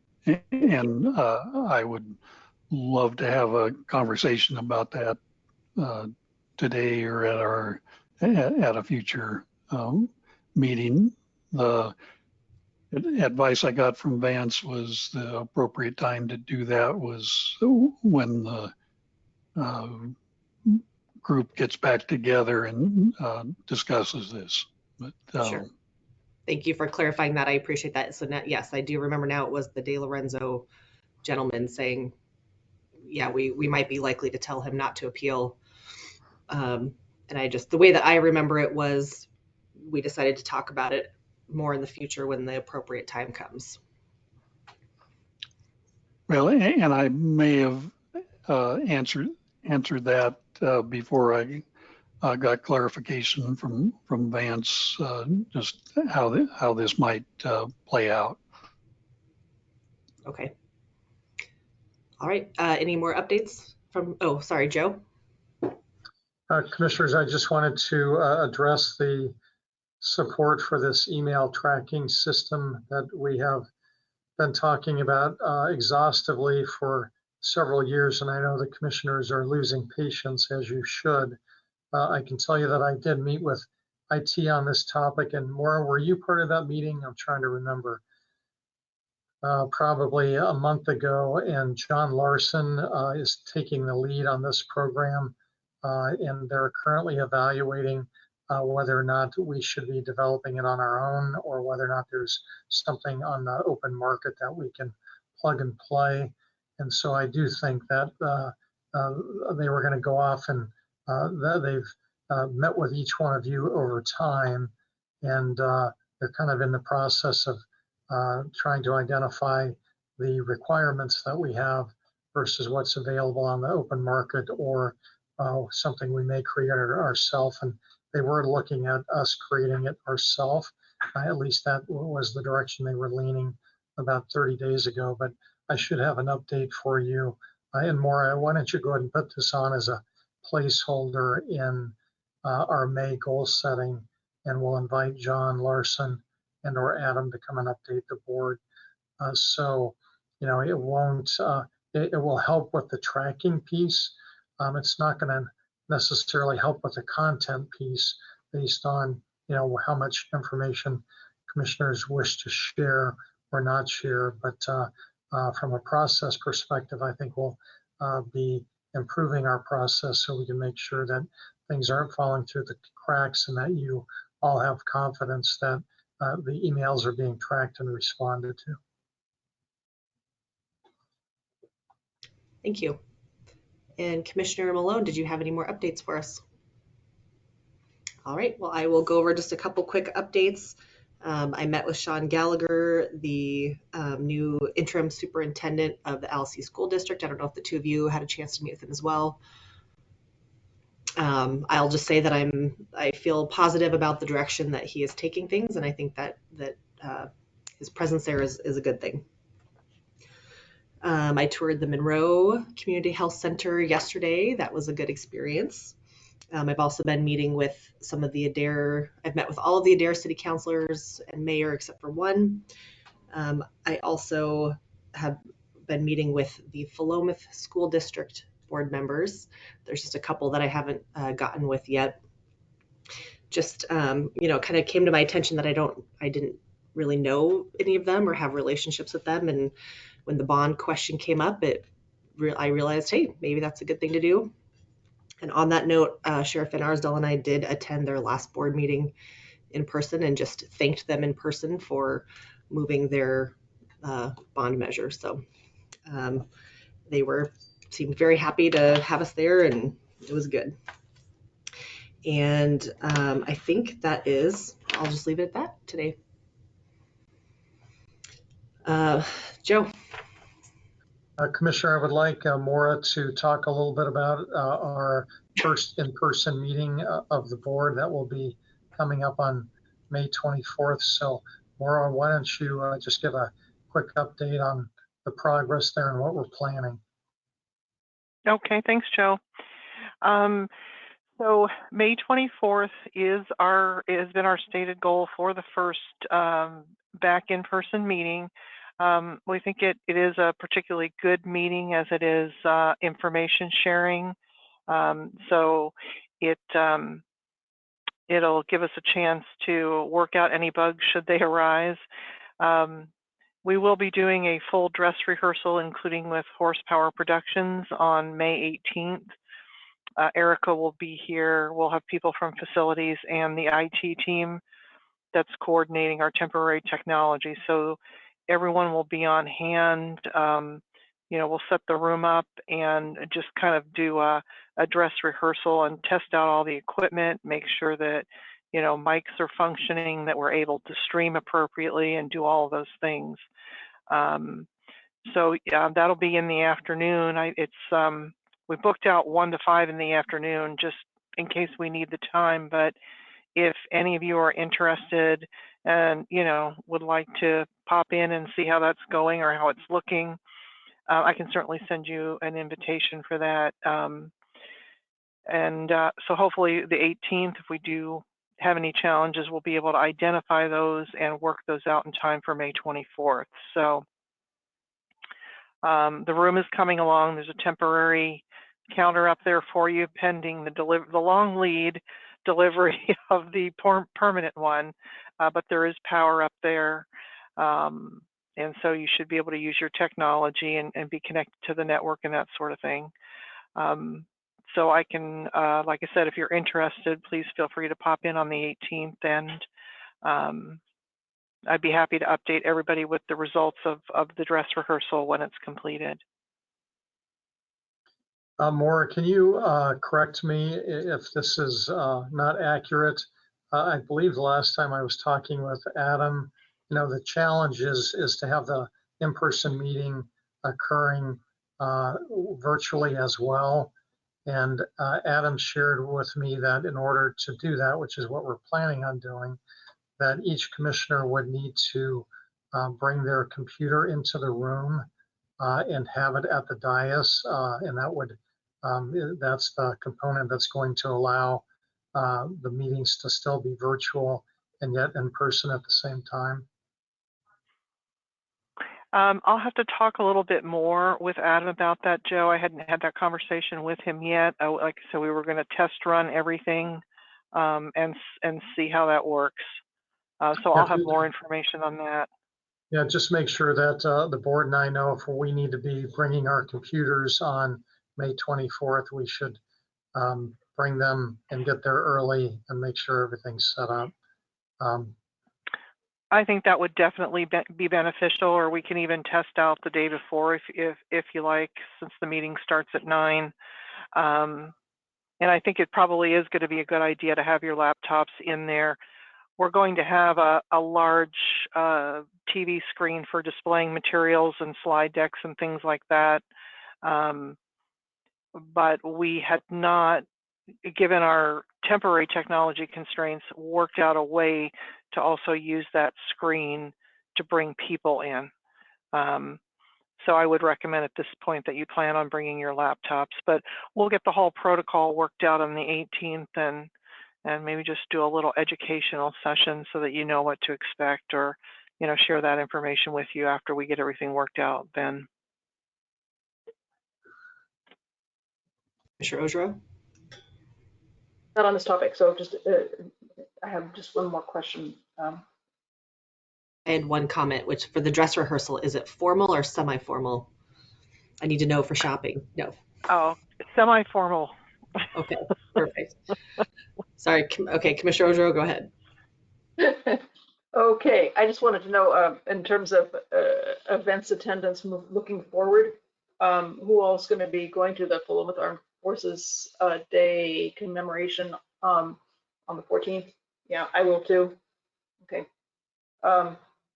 Will be well represented. I would like to go to the Forest Steering Committee meeting, Sheriff's Office, on the morning of the 18th. I know that both of you went last time, and I just want to make sure that not all three of us are there. So. Yeah, I got an invitation, but I will be in Alaska, so I will not be going.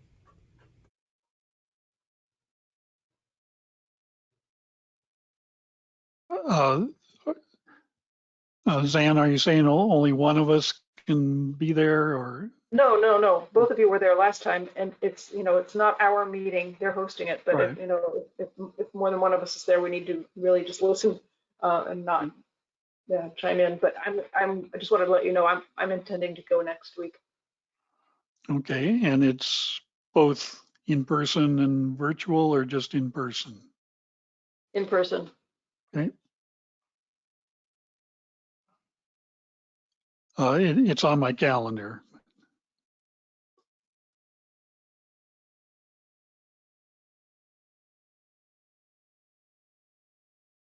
I think those are the only events that I have that are that I wanted to ask about. Thank you.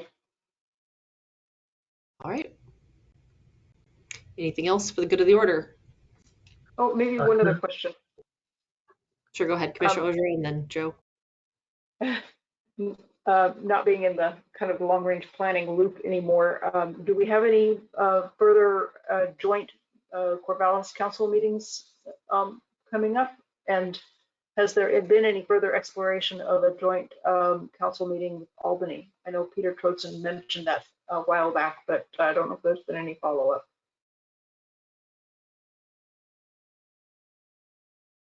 Commissioner Wise, would you like me to jump in? Sure, yeah. So I had spoken to Mark back in April, and I was encouraging us to get our governing bodies back together to continue to have more dialogue regarding housing and homelessness. And Mark was thinking that we might want to wait until later in the summer. But I was confused because I don't know if you've all received a meeting invite for for May 26th in the afternoon from 4 to 5. It says Joint City County Leadership Meeting. And that just came across my email earlier today. And so I don't know what the impetus is for that. And the person that sent it is somebody that I am not familiar with. It must maybe a new staff member at the city. So this was a surprise for me. And you know what, Commissioner Wise, it might be just you and I that are meeting with the city leadership. Yes. We haven't done those in like 2 years. So it looks like, according to the meeting invite, that's what it's about. Yeah. So, and Erica's brought it up with me a couple times. She's been trying to find a time to schedule, and you know, the question was it going to be virtual or in person? And you know, that makes a difference in the afternoons because of my kids. So it looks like it's going to be virtual, and they found a time. So I was confusing that relative to our entire governing bodies getting together. So that one's just the board chair and myself. But to your other question, Commissioner Ozero, regarding the joint governing bodies together, there's not something currently on the calendar that I am aware of. And I'm happy to take any input that you have and share that with Mark when I meet with him. I think I meet with him next Wednesday. It may be that there's just nothing right for it, and I don't think we should meet just to meet. But I was just curious about that because the cadence had been pretty regular, and it's been a while. And then you mentioned meeting with the city of Albany too, correct? Yes, Peter Tortzen brought that up a while back at a city managers meeting. I did speak to Mayor Alex about it, and we have not circled back. He was going to talk to Peter. And again, I don't know specifically what the topic would be, although I know that they're also very interested in talking more about housing homelessness. Maura? I am showing a meeting on the calendar for the 24th at Benton County Board of Commissioners and the City Managers meeting from 1 to 3. Is that, Joe, is that the meeting you're referencing, or is this a different one? This is different? No, that's a totally different one. That's a quarterly meeting with the commissioners and myself and the city managers. Okay. Commissioner Ozero, to your point regarding a joint meeting with the city of Albany, I will be getting additional clarity on that. Peter and I were supposed to be going to happy hour to not last Thursday, but the Thursday before, and he had to cancel because he had a death in his family. So that was one of the topics we were going to discuss. Thank you. Commissioner Malone?